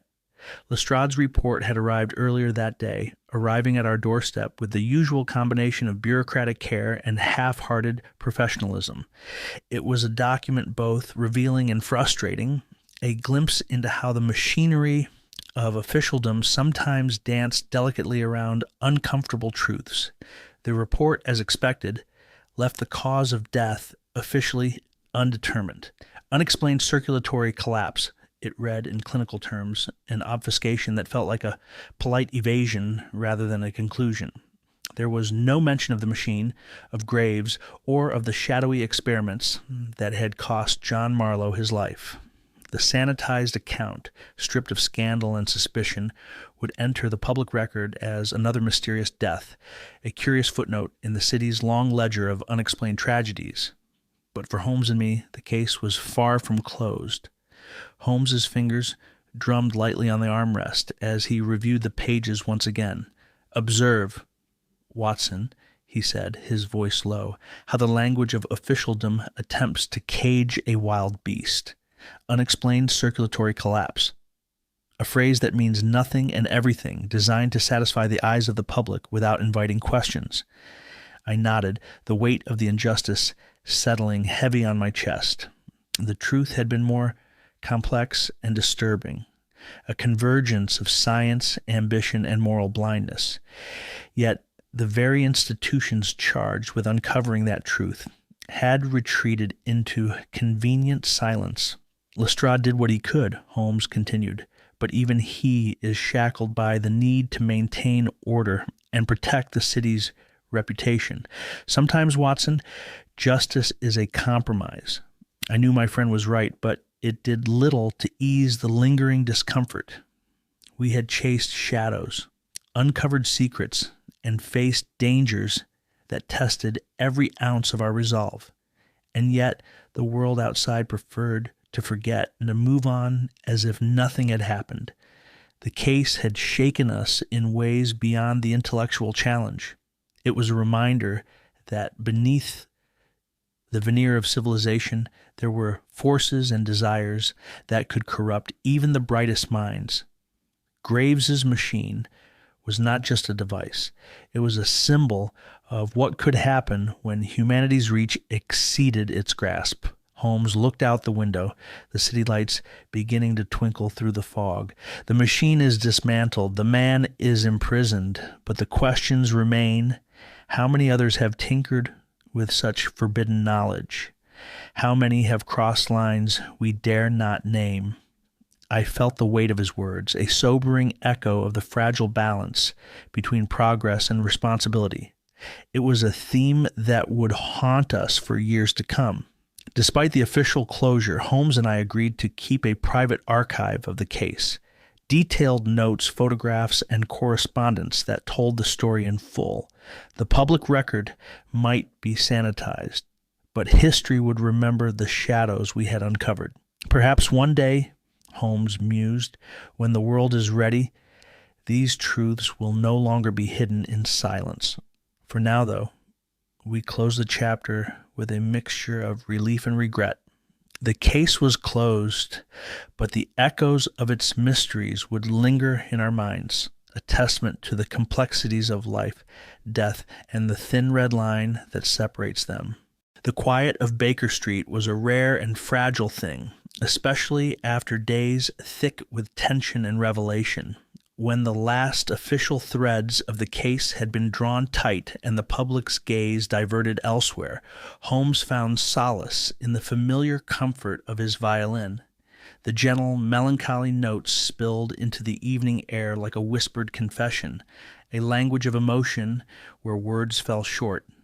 He played not for an audience, but for himself, each stroke of the bow coaxing the tumult of thoughts swirling in his mind. There was a restless energy to his performance, as though the music was a puzzle he was trying to solve, each note a clue leading deeper into the shadows left behind by John Marlowe's death. It was during one such night, when the city's fog lay thick outside the window, that Holmes's fingers brushed against something unusual beneath a pile of scattered papers on his desk. A small, worn, leather-bound notebook. The edges were frayed, the clasp slightly bent, but it was unmistakably Marlowe's lost journal, the one that had vanished after the break-in at the scientist's flat. Holmes's eyes gleamed with a mixture of curiosity and reverence as he opened the notebook. The pages were filled with Marlowe's neat, precise handwriting, a tangle of medical notes, chemical formulas, and cryptic observations. This was no ordinary log. It was a map into the mind of a man driven by obsession, fear, and perhaps regret. Turning the pages carefully, Holmes found the final entry dated just days before Marlowe's death. The words were heavy with urgency and something darker, a warning or perhaps a confession. Holmes read aloud softly, "The machine promises salvation, yet it takes more than it gives. Bloodless life is not life, but a shell. I fear what we have unleashed. The final test approaches, and I am no longer certain if we control it or it controls us. If I perish, let this record stand as testament. Science without conscience is a path to ruin." The room fell silent except for the faint crackle of the fire. Holmes's face was unreadable, but his eyes betrayed a flicker of sorrow. Marlowe had been a man caught between genius and madness, wrestling with forces beyond his comprehension. He lingered on the pages, searching for more clues, more insight into the tragedy that had unfolded.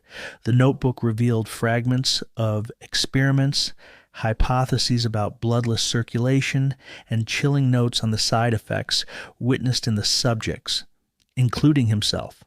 Holmes's fingers traced a diagram of the machine, detailed and precise, annotated with warnings and hastily scrawled addenda. The last note spoke of a desperate hope for redemption, a last attempt to reverse the irreversible. As the hours slipped away, Holmes's mind pieced together the final moments of Marlowe's life, not just the physical, but the psychological torment. The notebook was a confession, a map of a descent into a scientific abyss. When he finally closed the leather-bound book, Holmes leaned back with a deep breath, the weight of the revelation settling over him. This was no mere case. It was a cautionary tale about the limits of human ambition and the price of crossing lines that should remain sacred. For once, Holmes sat in silence, the violin resting untouched beside him, the music replaced by the profound stillness of understanding. The pale dawn light seeped reluctantly through the drawn curtains of Baker Street, casting long shadows across Holmes's cluttered desk. The case that had consumed weeks now seemed to unravel quietly, slipping beyond the grasp of ordinary comprehension. But Holmes, ever vigilant, was not ready to let go. One final spark remained, a clue buried deep within the tangled evidence that might either illuminate the truth or plunge it further into obscurity. Returning from his solitary reverie, Holmes opened Marlowe's lost notebook once again. The fragile pages rustled as he flipped through them, eyes scanning every scribble, every line, every symbol. The earlier discovery of the notebook's final entry had been a confession, a lamentation of scientific overreach. Now, Holmes hunted for something more tangible, something overlooked, a definitive piece of the puzzle. His gaze caught on a diagram, carefully sketched, meticulously labeled, and unsettling in its simplicity. It was an anatomical drawing of a human heart. Yet this was no ordinary heart. The intricate network of arteries and veins was detailed with an unnatural precision. Beside it, a cryptic annotation read, "No more drops needed." Holmes's fingers trembled slightly as he traced the contours of the drawing. He had seen many hearts in his time, both in medical texts and on the autopsy table with Watson, but this was different.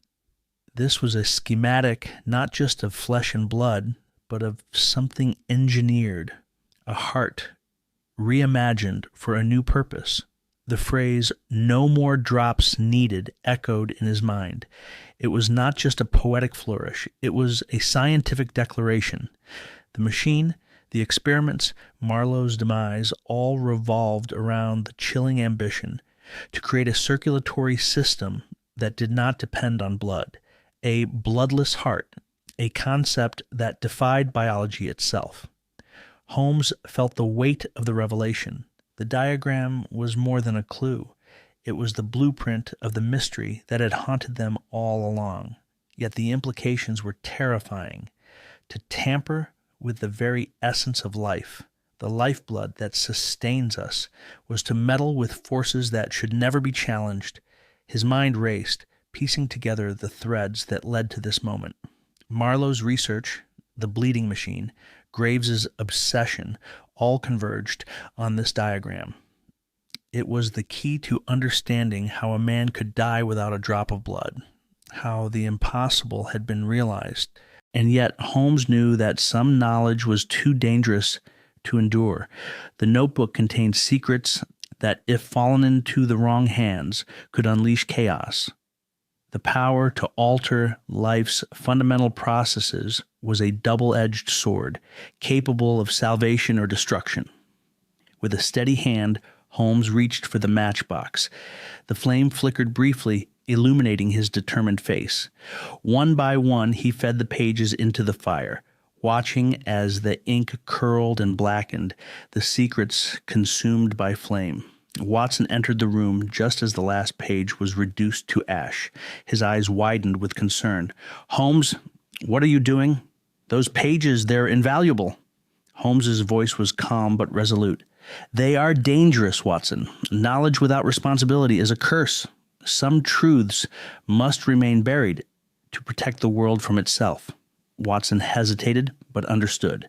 The case had tested their limits, challenged their beliefs about science and morality, and now Holmes was choosing to end it, not with a flourish of triumph, but with the quiet judgment of a man who bore the burden of wisdom. As the last embers faded, Holmes turned away from the dying fire. The mystery of the bloodless body, the bleeding machine, and the man who dared to rewrite the laws of life was finally laid to rest. But in the silence that followed, Holmes's mind remained restless. The case was closed, but its echoes would linger. Questions without answers, a cautionary tale whispered in the shadows of human ambition.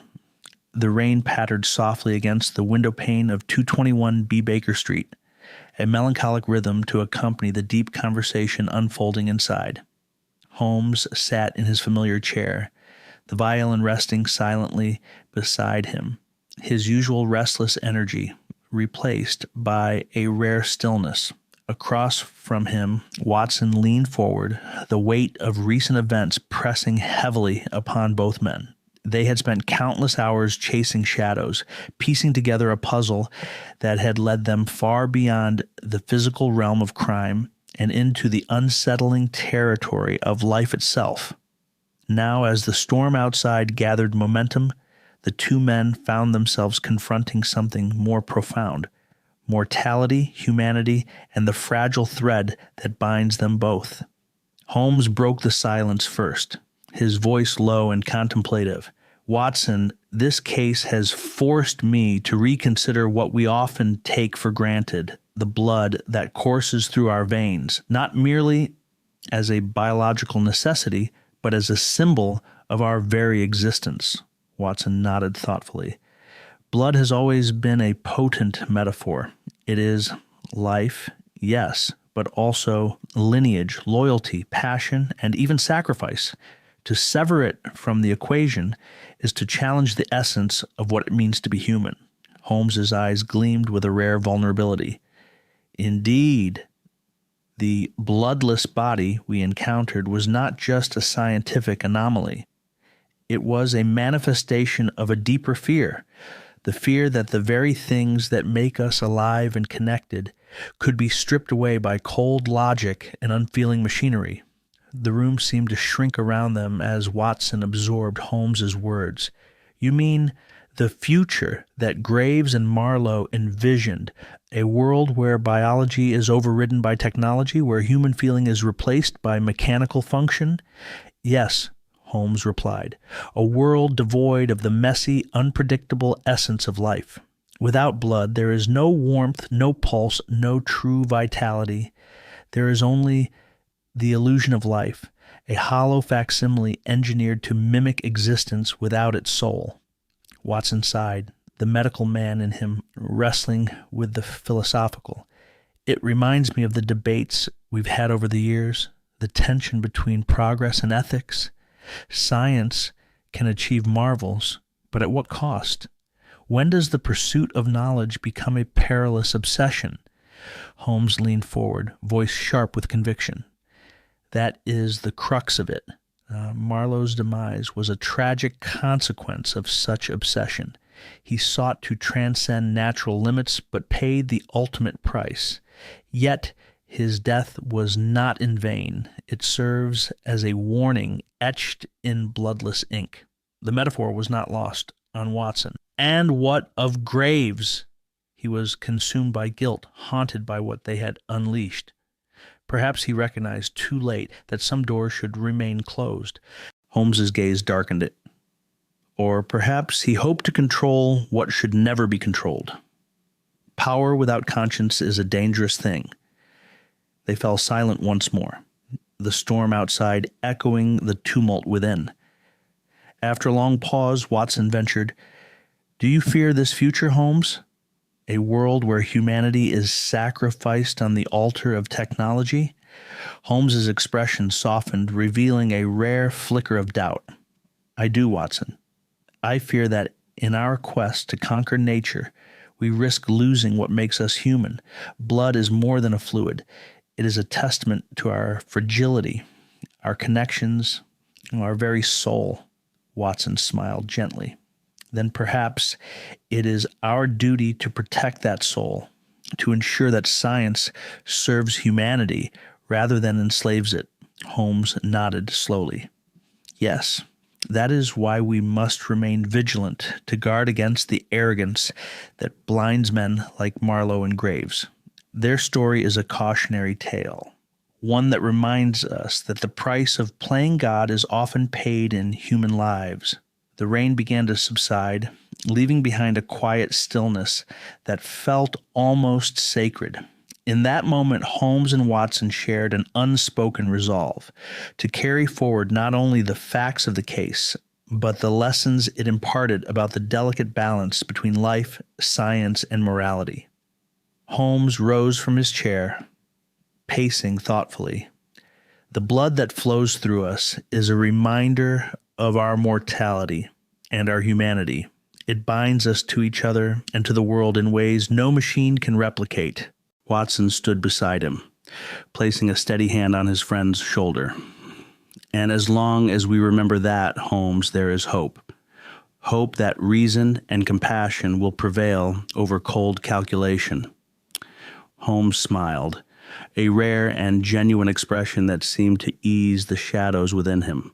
"Indeed, Watson, our work is never done, but for tonight at least we may rest in the knowledge that some truths are worth protecting, even if they cannot be written in ink or encoded in machines." As the dawn crept over London, the two men sat together, bound by friendship and the shared weight of a world forever changed by the bloodless death they had sought to understand. Their reflections on mortality were not just an end, but a beginning, a reminder that life's most profound mysteries often reside not in what is seen, but in what is felt.